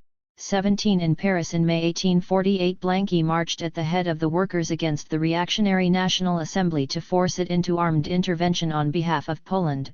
Finally in 1871, when the French workers had constituted themselves as a government, they honored Poland by giving its sons the leadership of its armed forces. 18. And at this moment, too, the German Workers' Party will not in the least be misled by the reactionary behavior of the Polish deputies in the German Reichstag. It knows that these gentlemen are not acting for Poland but in their private interests. It knows that the Polish peasant, worker, in short, every Pole not blinded by the interests of social status, is bound to recognize that Poland has and can only have one ally in Europe, the Workers' Party. Long life Poland! The curtain raised. 1. World, July 18, 1871. From our special correspondent. London, July 1. I went straight to my business. The world, I said, seemed to be in the dark about the International, hating it very much, but not able to say clearly what thing it hated. Some, who professed to have peered further into the gloom than their neighbours, declared that they had made out a sort of Janus figure with a fair, honest workman's smile on one of the faces, and on the other a murderous conspirator's scowl. Would he light up the case of mystery in which the theory dwelt? The professor laughed, chuckled a little, I fancied, at the thought that we were so frightened of him. There is no mystery to clear up, dear sir, he began, in a very polished form of the Hans Breitmann dialect, to except perhaps the mystery of human stupidity in those who perpetually ignore the fact that our association is a public one and that the fullest reports of its proceedings are published for all who care to read them. You may buy our rules for a penny, and a shilling laid out in pamphlets will teach you almost as much about us as we know ourselves. Reporter: almost yes, perhaps so. But will not the something I shall not know constitute the all-important reservation? To be quite frank with you, and to put the case as it strikes an outside observer, this general claim of depreciation of yours must mean something more than the ignorant ill will of the multitude. And it is still pertinent to ask, even after what you have told me, what is the International Society? Dr. Marx, you have only to look at the individuals of which it is composed. Workmen. Reporter: yes. But the soldier need be no exponent of the statecraft that sets him in motion. I know some of your members, and I can believe that they are not the stuff of which conspirators are made. Besides, a secret shared by a million men would be no secret at all. But what if these were only the instruments in the hands of a bold, and I hope you will forgive me for adding, not over-scrupulous conclave? Dr. Marx, there is nothing to prove it. Reporter: the last Paris insurrection. 3. Dr. Marx, I demand firstly the proof that there was any plot at all, that anything happened that was not the legitimate effect of the circumstances of the moment, or the plot granted.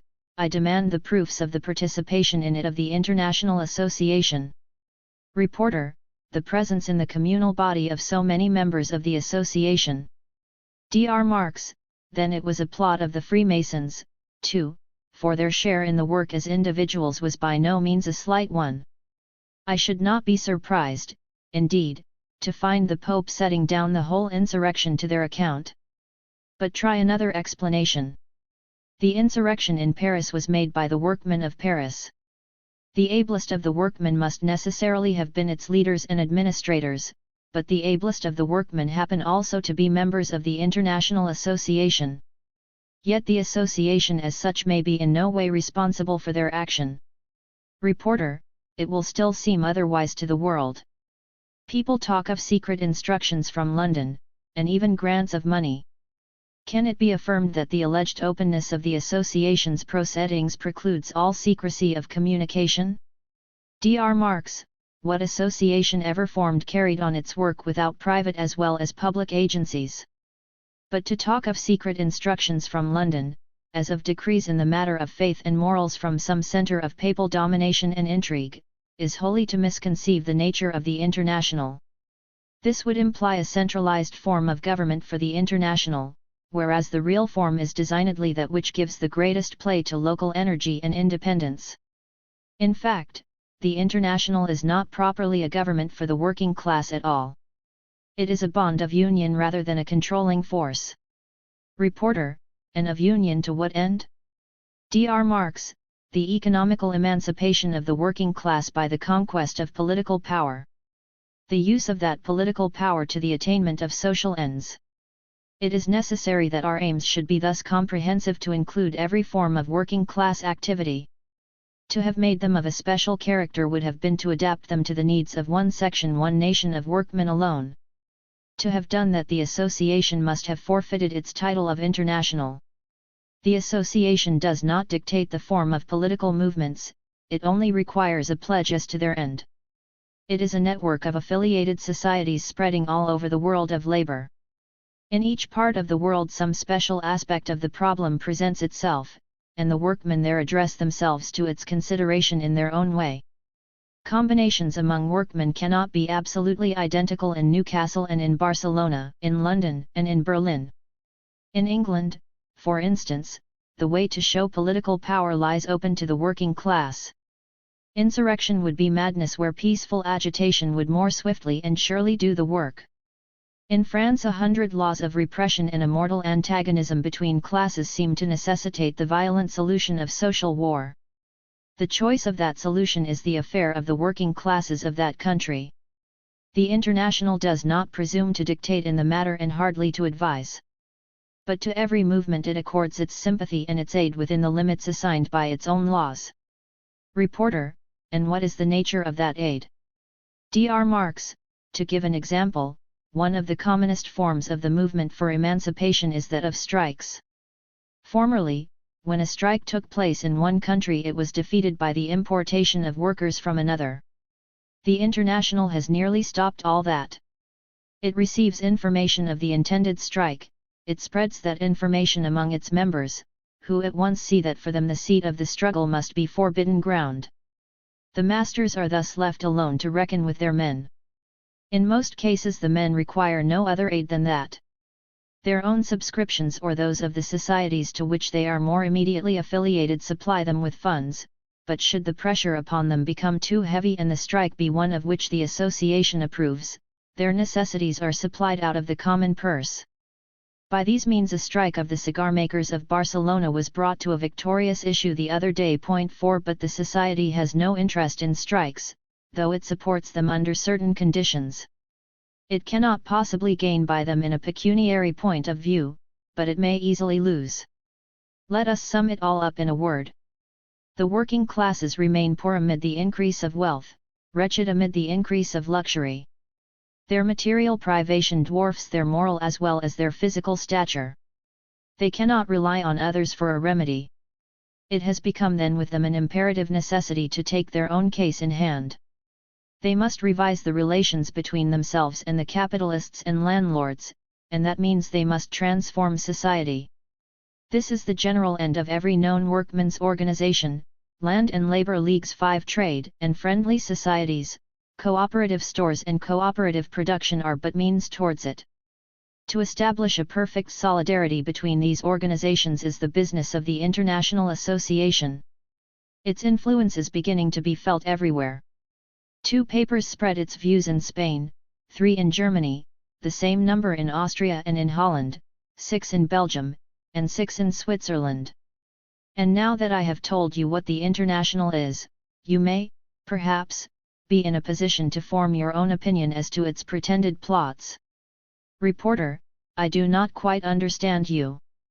Dr. Marx: do you not see that the old society, wanting the strength to meet it with its own weapons of discussion and combination, is obliged to resort to the fraud of fixing upon it the imputation of conspiracy? Reporter: but the French police declare that they are in a position to prove its complicity in the late affair, to say nothing of preceding attempts.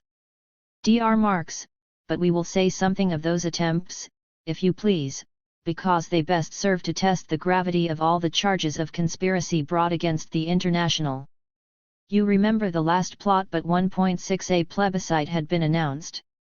Many of the electors were known to be wavering. They had no longer a keen sense of the value of the imperial rule, having come to disbelieve in those threatened dangers from which it was supposed to have saved them. A new bugbear was wanted. The police undertook to find one. All combinations of workmen being hateful to them, they naturally owed to the International an ill turn. A happy thought inspired them. What if they should select the International for their bugbear, and thus at one stroke discredit that society and curry favour for the imperial cause? Out of that happy thought came the ridiculous plot against the emperor's life, as if we wanted to kill the wretched old fellow. They seized the leading members of the International. They manufactured evidence. They prepared their case for trial, and in the meantime they had their plebiscite.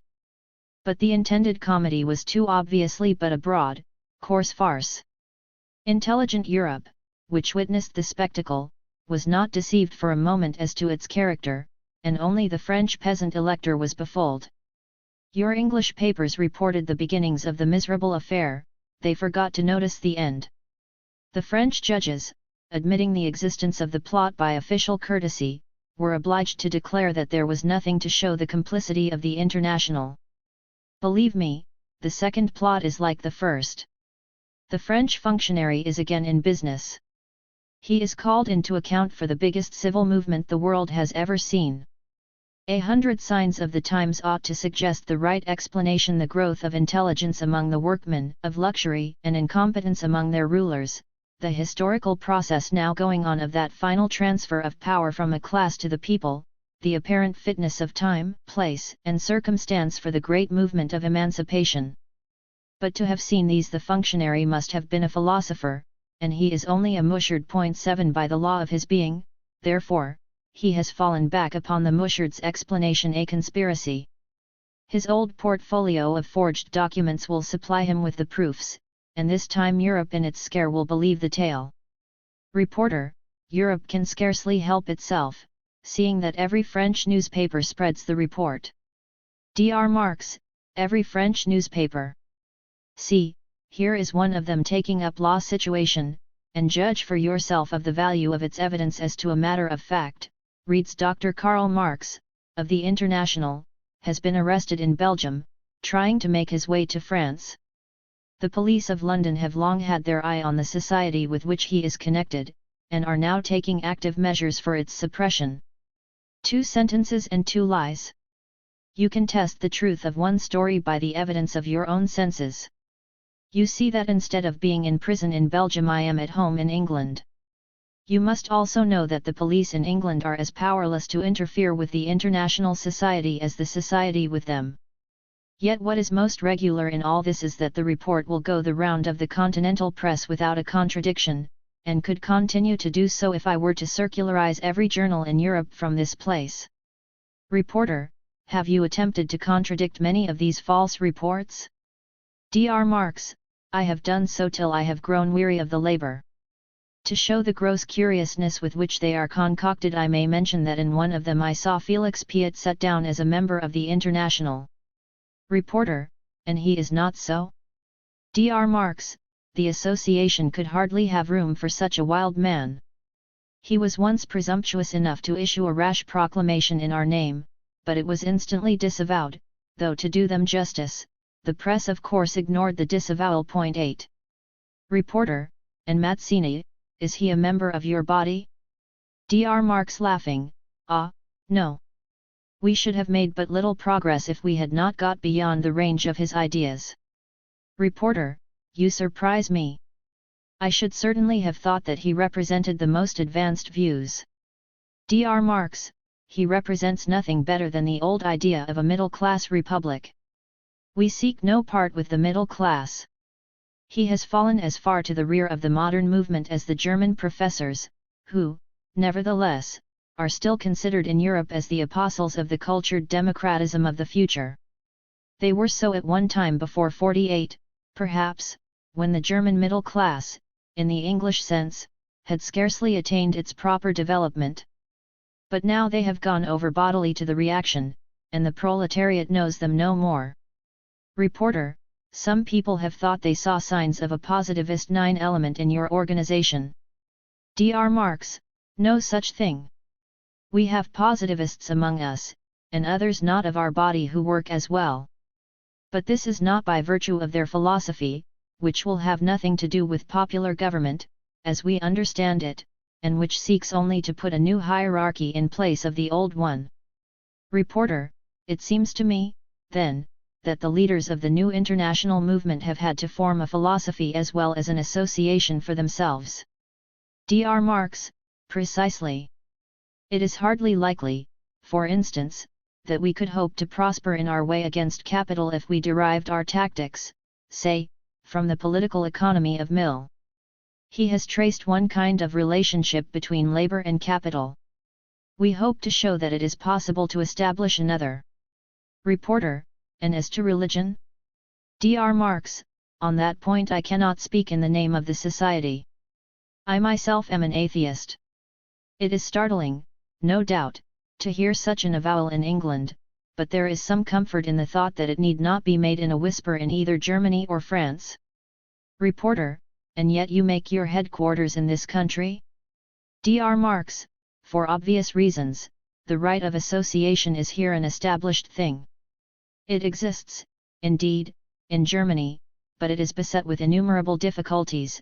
In France for many years it has not existed at all. Reporter, and the United States? Dr. Marx, the chief centers of our activity are for the present among the old societies of Europe. Many circumstances have hitherto tended to prevent the labor problem from assuming an all-absorbing importance in the United States.